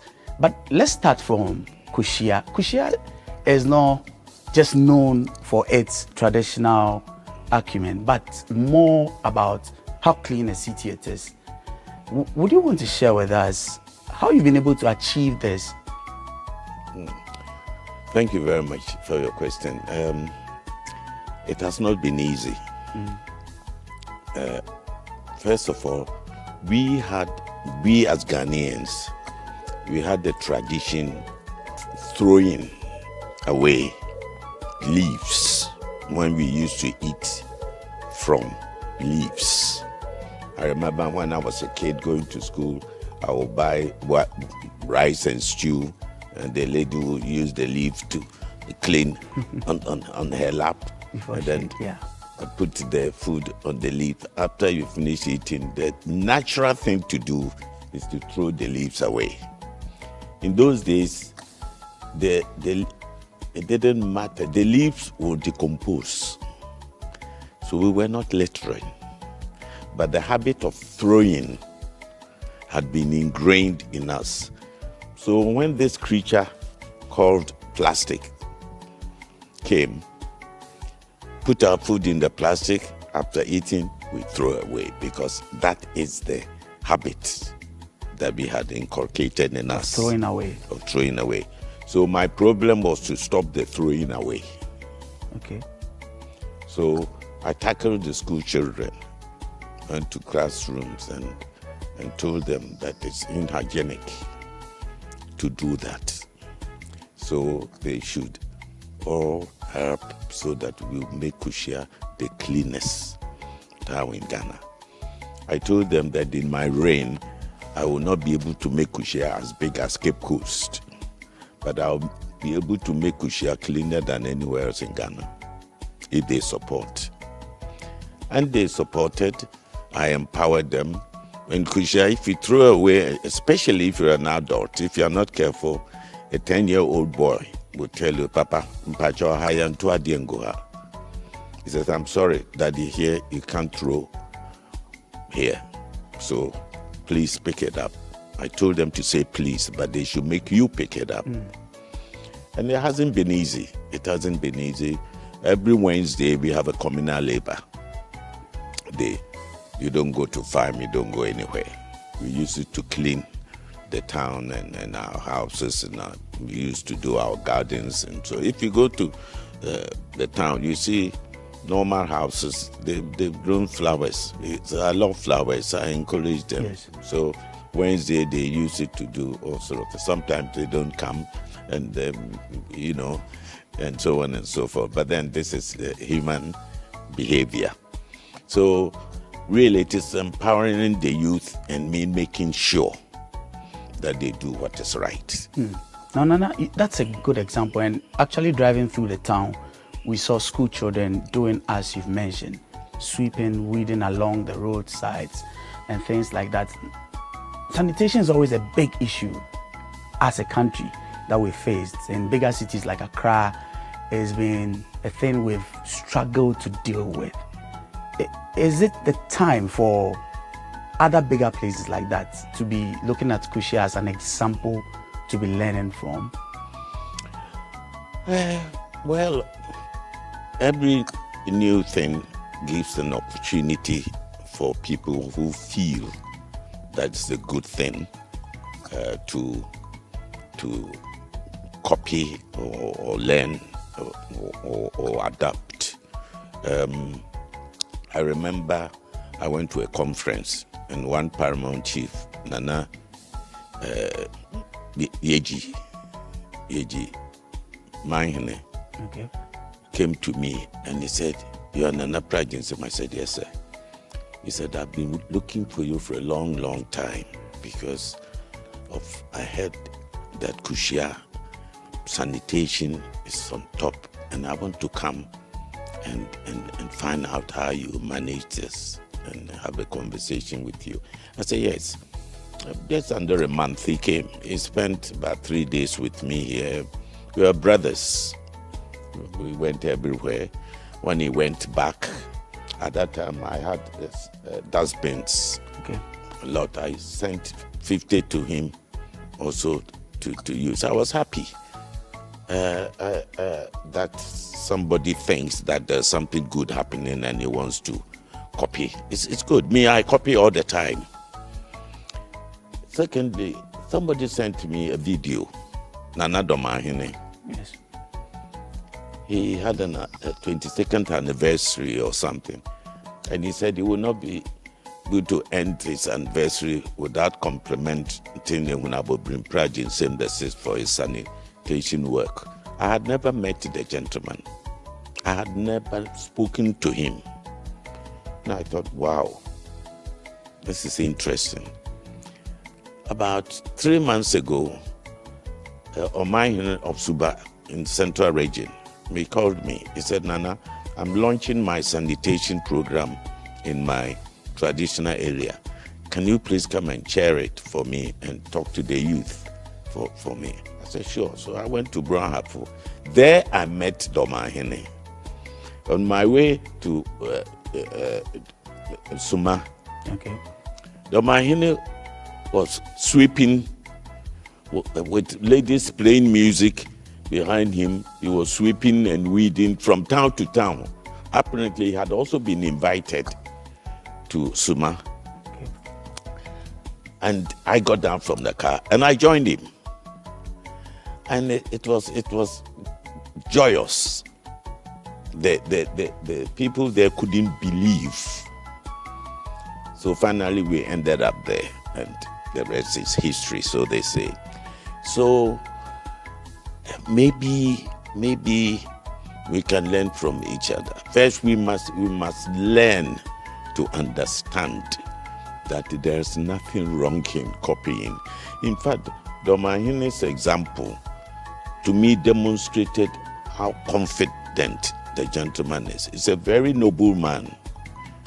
To have sat on TV and say that my celebration will not end until I compliment somebody else he has never met. This is deep. Now, Nana, those are examples that actually tell of maybe the need for people to, like you said, copy or follow, as it were. But Kushia is just on the lines of the River Pra, and we had the opportunity to actually go and see the extent of damage that has been caused to the river. You have been here as traditional leader for a few decades. What was the situation then and now, and how worrying a situation is it for you when you look at what the state of the river is today? When I was installed as a chief here, I was taken to River Pra as part of the tradition, and I had a bath, let's say. Okay. And when I got there, I was quite reluctant to go and have a bath with all these things that they've mixed, in the bucket and so on, because I saw the fishes. Clear water. Clear. The water was clear. Clear. The definition of water. Clear. And then something came called Galamsey from the north side, and damaged the water totally. You can't see, it's like Milo. You can't see anything. And I believe some of the chemicals that they use are also poisonous to the fishes in the river. And so I can only say this in public and say that Galamsey, it is not good, it is damaging the whole country. Our future is at stake, but I have no power to stop it. So I concentrate on areas that I have little power and make it better. But there are also people who believe that beyond political leaders making attempts to stop Galamsey, for instance, that our traditional leaders also play a huge and a major role in there. Yes, that is true. And you know, everybody knows in Ghana, politicians, security, traditional leaders, there's some of them are involved. Those who are involved, some of them have stopped others. I mean, I used to be a member of National House of Chiefs. We used to talk about Galamsey and the need for the traditional leaders not only to stop, but to advise their subjects not to do that. But that is as far as I think that traditional leaders as a group can go, and individually you can also advise your subjects not to get involved in that. But apart from that, there's nothing I can do. I don't have the power. If I were made minister for Galamsey, then we will see something. Minister against Galamsey. That would be a position you gladly accept if there was any such thing. Well, it depends. If one can get over the constitutional restraint of chiefs getting involved, I mean, I wouldn't consider it a political appointment. Of course, the Constitution makes an exception to someone with special knowledge that can be used. The president or the authorities can employ even though he's a chief. But I don't think I have a special knowledge in Galamsey. Okay, before we move on to other subjects, just a last one on this. Just because your community is on the coastline of the River Pra, are your people still able to fish? No. It's poisonous. It's poisonous. That's work that's been taken away from. Yeah, they are redundant. Well, they come back to the land, and the little that they can get from the land is what keeps them alive. Okay. Now we would just return after a brief break, and then we would continue with a conversation. This is still People and Places. I'm speaking with the traditional leader in Asinkusha, Nana Pra Ajinsem the Sit. We'll be right back.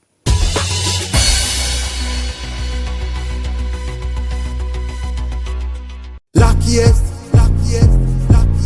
luck is everywhere, for everyone, yeah. Luckiest, star 712. How to play and win online. Step 1. Go to the URL or website www.theluckiestafrica.com. Step 2. Click on Ready to Play and register. Step 3. Fill out your valid details to register. Step 4. Enter and confirm the OTP sent to your email. Step 5. Purchase your ticket or generate a random ticket. Step 6. Enter the ticket amount you want to buy. Step 7. Follow the steps to buy tickets for yourself or someone. Step 8. Confirm your ticket and choose your payment option. Step 9. Follow the steps to make payment. Step 10. Verify your phone number. I am Mr. Good Luck, and I'm on a mission to spread luck all around. Nurse, Baba, driver, bouncer, friends, teacher, banker. Star 712 hash. You could be the luckiest.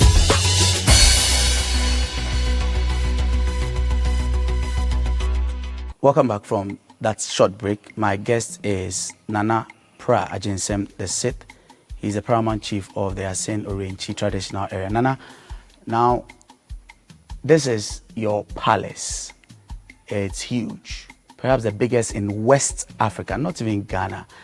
It's a long story about how you came to achieve this.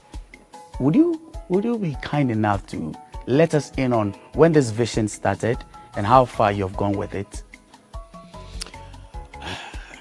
I remember one day I was talking to my wife about Kushia, and she said, "You should build a palace. Oh, you should build a palace before you go. You should build a palace." I said, "Okay, I will." Little did she know that all her chop money will go into the palace. I started building the palace 13 years ago. You see this tree that we're sitting under? Yes. I planted it the same day, so they have the same birthdays, the tree and the palace, 13 years ago. This tree's been here for 13 years. Yes, and so has this building, which I haven't. The palace is not completed yet. So I want to be intergenerational leader. When I leave this wretched world, I want to be remembered for a long, long, long time. And one of the things that I selected to do, mainly to give my people employment, is tourism. Okay. So I decided to put up this palace that will attract internal tourists in the main. I mean, this building here, if you go outside Europe and they've seen it, this is nothing to write home about. But at least within Ghana, within my own people, if they hear that there's such a structure, they may want to see it, and therefore part of the tourism cocktail will be the palace, the fish ponds competition, the crocodile pond, the tomb of the unknown slave, and all part of the tourism offer that I'll be giving to the people, from students right down to executive directors and so on. So gradually, I'm not a wealthy person. Resourceful maybe, but not wealthy.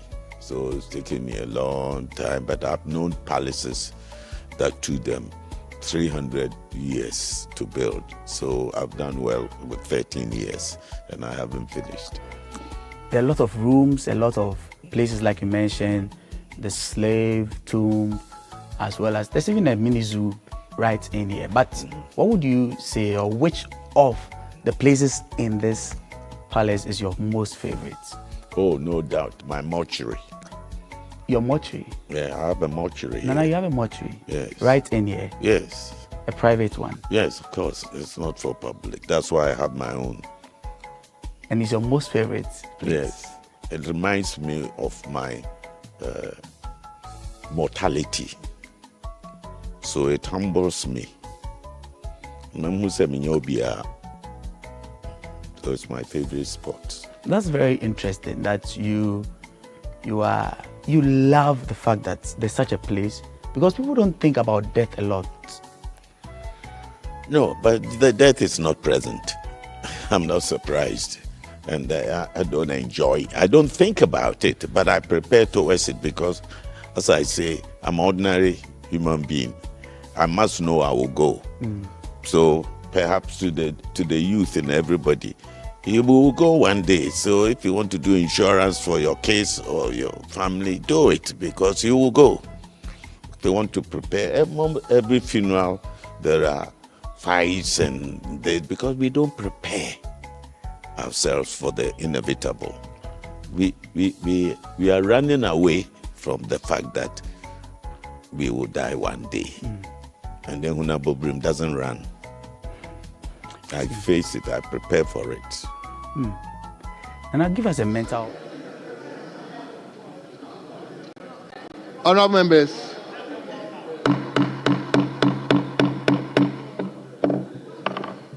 members, leadership, we have met, we have taken into consideration all the issues. So let me invite the majority leader and the minority leader to confirm the discussion we've had, so that we can move on smoothly. So, Minority Leader, if you can.